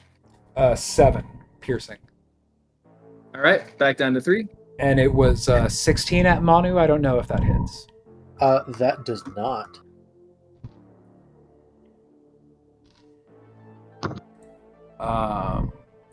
Light A. 5, 10, 15, 20. It's gonna get right up to your shins, Tegan. This little guy is gonna try its best. And natural 12. What do you add to a twig blade? It's gonna be. It's gonna hit. 50. It's It gonna does be more hit. than Yeah. it hits. Okay. This little guy just doing his best. I love the fact that the little guys have actually been For 2 piercing damage. How sweet. He's just doing his best. He's just a little guy. He's just a little guy. We're all trying to do our best here. 15, 20. Don't worry about us. We're just little guys. Manu, you're up. Shin biters. All right. Well, you just made this like super easy. I was gonna say, do you? I've got how big is one it? more in me. Shatter or thunder. I am going to cast Shatter, so they need to make DC 15 Constitution saves. What is maximum damage on that? Max damage would Yeah. be 24. Yeah, go ahead and roll damage first before I start making saves for all these. 14 total. Okay.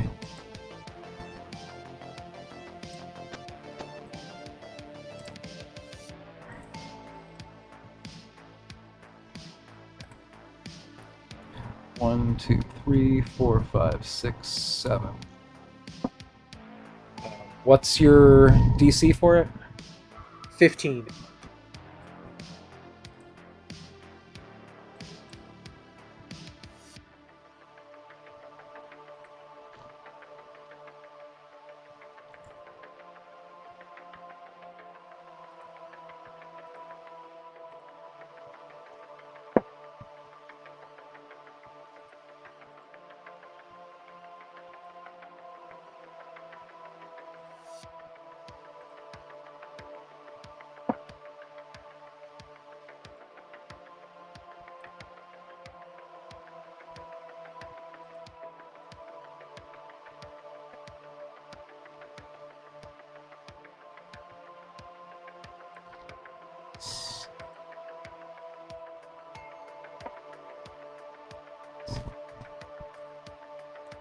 Oh.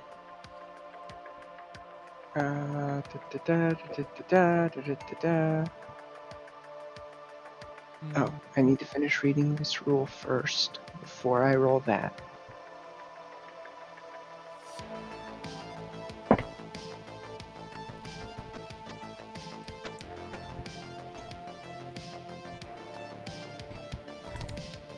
All right, 4 of them still managed to live through that shatter, but a bunch dropped.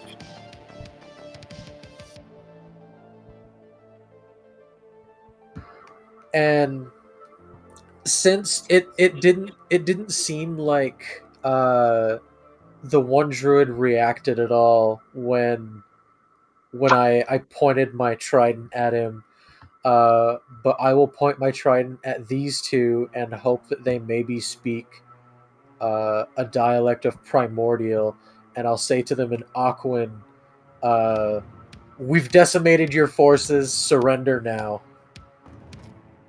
They kind of hack and rasp back at you in some sort of gibberish. Do any of you speak Druidic? No, I do. What are mine? Only druids are even allowed to learn it. Yeah, it's just a mess. It's a mess. Yeah, I was gonna say I can speak other languages in here, but there you go. Celestial, Common, Infernal. I could cast comprehend languages and be able to understand whatever, but I'm not spending my action on that. Does not seem to be the most pressing. We're almost like dead here, and just Yeah. Here, let's hear them out. Maybe we can communicate. And right now they have advantage on all 3 of us for any attack rolls. You 2 are restrained, and now I'm stunned. Ooh. Alrighty then. Well, I rolled a natural 1. If they don't react to that either, then well, that'll just be my turn.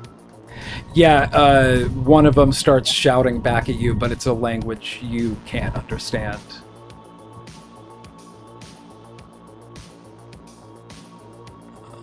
All right.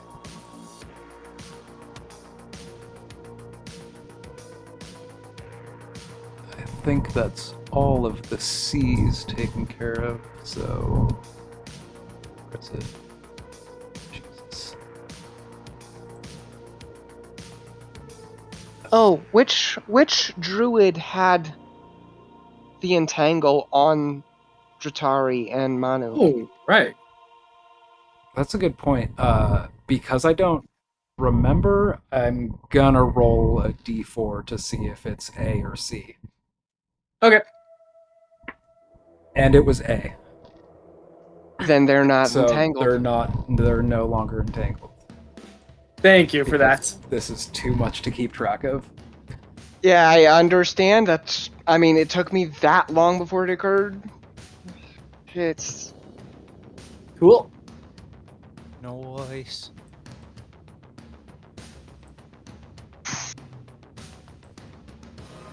Okay, but Since I'm not restrained anymore, I'm gonna step up here. Oh, thank you. this one is going to be running up towards you, Manu. Bonus action casting Shillelagh. And is going to swing to hit against you. So 13, 14, 15 hit you? 15 does not. Does not hit you. Jesus Christ. No, it's +4 with Shillelagh. So 13, 14, 15, 16, 17 to hit you. A 17 does hit me. I'm learning how to do that. And I would like that person to make a dexterity save because I'm going to use Wrath of the Storm on them. Ooh. That Okay, was... and actually, on that note, I think I also have another similar ID on that one. But I think I have to wait until the damage is done first. That was me 8 from double check on that. Shillelagh, but it was what type of saving throw? Dex. Yeah, it was a 20 on Dex. So half of 9, so like 4 lightning damage.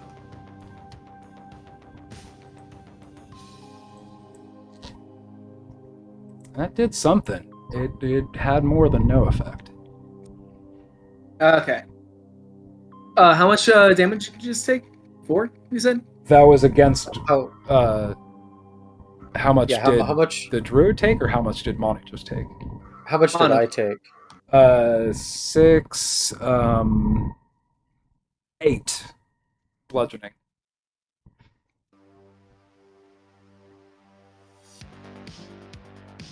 So, in that case, how much damage did you already just deal to him there, Mono? I did 4 lightning damage. In that case, let's make that 12 then, because I used Rebuke the Violence as a reaction. So not 12 more damage, but A total of... Oh, total. Yeah. Actually, hang on. Yeah, immediately after the attacker within 30 feet deals damage with an attack against a creature other than you, you can use your reaction to force the attacker to make a Wisdom saving throw, DC 14. On failure, the attacker takes radiant damage equal to the damage it just dealt, or half damage on success.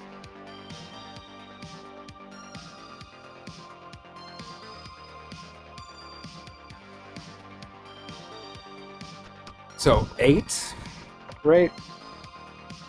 DC 14 for a Wisdom saving throw. Yeah, it lost yeah. the save, but so it's 8 So damage. 8. Okay. 8 of radiant damage.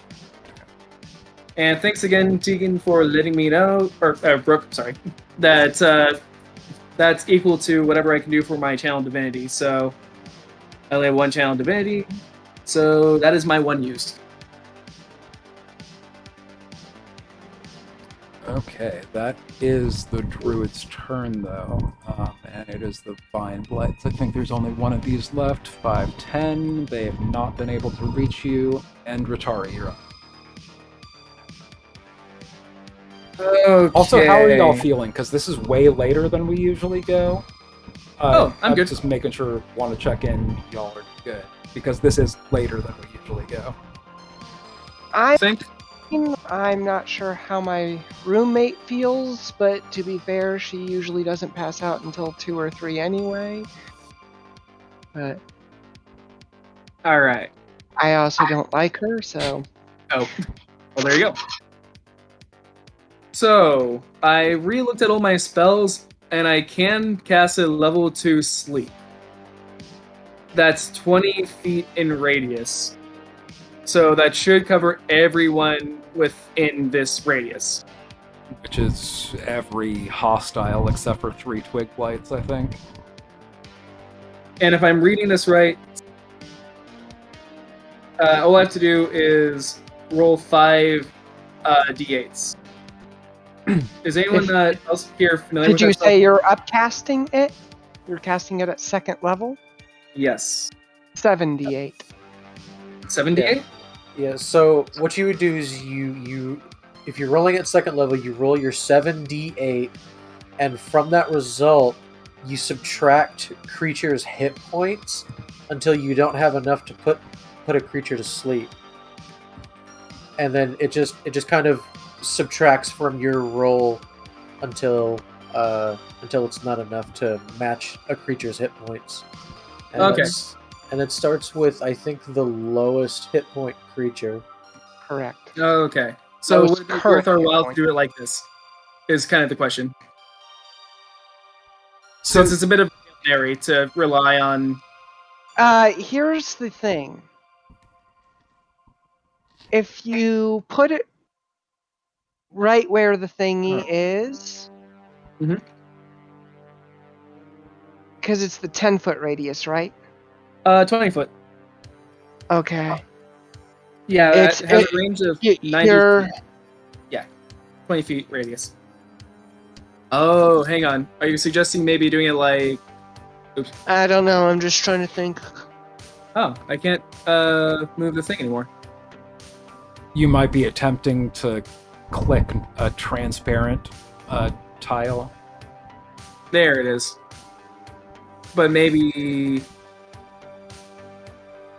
like this? That's going to get Manu in it. Well, then again, what's Manu's current HP? Kind of low. Okay. So yeah, maybe if we do this, we still get a little bit of purple S, but that's more focusing on the druids than it is anything else.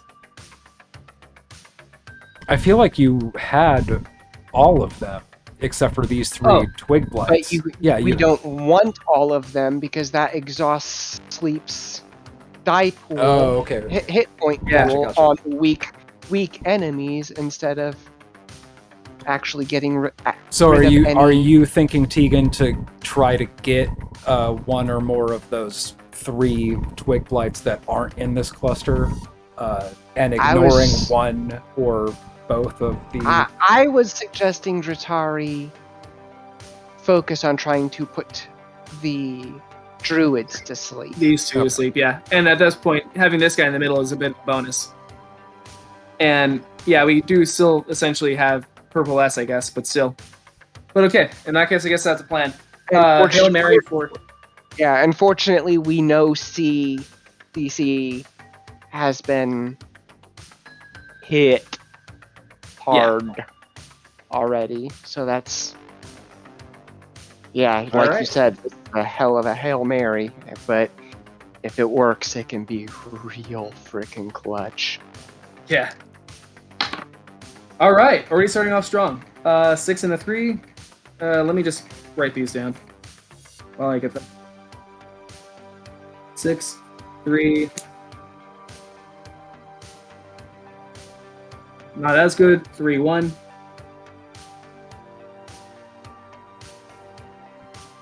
5, 8.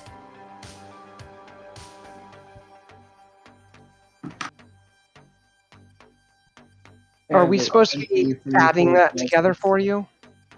I have it written here on the side. And finally with the 3.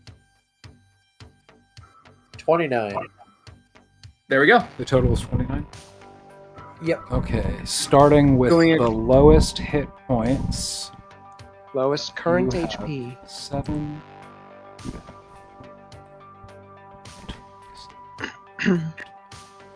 And that is my second level save spell slot used.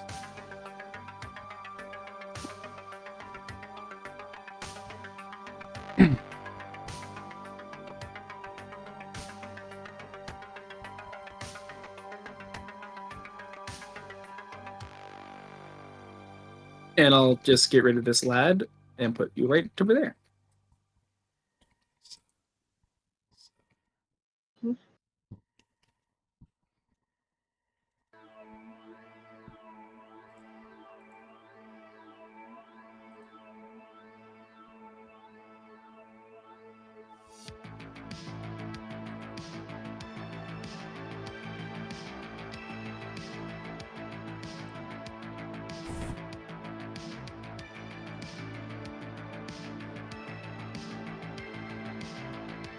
This one was not in that cluster, was it?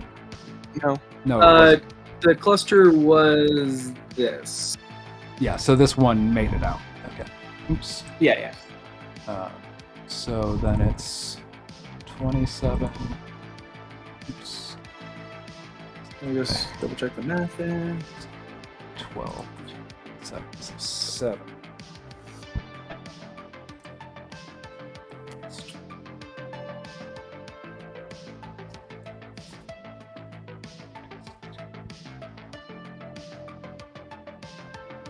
This might actually teach us a little bit about where the Vine Blights stand as far as toughness. No kidding. Depending on whether the Druid passes out or the Vine Blight does. Yeah. Albeit at this point, I'm just hoping that it's the Druid that goes down. Okay, so Druid triple B is unaffected, but Druid Triple C is unconscious, as is this Vine Blight and the Purple Needle Blight. Oh, that was clutch. Good job, Dratari. Woo! That's why I was asking so many questions about the do I actually need a cricket on this one. Valid. Like, do I need to go scrounging for a cricket? All right. How long does sleep last again? 1 minute or 10? 1. So unless someone shakes them awake or damages them, they're out of the fight for the time being. And you are correct. That is 1 minute. Which one's our sleep? CCC and J. And also Purple S. Okay, interesting. Purple S? So they're pretty Oh, Purple S there. Okay, yeah. Okay, very cool.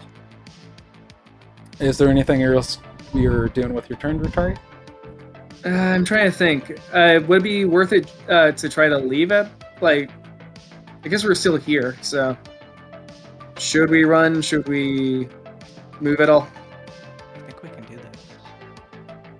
Yeah, at this point in time, if we can drop triple B and then coup de grace C, Yeah.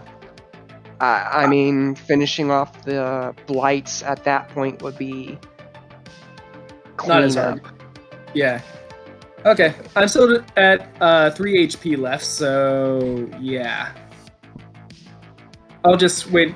Hopefully, either Stormy or someone else can help on that front then. Because I already used my spell. I don't think I can do another spell, right? Correct. No. All right. Yep. In turn. Okay. Yeah, Storm. So we don't want to wait. We don't want to wake up Triple C, right? You Correct. don't wake Triple C.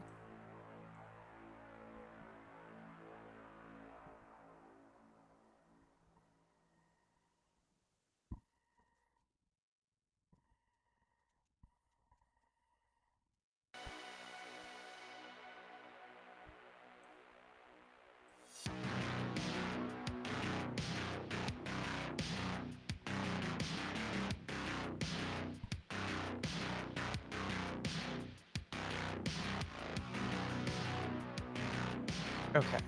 Then I'm going to move a little closer here. Don't forget that with AAA dead, you can move your hex. Oh, right. That is a great reminder, and I will move my hex. I will use bonus action to move my hex to Triple B. And then I'm going to attack Triple B with a short bow attack. 2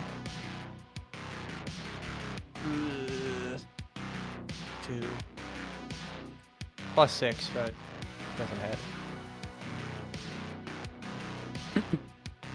What was it to hit? Wait. It's 8 to hit. Yeah, no. Did you at least curse him? I did curse. Triple B. Yeah, the hex Okay, is Yeah, there. yeah, but it only deals extra damage. I successfully hit it with an attack. Gotcha. So All right. I end my turn. Nothing else I can do. It's just the E version of Twig Blights. 5, 10, 15, 20.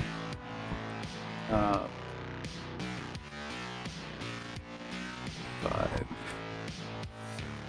10.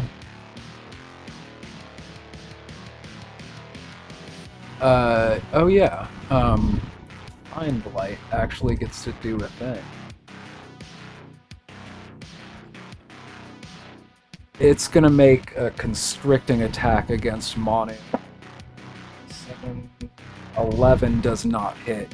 So tendrils of this creature is trying to reach out and grab you, Mono, but it's like they slither right off of you, and it's. Oh wait, wasn't he? Isn't he asleep, or did someone wake him up? No, he's asleep, or she rather is asleep, and.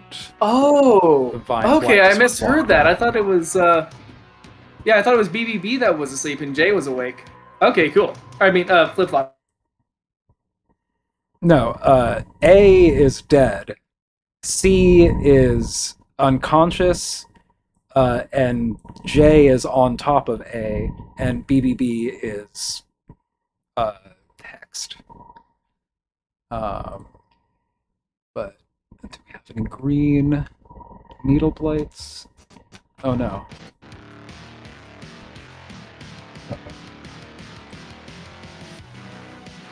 Because you put the face on the other people who are CCC. asleep. Mm-hmm.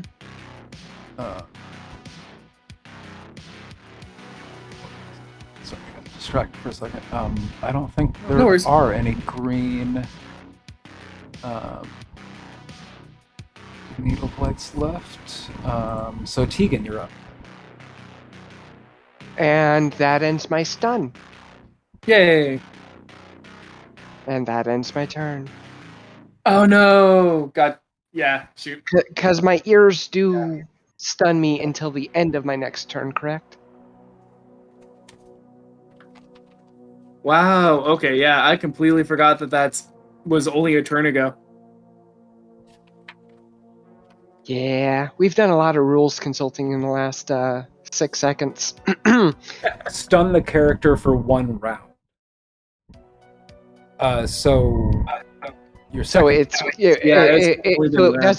it doesn't actually wear off until it's Manu's turn, because Manu's the one who stunned me. Yeah. Okay. Gotcha. But it is the W needle blights. I think there's only 2 of those left. Yeah, So right that's there. going to be an attack each against Tegan and Lottie. One against Tegan is natural 19. So I think Okay. that's a 22. And 11 piercing damage to Tegan. And Manu is a natural 8. So 11 I don't think hits Manu. Nope. That is the needle blades. And that is Druid B, who is cursed, is going to skirt around 5, 10, 15, 20, 25, 30. Bonus action Shillelagh and try to strike the person first. Wait. So is BBB asleep or was it Jay No, that's asleep? BBB is the one. Is hexed by. Yeah. Oh, okay. Oh. Okay. I thought that Jay. Okay, so is Jay supposed to be asleep then? Yes. Okay, that was the question.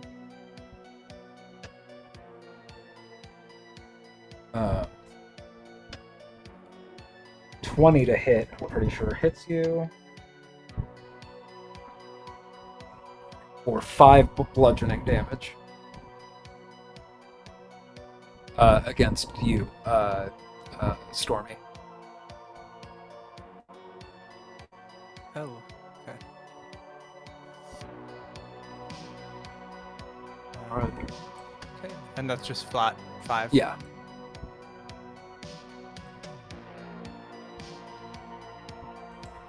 What was? Sorry. Could you say what happened again? I Um, was trying to read the druid that you had hexed skirted around and got up in your face, and it casted Shillelagh and used its stick to hit you in the face. And that's an auto hit? Well, it rolled to attack. It was a 16, 17, 18, 19, 20 to hit.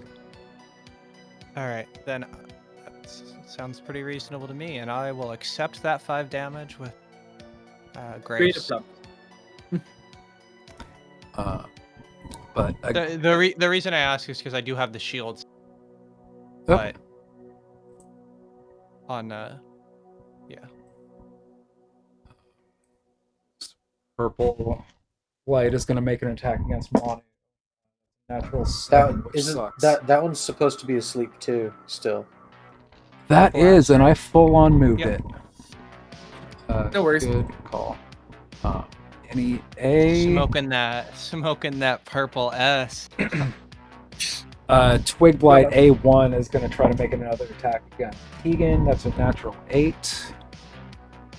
I don't think that works. D, we got a couple Ds. It has advantage against me Oh, right, because you're still. because I'm still stunned until Manu's turn. Oh. Natural 8s, and then a natural 1 is my follow up to that. Okay. 10, 15, 20, 5. A1 just like. Yeah. Okay. Manu. And hey, Tegan's finally out of being stunned. Yep. Unless Manu casts Shatter right now. Again, right now. I mean, Really- it's only a DC 10 save, and I have a +1, Okay, so I have a better chance of making it than not. I've just been unlucky. I'm gonna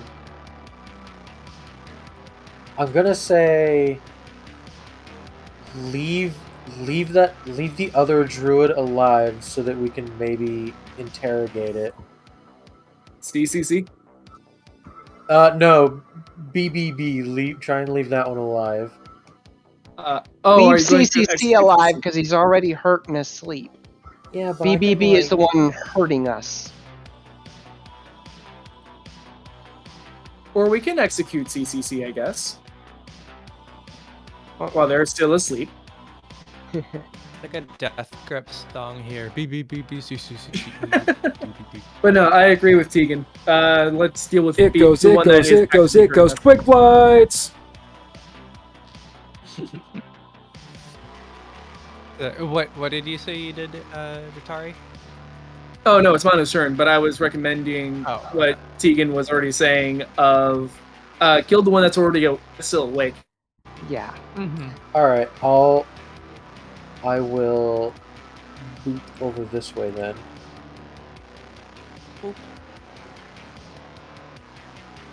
And I'll take an attack of opportunity from A1 if it can hit me. It's a natural 1. Called it. And I am going to attack Druid B with my trident.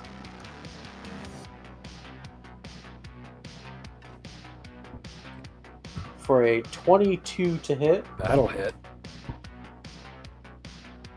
for 5 piercing damage.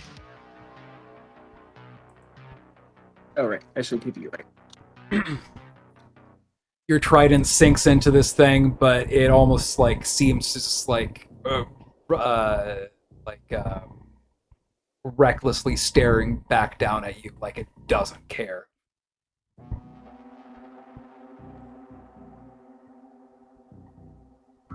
Yeah, that'll be my turn.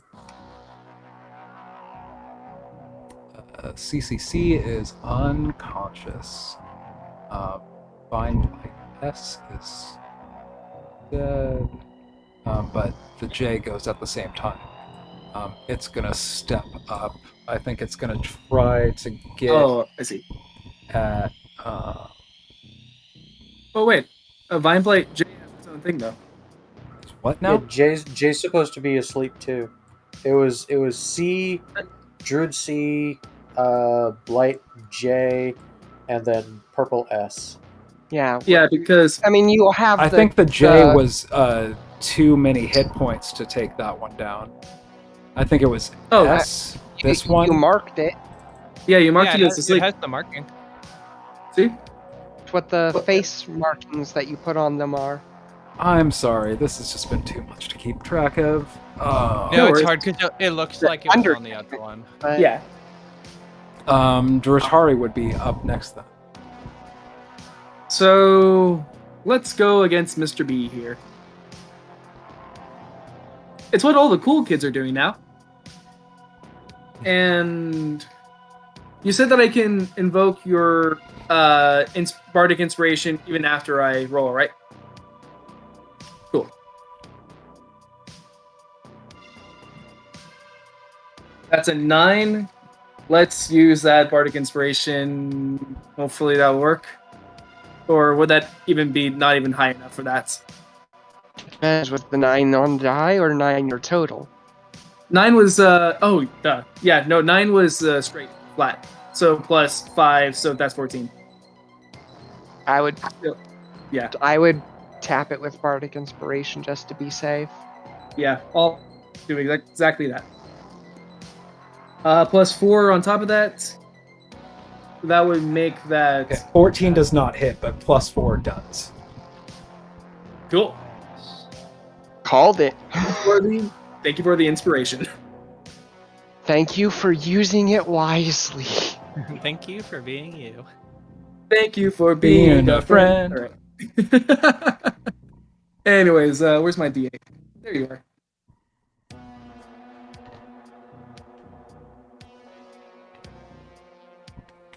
Oh, that's fun. Yeah, 4 plus 3, so that's 7. Yeah. So total. It's a pretty good hit, but this thing looks like he's still pretty resilient. All right.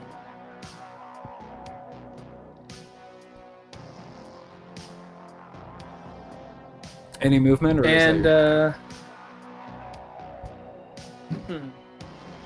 I can still push him, I guess, if that helps for anything. With the reaction on that. Oh wait, duh. Yeah, I have my second attack that I can do. I'll just attack him again. Echo. Hey, natural 20. All right. Roll your damage dice and then double that number before you add your modifiers. All right. 8. Oh my god. So 16 plus your modifiers. 3. 19. 19. Oof. That's enough. How do you want that attack to look like?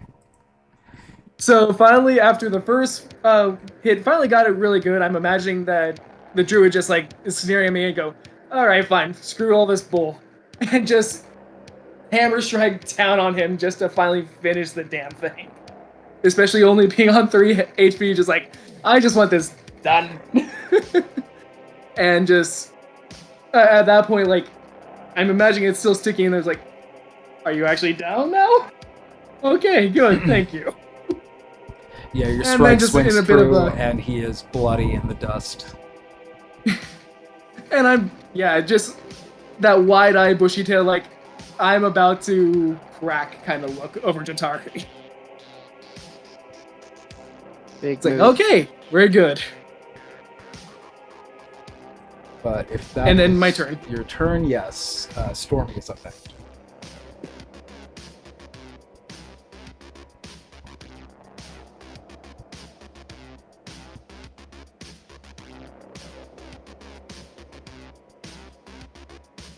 I don't have any big moves, so If you have a heal, I would much appreciate it. I don't. You Man. also could Alright, move I your have- hex over. Oh, right. Yes.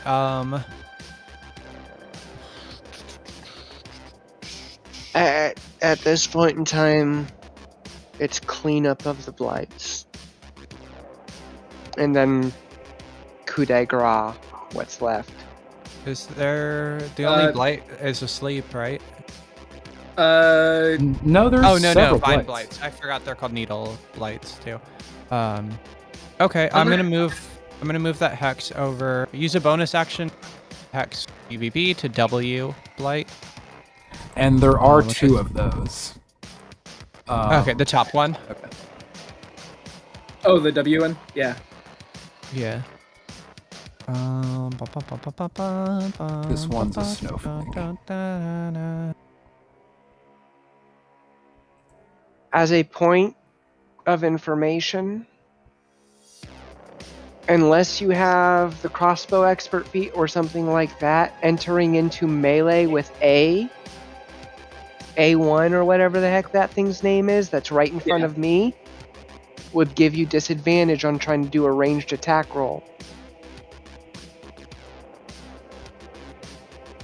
Because it's still active. It's weak as hell, but it still counts.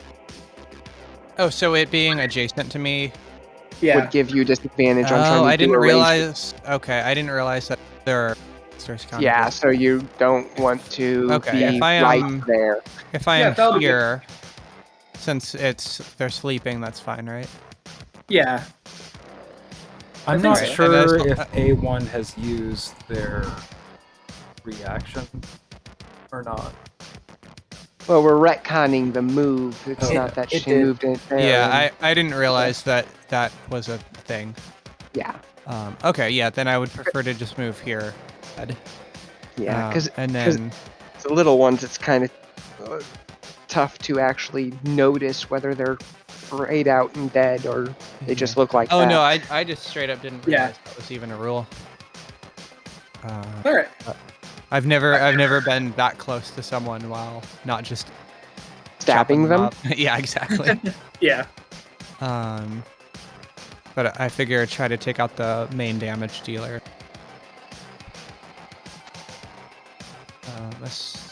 So I will short bow W.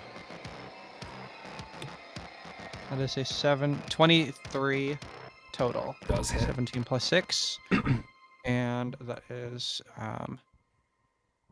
so it is 2 plus 5 piercing damage plus 3 necrotic damage, 8 damage total. Nice. And there's a side question on this. For the fact that CCC has been sleeping, when I know that we said that he only has 1 minute of being asleep, but that's 10 rounds. It's so been that would be round 17. Okay, that was my question. How many rounds would that be? So we're good. Yeah, we should be.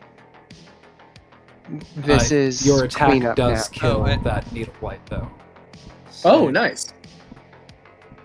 All right. Just when you curse him and everything, now you have to move it again. Yeah. No, and then I'll end my turn there. I just realized the joke there. Just like every time we curse someone, that is the next person that we need to pummel. I mean, yeah, you focus one target until they're dead, and that's how you stop losing the action economy. Bam, bam, bam. Bam, ba-dam. Roll back, Billy. Bam, ba-dam. I'm going to go ahead and provoke an opportunity attack from A1. And move over to Ku. And move over to Dratari, and at long last, 1d6 plus 9 healer's kit on Dratari for 13 healing. Thank you for that. And with like a sigh of relief. I'm not done. I'm not done with you. 1d4 plus 3 from Healing Word at first level. Maxed for 7. So that's a total of 20 healing to you. Thank you very much for that, Deegan. I was on the ropes on that for a very long while. A little bit longer than I like. Now get in there, Holy Knight. And like you could tell that there's definitely been like every laugh that she's been having for the past like few minutes was definitely like what's the term for that? Nervous laughter. Yeah. Laugh. And now like a genuine whole like party laugh. Yeah, right now we're like actually genuinely finding a little bit of humor and relief after a lot of nervous gritted teeth.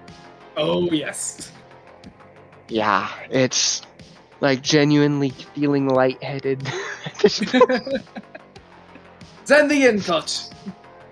Let's be at them. Ah, All right. Does that conclude Tegan's turn? I think so. yes. Yes, it does. The W needle blights are up. I think there's only one of those left. It's going to take a retaliatory strike against Stormy. That's a natural 19, so that's got to fuck. 19 plus 3? Yeah. Minimum damage for 3 piercing damage. Mm-hmm.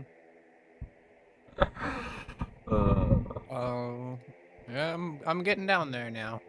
Ooh, okay. I haven't not- healed you yet, so I'm not dead yet, but I'm at 12. Oh, okay. Druid Yeah, I'm not dead yet. B Slowly is getting whittled dead. down. inventory. I need to actually start mark off the 2 uses that I've done. Yeah, 'cause Another I think- Find Light attack against Sunny. That's a natural 2. Jesus Christ. Yeah. Needless to say, I think we'll be doing a long rest once we get back to. This one is going to be making a claw Urban attack Vine. against you. That's a natural 14.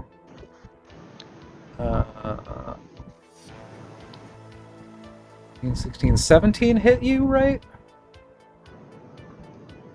For who? For Stormy. Stormy. 17 hits you, right? Yeah, it could. So I'm gonna use my cast shield, which can be cast when I'm hit. Yep. So +5 to my AC, Okay, so that does. and that's a no. And Don't it- hit me. I'm cool. Do you And it want lasts until the end of your next turn. 15, 20, 10, 15, 20. I did not even realize that. Manu's Even better. Uh-huh. As if that spell wasn't already the best first level spell. It's so good. Yes.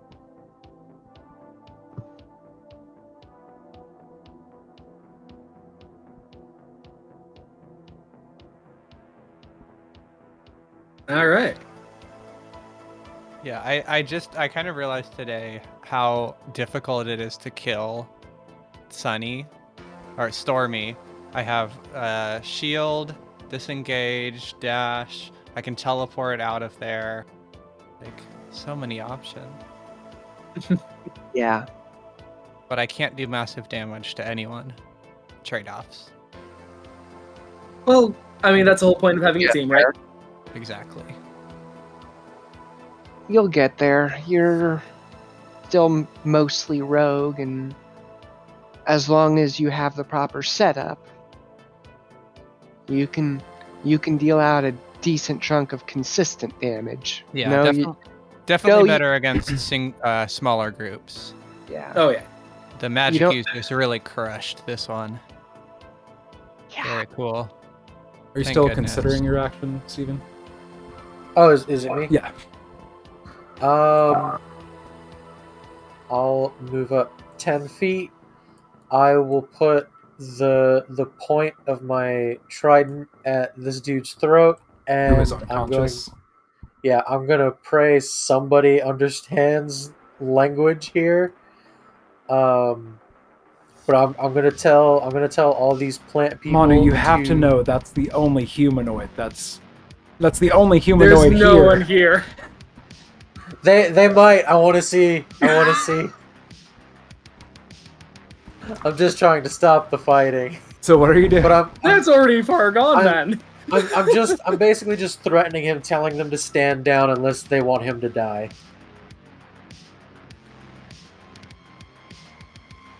And I imagine that doesn't work. None of them kind of react at all. Does I not don't know seem how to.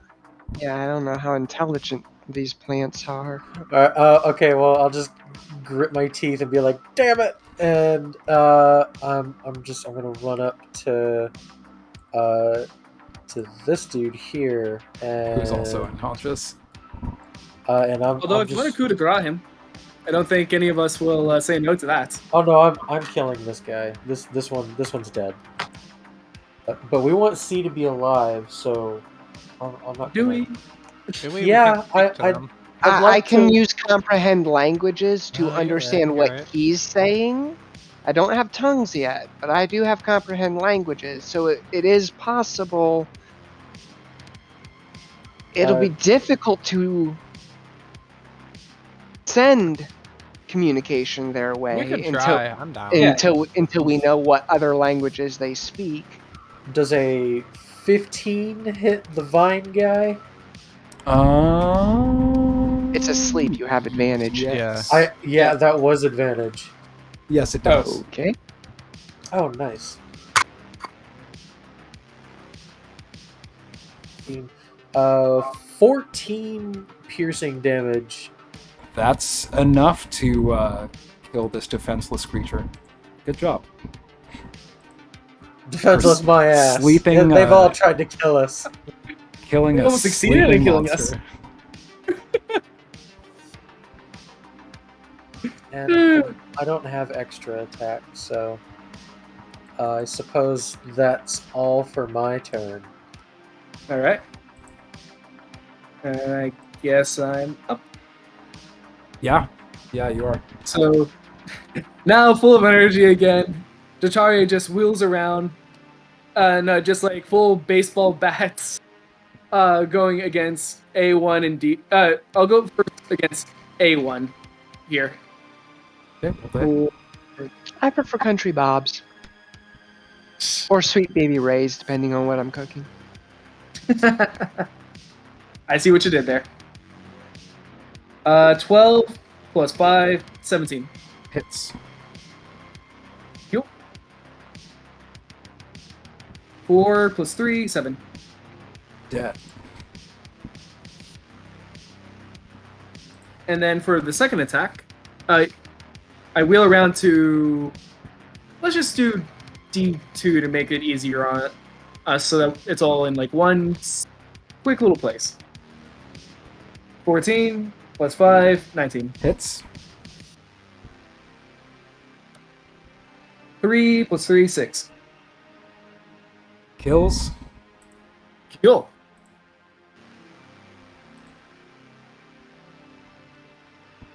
And yeah, just full on beaming at this point for just having to deal with all the little small fry. Ends turn. Stormy is up next. All right. The record, you know I have a rapier that I do not use. So if you want to grab a melee weapon, you can literally pull it off my waist. Me? You probably do actually have. I sleight of hand? still have my Okay. rapier. Okay. My rapier is like my my most valued possession. Okay. I just wasn't sure No, if you'd I thrown appreciate all the your offer there. melee. No, I threw all my dagger. I still got the rapier. Okay. Am I able to occupy the same space as this? Yeah, you're just Dead standing body? on a dead body. Okay, I'll stand on a dead body, and I lean over and get in the face of D1, and I go, "I have the hot." And let's go for actually, bonus action. Gonna put Hex on D1. Your minimum damage will overkill it at this point. Yeah. I might as well though. Yeah? No kill like overkill. I don't have another use for the bonus action at this time. 17 plus 6, 23 to hit. It's dead. Wait, just let me roll my my 4d6 plus 3. All right. Well, that's 9, Rapier deals a d8. 17. Well, you know what? We'll just call it it's 17. I think we're good. Yeah, that killed it and all of its children. It's children's children. That plant And had children's many viable children's- seeds that are no longer will be sown. Its Alright. bloodline was weak. Or whatever the phrase was from. Where did that come from? Oh, well, whatever. So. And then I'll go C shape.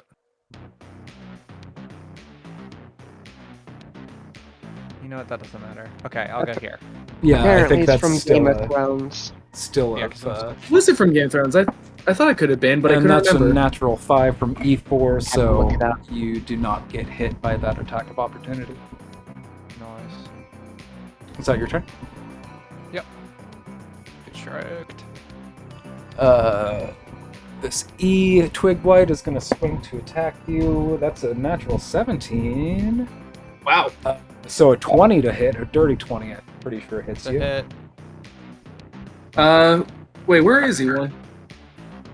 5 piercing damage. E1 would be this one here. Oh, okay. Yeah. I didn't even see him there. So yeah, 5 piercing damage to you from that one. Okay. That is That's its turn. What I said left.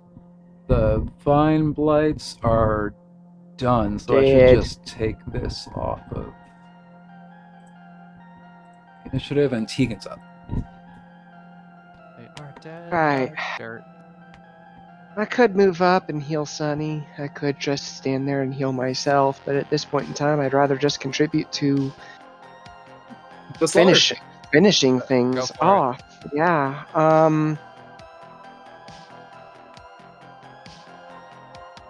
I'm gonna fire my first Eldritch Blast at E4 there. Okay. And then I'll decide whether I'm shooting my second Eldritch Blast at it or someone else, depending on if I kill it. I do not, so I shoot the second one at it, and I still do not. Okay. Whiff whiff. Unless its AC is 11, in which I at least damaged No, it, those but- both miss. Fortunately. Any movement or? I might as well move forward a little bit. Just to be in position for if I do end up deciding to heals. And that ends my turn. Okay, I think there's a single W left. It's going. I think simplest go for Manu. Roll above a 5. 5. That's that turn. Purple is also going to do the same thing. 14. Purple 15. is asleep. That one is asleep. I keep losing track worries. of that logo. That's okay. We don't. Because that was such a freaking clutch thing. I don't think I'm there's so glad I any more reviewed my A's. spells at that moment. I'm like, okay, what can we do at this moment to help out the best? Manu, you're up next. You did good. Alright, Yay. so I want to try and get both of them at the same time. So I am going to cast not Thunder Wave. I am going to cast Word of Radiance. So they need to make Constitution saves. Natural 1 from the one that is awake. Does the unconscious one? Does that do anything? He still has to make a save. It's a con save, so it's still just a straight roll. And no, that's a Oh, okay. natural 3 from that one. So a natural 1 and a natural 3. That's Constitution is a- just +1. So Yeah, it's 6 total radiant damage. And Purple wakes up. Yep. That's fine. He's almost dead. I Yeah. hope. Was he? No, I don't think Maybe. he wasn't even damaged to begin with. He was just weaker than TCC. Then BBB. Hey. both of them. Oh, you're out. right. Yeah, TCC was the weakest because he was the most damaged. Mm-hmm. So,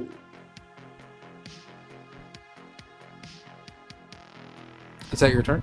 Or Let's see, how far did I move? That was only 10, 15, 20, 25. I'll just move up there. Just to engage with that guy. And that's my turn. Dratari's up next. Yeah, at this point, let's just finish up our little carnage here. And take out... Yeah, he's the last one, right? E4? The last one that's awake. Correct. Yeah. In that case, yeah. Hit for E4. 8 plus 5, that will give us 13. 13? That hits. Yep. That just hits. I actually did not think that was going to hit. 4 plus 3, 7.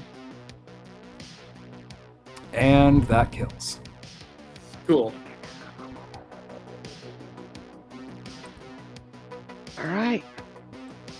So, what are we going to do this, that? I think we will Is it decide Strahd that. round 2?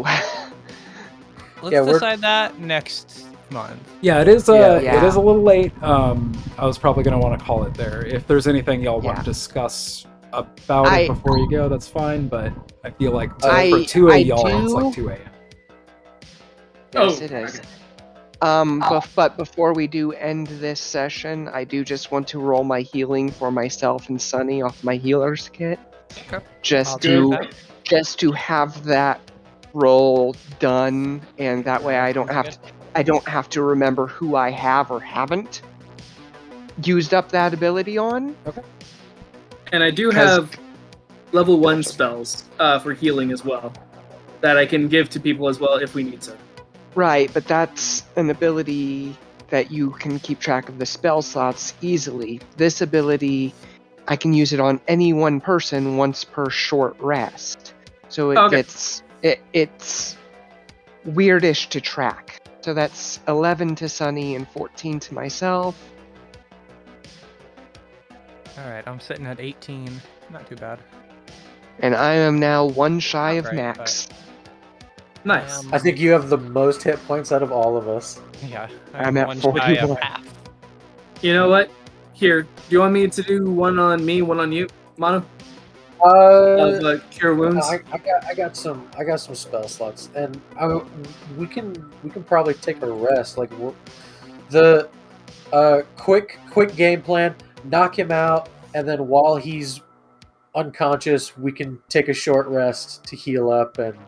Yeah, it's Isnik Strasny round 2, but way this less. time the city's not burning. Yeah, way less stress. So yeah, so you can don't bother with your spells. We can heal up during the short rest when we come back next month. Very much so. And I guess the one last thing to ask on this, with druids and the like, is there actually a way to quote unquote tie him up like we did with the last guy? Because I don't know how the magic works for druids, and could they just like say the words and they get out kind of deal? By default, most casters, most of their spells are at the very least V and S, and tying them up removes S. Okay. At the same time, if we beat him to unconsciousness in order to keep him in that state for the time being, and then I healer's kit him to 1 HP, he's going to know he's at 1 HP, and we can basically have a trident at his throat with the very clear implication of if you start doing something with verbal components, it's gonna be the last breath. So, all right. Okay. Just want to make sure that, and actually, yeah, if we have notes going on, we should make that as a note of he's currently just asleep and not at, or do we want to beat him right now? Just to make sure we can handle that all next session. Yeah. He's at less than 10 at this point, I think. And he can't one-hit any of us, so. He can't even hardly hit any of us. Very good point. Yeah, and as one last note, Oh my god, how did we get out of that alive? Jesus. That was so many creatures, y'all. I hope that didn't feel Like as 45. bad of a slog as like the Feast of Saint Andrel or whatever. I hope that was still fun. No, Hey, that was yeah. a lot of fun. Yeah, we won this one, so it's yeah. all good. Yeah. This was nowhere near as much of a slog as that one. I think you did a very good job of tracking where everything's turn was, and you had their Mhm. action plans pretty simplified, so it wasn't complicated. This was right even with the battle, both I think in length, stress, and fun level of the Hag Trio fight. Oh, one last question. So, did we actually break that one pillar that's all pink, or no? I would not say broken, but I wouldn't say brand new either. They're damaged Gotcha. for sure. So we should probably let the Vines know that as well. I maybe mean- wouldn't lean up would against would it an while you're having your eBay split break. an eBay seller might call it near mint? Yes. I Sorry, Paul, I mean, missed that bit. depending on how my Song of Rest ability is worded, I don't need to take a short rest. So I can spend my time while you guys take short rest just casting Mending over and over on the structure. That might not be a bad idea. But like you were saying, it's like 2 o'clock for you, so I think we should probably get going. Good night. Yeah, thanks for Good coming. night, y'all. See and y'all. thanks for thanks again. Yeah. Right. That was Good night, that y'all. was actually a lot of fun. Cannot Paul. believe we That did that. really very much was. Good night. We go inside. There's like 5 more You never know. You never know. There's 5 more druids. Yeah, vampires. Oh god. vampire druids 16 shambling mounds and a Tarask. and Bahamut's for flavor. All right, I will see you guys later. I love that was the last line of the recording. Bye. Bye. Yeah. Bye bye.